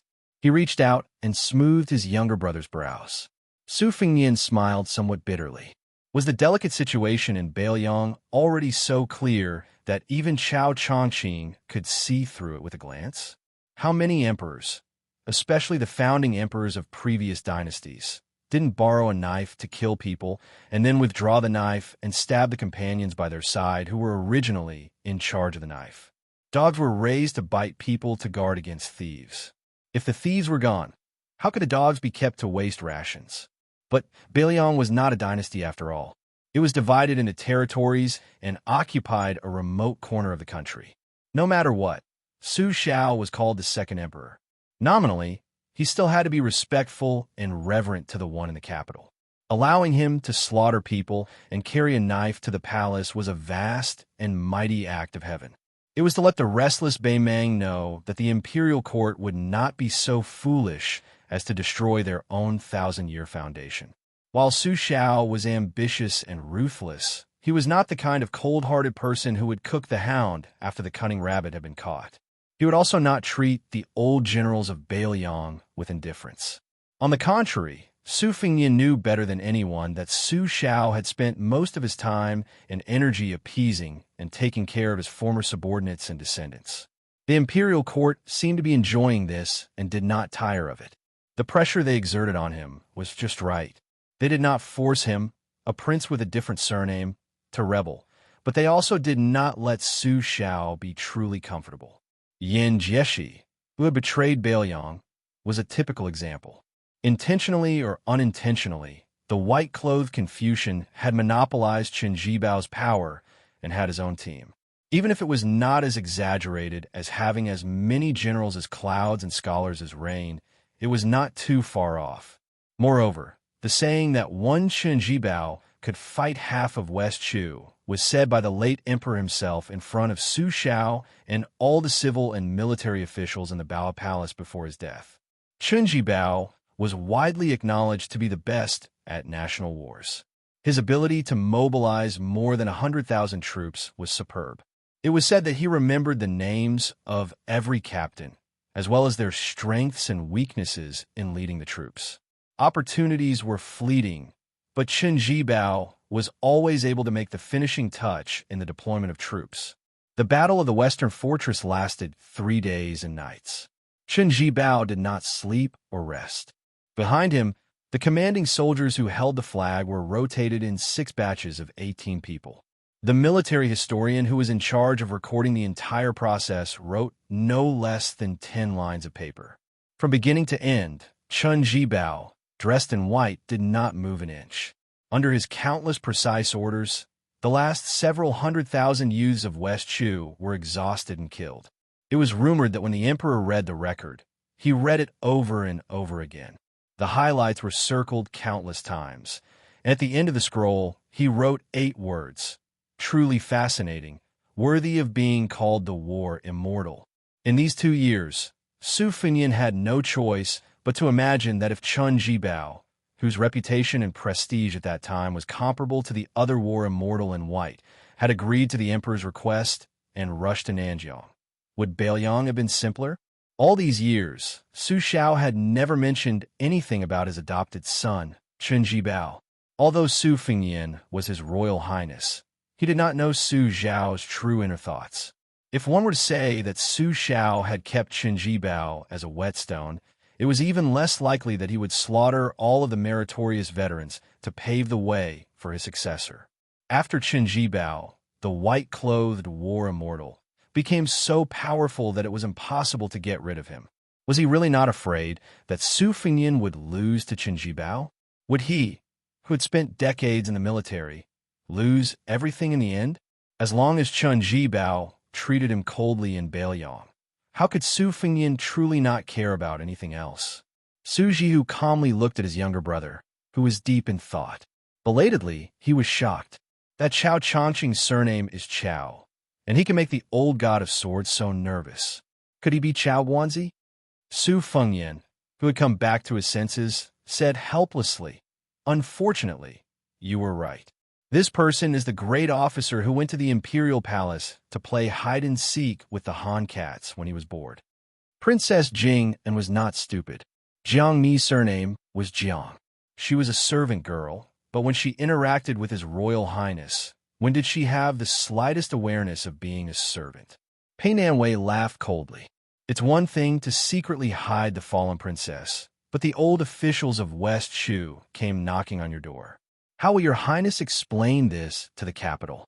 If the Jiangnan scholars find out about this, they will exaggerate it and provoke the emperor's anger. Won't your highness come aggressively in high spirits and leave dejectedly with a face full of dust? Su Fengyan's mood had already hit rock bottom. He said unhappily, "It's not your turn to be secretly happy. If I'm at peace, your life will be more comfortable. If I'm not at peace, how good can you be? With your tolerance, to be able to become the princess consort of Jing and Palace, Zhao Heng must be blind with his discerning eyes. On top of that, there's Zhao Sun, who covets your body. This family is unfortunate. I saved you from the abyss of suffering. It's fine if you're not grateful, but you dare to take joy in my misfortune? Have you forgotten the taste of being slapped in the face with the embroidered winter scabbard?" Pei Nanwei only laughed coldly. Chao Changqing and Jiang Mi's true identities will be revealed. This matter is indeed troublesome. Su Jihu said with a headache. The old swordsman in the tea room mentioned Chao Guanzi's name. Based on Su Hupong's cautious nature, she will definitely say it to the old consecrators. Su Fengyan thought about it and smiled. Troublesome is troublesome, but it's not a big deal.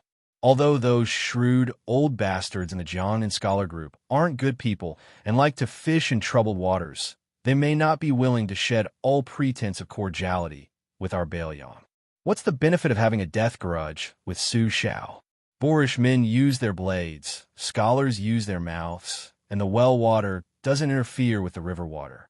Unless it's absolutely necessary, there won't be a desperate fight between pen and knife. That's fine. I've killed a few low-level scholars.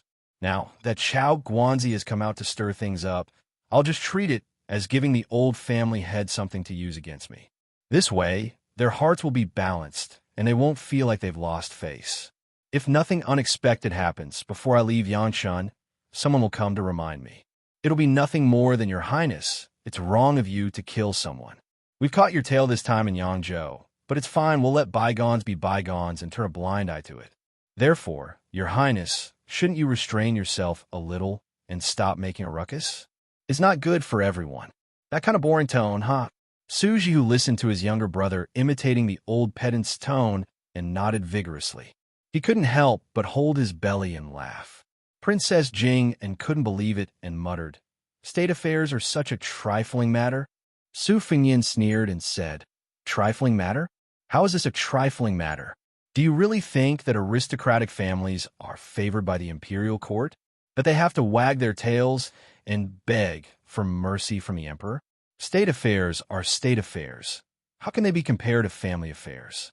If that's really the case, then wouldn't all those princesses who couldn't marry into the aristocratic families and princes who couldn't marry into the aristocratic families for hundreds of years have suffered humiliation in vain?" Su Fengyan knocked his head against the wall of the carriage and flicked the embroidered winter on his knee with his finger. He narrowed his eyes and smiled. It's only been 20 years. A centipede dies but doesn't fall down. It's hard to say what will happen in the future. It has to be said that Su Shao is really fierce. 10 aristocratic families with intertwined roots that don't recognize the emperor and only recognize the family. He chopped melons and vegetables like cutting vegetables. Those emperors who died at Su Zhao's hands might have 1 or 2 clever people who died with a smile. How could our emperor tolerate so many potholes from the 4 clans of Yangzhou appearing in the courtyard of a flat expanse of land? Bestowing the title of king and holding the fort in all directions was for the sake of cutting flesh with a blunt knife and slowly cleaning up these stubborn skin diseases. There were pros and cons to this action, but taking 10,000 steps back, if these powerful vassals wanted the position of emperor, regardless of victory or defeat, wouldn't they still be surnamed Zhao? Wouldn't the world still belong to the Zhao family? In fact, in the Spring and Autumn War, the ones who lost the most were Princess Pei's arrogant families. The current scholars are clamoring and cursing fiercely, but Su Xiao wasn't afraid because he had calculated the emperor's thoughts. I dare to kill people in Yangzhou for the same reason. Princess Pei, why don't we make a bet? Right now, the scholars of Jiangnan are working with the students of the Imperial College to accuse me of ignoring the laws of the country and committing crimes. Let's bet on who will be beaten down by the emperor with a plank. Princess Jing nodded and said, "All right. I don't believe that the emperor won't even give you a verbal punishment." Su Fengyin struck while the iron was hot and said, "You think about the wager." Pei Nanwei was also decisive and said in a low voice, "All right." Chapter 259. Su Jihu did not mind this kind of small quarrel. Her brother was very good at dealing with women. She shifted her position and leaned against His Royal Highness. She asked, "Is Chao Changqing's martial arts really as good as people say?" Su Fengyin let out a long breath and laughed softly. "So good that it's a paste, so fierce that it's a mess." Su Jihu asked softly, "Then what about the ginger paste?" Su Fengyin did not speak. He was able to confidently make a bet with Pei Nanwei, even concealing the wager, because he was certain that the proud and arrogant princess consort of Jing'an wasn't a shrewd businesswoman. Once she lost to him, the profits would be greater than the wager he made. But when he was up against Chao Guanzi, who he couldn't beat, scold, or scheme against, he really couldn't do anything. Once one reached the peak of martial arts, they naturally had the qualifications to look down on all heroes. When Chao Changqing first entered the imperial city, it was as if he had entered an uninhabited land. What he said was even more domineering. "Killing Zhao is my life's ambition. Don't laugh at me. So what if there are only 3 households left in Chu? I enter the imperial palace like passing through a corridor." For such a master who did not care about his life, as if he was possessed by the devil, Su Fengyin aside, almost no one could do anything to him. Unless Qi Xuanzhen appeared, perhaps even Wang Xianji could not stop Chao Qingyi from doing what he wanted to do with his life. That confrontation under the pavilion did not mean that Chao Changqing could defeat the old god of swords. However, for Chao Qizhao, who did not forget West Chu, once he set his mind on something, he could ignore all the gods and Buddhas in the world. That year, thousands of imperial guards were in front of him. He still killed his way through. Wang Xianji was at the top of the building and climbed up in one breath. Today, Li Chungang was in front of him, so he naturally walked up as well. Chao Qingyi's righteousness and Li Chuangong's sword style were different paths leading to the same goal. Should he put the ginger paste?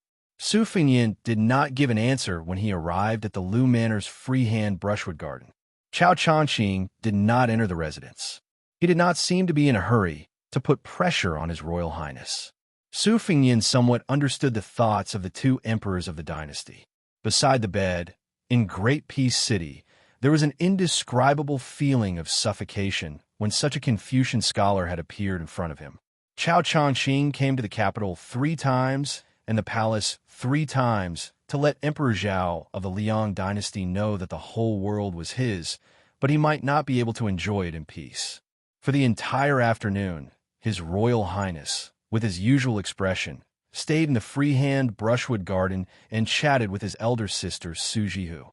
Su Fengyin talked to her about the white fox face that had ascended to the 3rd floor, about the female Dharma king of the secret sect he had met by chance outside Xiangfan City, about the wooden sword Wenhua they had met by accident in the city, and about the girly Zi who had grown up in the temple. He talked about the romantic girl Wang Dongxiang and the big turtle on the Spring God Lake. As for the difficulties of practicing the knife, he skipped over in a few words. At noon, after His Royal Highness left Baowu Temple, the poor scholar and the little beggar also stepped over the threshold and continued the debate in the meditation room. The time, place, and people were all on Yuan Honghu's side. This time, he had truly lost. Chun Liangxi, who had studied hard, was not discouraged. Yuan Zhangyan's clear talk was worthy of his title as the first on the left side of the river. He was not fishing for fame. There were three good things about Jiangnan scholars. They were good at keeping prostitutes, good at maintaining a reputation, and good at creating momentum. Those who had reached the peak were probably Yuan Jiangyan and the few people who could stand shoulder to shoulder with Mr. Ambitionist. The abbot, Yin Daolin, lived up to his nickname as the Motionless Monk. He did not speak, but when Chun Liangxi rose to leave, Yuan Jiangyan did not move. He only nodded his head in acknowledgement. The old and respected Jiangnan monk personally rose to see him off to the door. Of course, the little beggar could not enter the meditation room. She stood at the door, still holding the empty watermelon in her hands. It was comical and laughable. Walking out of Baowu Temple, Chun Liangxi turned his head to look at the temple door with a faint expression of disappointment. He said to himself, "Our paths are different. It was not my plan." The little beggar asked softly with a face full of curiosity, "Where's that kind brother?" Chun Liangxi rubbed her little head and said gently, "He should have left Baowu Temple earlier than us." The little beggar made an "oh" sound and was very disappointed. Chun Liangxi bent down to help take the watermelon. He joked, "What's wrong, little ding-dong? You like that big brother?" Indeed, he's 100 times better looking than Brother Chun. The little beggar's little face flushed red. She stammered, looking very cute. Chun Liangxi no longer teased the little girl. The little beggar grabbed the poor scholar's sleeve and walked on the road.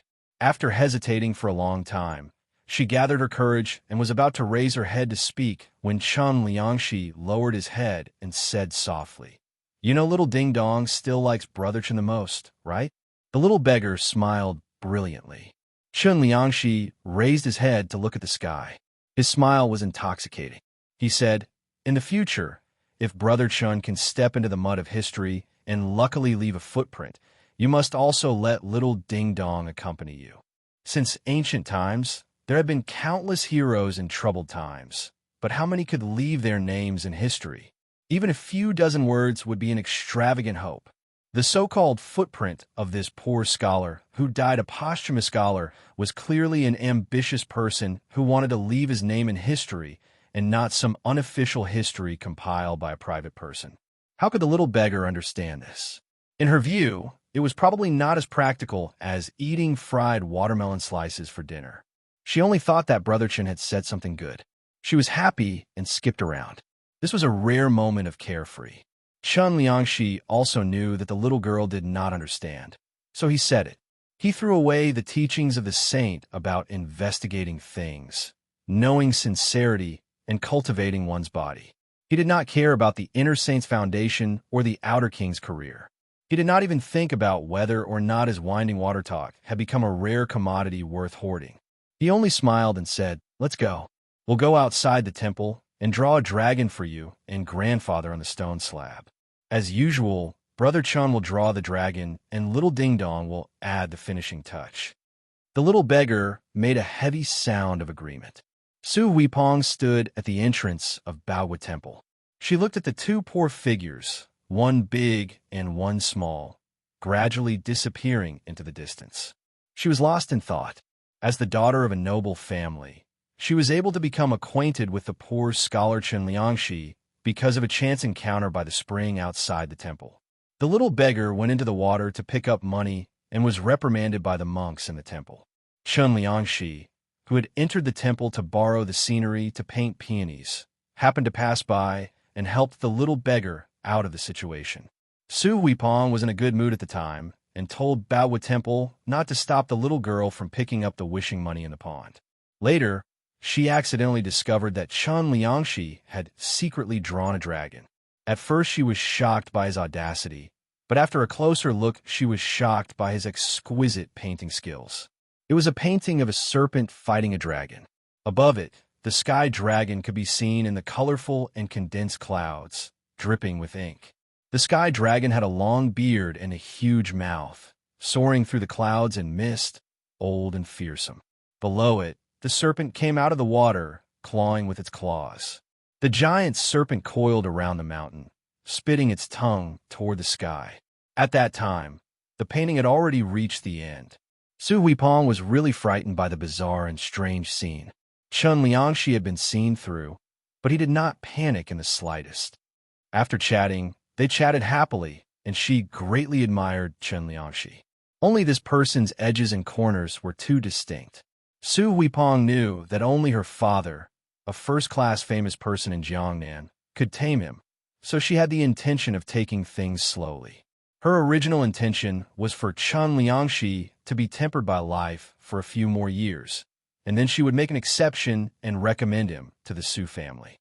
He would start as an advisor, and perhaps he could transform into a dragon. In the future, Chen Liangxi would naturally be grateful to the Su family for bestowing him with sexual intercourse. Only then could he be considered to be truly used by the family. Now, Chen Liangxi, who had monopolized the limelight of Winding Water, could be considered to be soaring. Very soon, his name would spread throughout Gangnam-do. If the Su family wanted to recruit him again, they would have to do it brazenly, and the capital they would have to spend would be several times more than before. How could Su Huipeng not hate His Royal Highness? The bigger secret was that if Liu Baijia had not appeared, she would have almost fallen to the point of having to warm the bed for this unscrupulous prince. Su Huipeng concentrated on cultivating and naturally saw this as a great humiliation. Just now, she saw Bo Ji Yuan Jianyan in the temple. This famous person's eyes were obscure and gloomy, which made Su Huipeng's hair stand on end. A famous person who could say, "Raising a soldier is not like raising a dog. It is like raising an eagle. When hungry, use it, and when full." He was not just a moral Confucian who only knew how to talk mysteriously. Su Huipeng sighed and was disheartened. She walked out of Baowu Temple alone and narrowed her eyes. She slowly walked to the foot of the wall and said with a sad face, "Chao Changqing? What does it have to do with me? I'll just pretend I didn't hear it." This female Taoist priest lowered her head to look at a clump of weeds and sneered, "Women are as cheap as grass." Chapter 260. In the afternoon, His Royal Highness made jokes, and Su Jihu kept laughing. Her charming smile from the bottom of her heart was enough to make the fake Taoists in Gangnam-do fall head over heels for her. Unfortunately, they couldn't see it. Su Jihu was very fond of wooden sword when Hua's catchphrase. "Little Nian, I'm very depressed right now. I'm so hungry that I don't want to eat." It's also a skill. "Little Nian, look, that little girl is not as beautiful as you. She's not as white as you. Why don't you give me a smile to satisfy my cravings?" When Su Funyin talked about this brother who used to be together with him, his words were angry, but his eyes were gentle. When His Royal Highness talked about Miss Li Zi and Wang Dongxiang, he could clearly feel that there was a clear difference in Su Jihu's preferences. Unexpectedly, Su Jihu shed a lot of tears because of the first snow, but she didn't seem to think highly of the beautiful Wang Chudong. On the contrary, she liked the weirdly named Miss Li Zi very much. She said that this girl would be great as a concubine. She was naive and had good fortune. As for Wang Dongxiang, for a girl, it wasn't a good thing. She might not be able to escape the fate of poor fortune and a short life. Su Jihu was straightforward with these words. She said what she wanted to say and didn't hide anything. Su Fingyan smiled and said that it wouldn't happen. Since Miss Wang could attract the Kuei turtle out of the water, she must have good fortune. Su Jihu heard this explanation and nodded. She glanced at the sky outside the window. It was almost dusk, and it was time for dinner. The Shade Garden and Retreat Garden had always been independent in the Lu Manor. The two gardens did not have to participate in the family banquets. After Su Jihu married to Jiangnan, she did as the Romans did and gradually got used to the food here. However, in consideration of her brother's taste, she specifically had Chow Chow invite two famous chefs from a restaurant in the city to the Shade Garden to make a table of spicy Baoyang dishes. If one was not an expert, one would not dare to try the unique stone cooking and cooking methods of Baoyang. If it was done properly, they would be refined. The 200 taels of silver from Widow Su, the Gangnam-do Rouge Tiger, was a hot potato. One of them heard that they were going to cook for the Baelyang heir who had killed someone on the street. Before leaving, he rushed home and cried bitterly in front of his wife and children. Looking at his wife, who only knew how to nag all day long, he found her particularly pleasing to the eye. He promised that if he could walk out of the Lu residence alive, he would never go to the brothel to squander money again. The Lu residence did not have a grand atmosphere, but it had an ingenious layout. It was well versed in the charm of hiding wind and gathering water. A green-robed scholar stepped on the top of the wall, the peak of the mountain, and the tip of the pavilion. He arrived gracefully like an immortal. Looking down at the layout of the Lu residence, the green-robed scholar nodded slightly. Finally, he landed on the lakeside. Just as his toes touched the ground, a man and a sword rushed over. The sword aura was cold. The green-robed scholar frowned slightly. His body did not move back. He stood firmly on both feet and tapped on the tip of the sword with his finger, forcibly bending the famous Ba Xiu ancient sword. Between the two was a sword that curved into an arc. The white-haired scholar's single finger did not seem to leave the Ba Xiu sword, but in reality, he was tapping again and again in an instant. After tapping on his finger for 12 times, the Ba Xiu sword finally retreated. The middle-aged scholar was as still as a mountain. Behind him, huge waves were set off in the small lake, pushing forward layer by layer, causing the flowers and trees on the opposite shore to sway incessantly. The Lu residence's representative was, of course, Sword Immortal Tang Shi, Lu Baijia. His sword returned without achieving anything. He had already guessed the identity of the scholar in front of him. He immediately sheathed his sword and said with a surprised expression, "Chao Guanzi?" Chao Qingyi smiled and said, "Sword Immortal Tang, she has indeed grasped the essence of Yang Yuzhang's swordsmanship." Chao Changqing's trip was not in vain.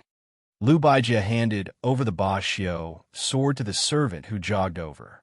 Facing the green-robed scholar, he bowed respectfully and said, "Mr. Chao, you flatter me." Lu Baijia is uneasy. No wonder Sword Immortal Tang, she was so humble. The person he was facing now was Chao Qingyi, who shook the city in a fit of rage. If it was a normal person in the Jianghu, even if it was someone as strong as Wang Mingyin, who was a rogue immortal, they would not easily provoke the government or the rich. After Su Xiao stepped into the Jianghu, he suggested to the emperor to establish a secret organization that was half military and half military. It was called Zhaogo by the people of the Jianghu, who trembled with fear. It was specifically targeted at the boorish people of the Jianghu who used martial arts. Once someone committed a crime, they would have to face the tireless pursuit of the assassins in this organization. In the past 10 years, how many martial artists who thought they were superior in martial arts were killed and passed on to the Jianghu? The idea of passing on one's head came from the harsh military law of the border town. If a general rebelled, his corpse would be sent to the border town to be shown to the public. This idea was created by the butcher Su Xiao. If it was in the Jianghu, the deterrence effect would be equally huge. The specific location of the passing on of one's head was also particular. There were a total of 16 sects and sects that were unfortunately named in the north and south of the Yangtze River. Among them, even Taoist orthodoxies like Mount Longhu could not escape the humiliation. Later on, when the Taoist master residence was operating in the capital city, it offered countless elixirs and miraculous medicines to the officials and dignitaries. Only then did they manage to avoid the location of the passing on of one's head. Other than Mount Longhu, Donghai Martial Emperor City was also on the list. However, after Zhao Go's special envoy was killed 6 times in a row in the Eastern Sea, the passing on of one's head was still carried out. There was no delay, but they did not enter the city. They only made a symbolic announcement outside the city before returning. It should be that both the imperial court and Martial Emperor City took a step back. However, these rules that were piled up in blood did not hurt Chao Qingyi at all. In the early years, half of Zhao Go's team was in hot water chasing after the big Guanzi. However, whenever they were lucky enough to meet him, they would be killed by Chao Guanzi again and again. In the end, The executioner organization did not allow their subordinates to participate in the killing operations directly. Instead, they passed on the information to the headquarters, and then the 4 best assassins in Zhao Guo's team would be dispatched together. Therefore, if Chao Chongqing was here to seek revenge on the Jiangxin Lu family, Lu Baijie would definitely not be able to stop him now. Sword Fairy Tang, she was close to the Grandmaster realm, but unfortunately, she had no chance of winning against Chao Guanzi. Lu Baijie could not help but sigh. On the path of martial arts, the most taboo thing was to be distracted. His encounter with Yang Yuzhong when he was young could be considered a fortuitous encounter. Yang Yuzhong was not the best swordsman in the world, but he was a first-rate swordsman. His knowledge was diverse, and he was not limited to the field of swordsmanship. His knowledge was often at a strategically advantageous position. Lu Baijie was originally the son of an aristocratic family with a long history of learning. When he cultivated, he was particular about the pursuit of magic, wealth, companionship, and land. It was the same for martial arts. Naturally, Mr. Tang, she was not lacking in any of these. His talent was extraordinary, and after being taught by Yang Yuzhong wholeheartedly, he was naturally able to achieve twice the results with half the effort. For so many years, he had been pure of heart and few desires, and did not involve himself in worldly affairs. To a large extent, he had no choice but to do so. It was true that martial arts cultivation was only at such a level. Unfortunately, when he was close to the Grandmaster realm, he still could not avoid worldly affairs. If he were to enter the imperial court, he would most likely not be able to make further progress. For a martial artist who was determined to reach the top of Jianghu, such a choice was tantamount to cutting off one of his arms. How would Su Huipeng know what Mr. Tang she had done in this? By the time he understood Lu Baijie's painstaking efforts, he would already be in the capital. What could the two of them do? Most of the things in the world that did not go one's way were considered bumpy if he could not tell anyone about them. Lu Baijie steadied his mind and waved his hand to signal a group of Lu Mansion warriors in the distance to retreat. He then asked, "May I know why Mr. Chao is here?" Chao Chongqing said indifferently, "I'm just taking a look. I won't be staying for too long." Lu Baijie heaved a sigh of relief. Since Chao Guanzi did not come to the Lu Mansion to stir up trouble, Lu Baijie did not need to be on guard. No one in Yangzhou had such confidence, except for Sword Immortal Tang Shi. Therefore, Lu Baijie invited him warmly. "Could Mr. Chao come to Retreat Garden for a chat? Baijie has many problems in swordsmanship that I would like to consult you about. I hope you can help me resolve my doubts. Thank you very much." Chao Chongqing smiled and said, "Please lead the way, Sword Immortal Tang Shi." The freehand painting garden was very freehand. Back in the garden, Lu Baijie really did ask Chao Zhongqing a lot of questions about the way of the sword that had accumulated in her heart. Chao Guanzi told her everything he knew, and his speech and actions were very elegant. This was the first time Lu Baijie had met Chao Zhongqing. At first, she was wary, but after a few hours, she admired him. Chao Chongqing did not have any prejudice against sections. He explained his doubts in simple terms. He spoke tirelessly and did not consider himself as a senior at all. The saint said that if one studied alone without friends, he would be ignorant. Everyone understood this, but how could a person like Mr. Tang she find a friend who was worth talking to and sharing his sincerity with? Lu Baijie, who suddenly saw the light in swordsmanship, sighed in his heart. Chao Chongqing lived up to his name. At dusk, Lu Baijie sat upright and asked again, "What does Mr. Chao want?" This time, Mr. Tang, she was very sincere. Chao Chongqing shook his head and only asked, "I believe that Mr. Tang she understands His Royal Highness, Su Fengyan, better than I do. If he cares about something very much and someone wants to take it away, will he give it to them?" Lu Baijie remembered the scene at the gate of the Lu Mansion. After some thought, he said in a low voice, if it was something as important as his family, this person would definitely not give it to them. Other than that, he is not a petty person. This person is very scheming and shrewd. It is not good to talk nonsense. Chao Chongqing smiled and said, "Then it will be fine." To him, Jiangxi was the princess of West Chu. To His Royal Highness, she was nothing.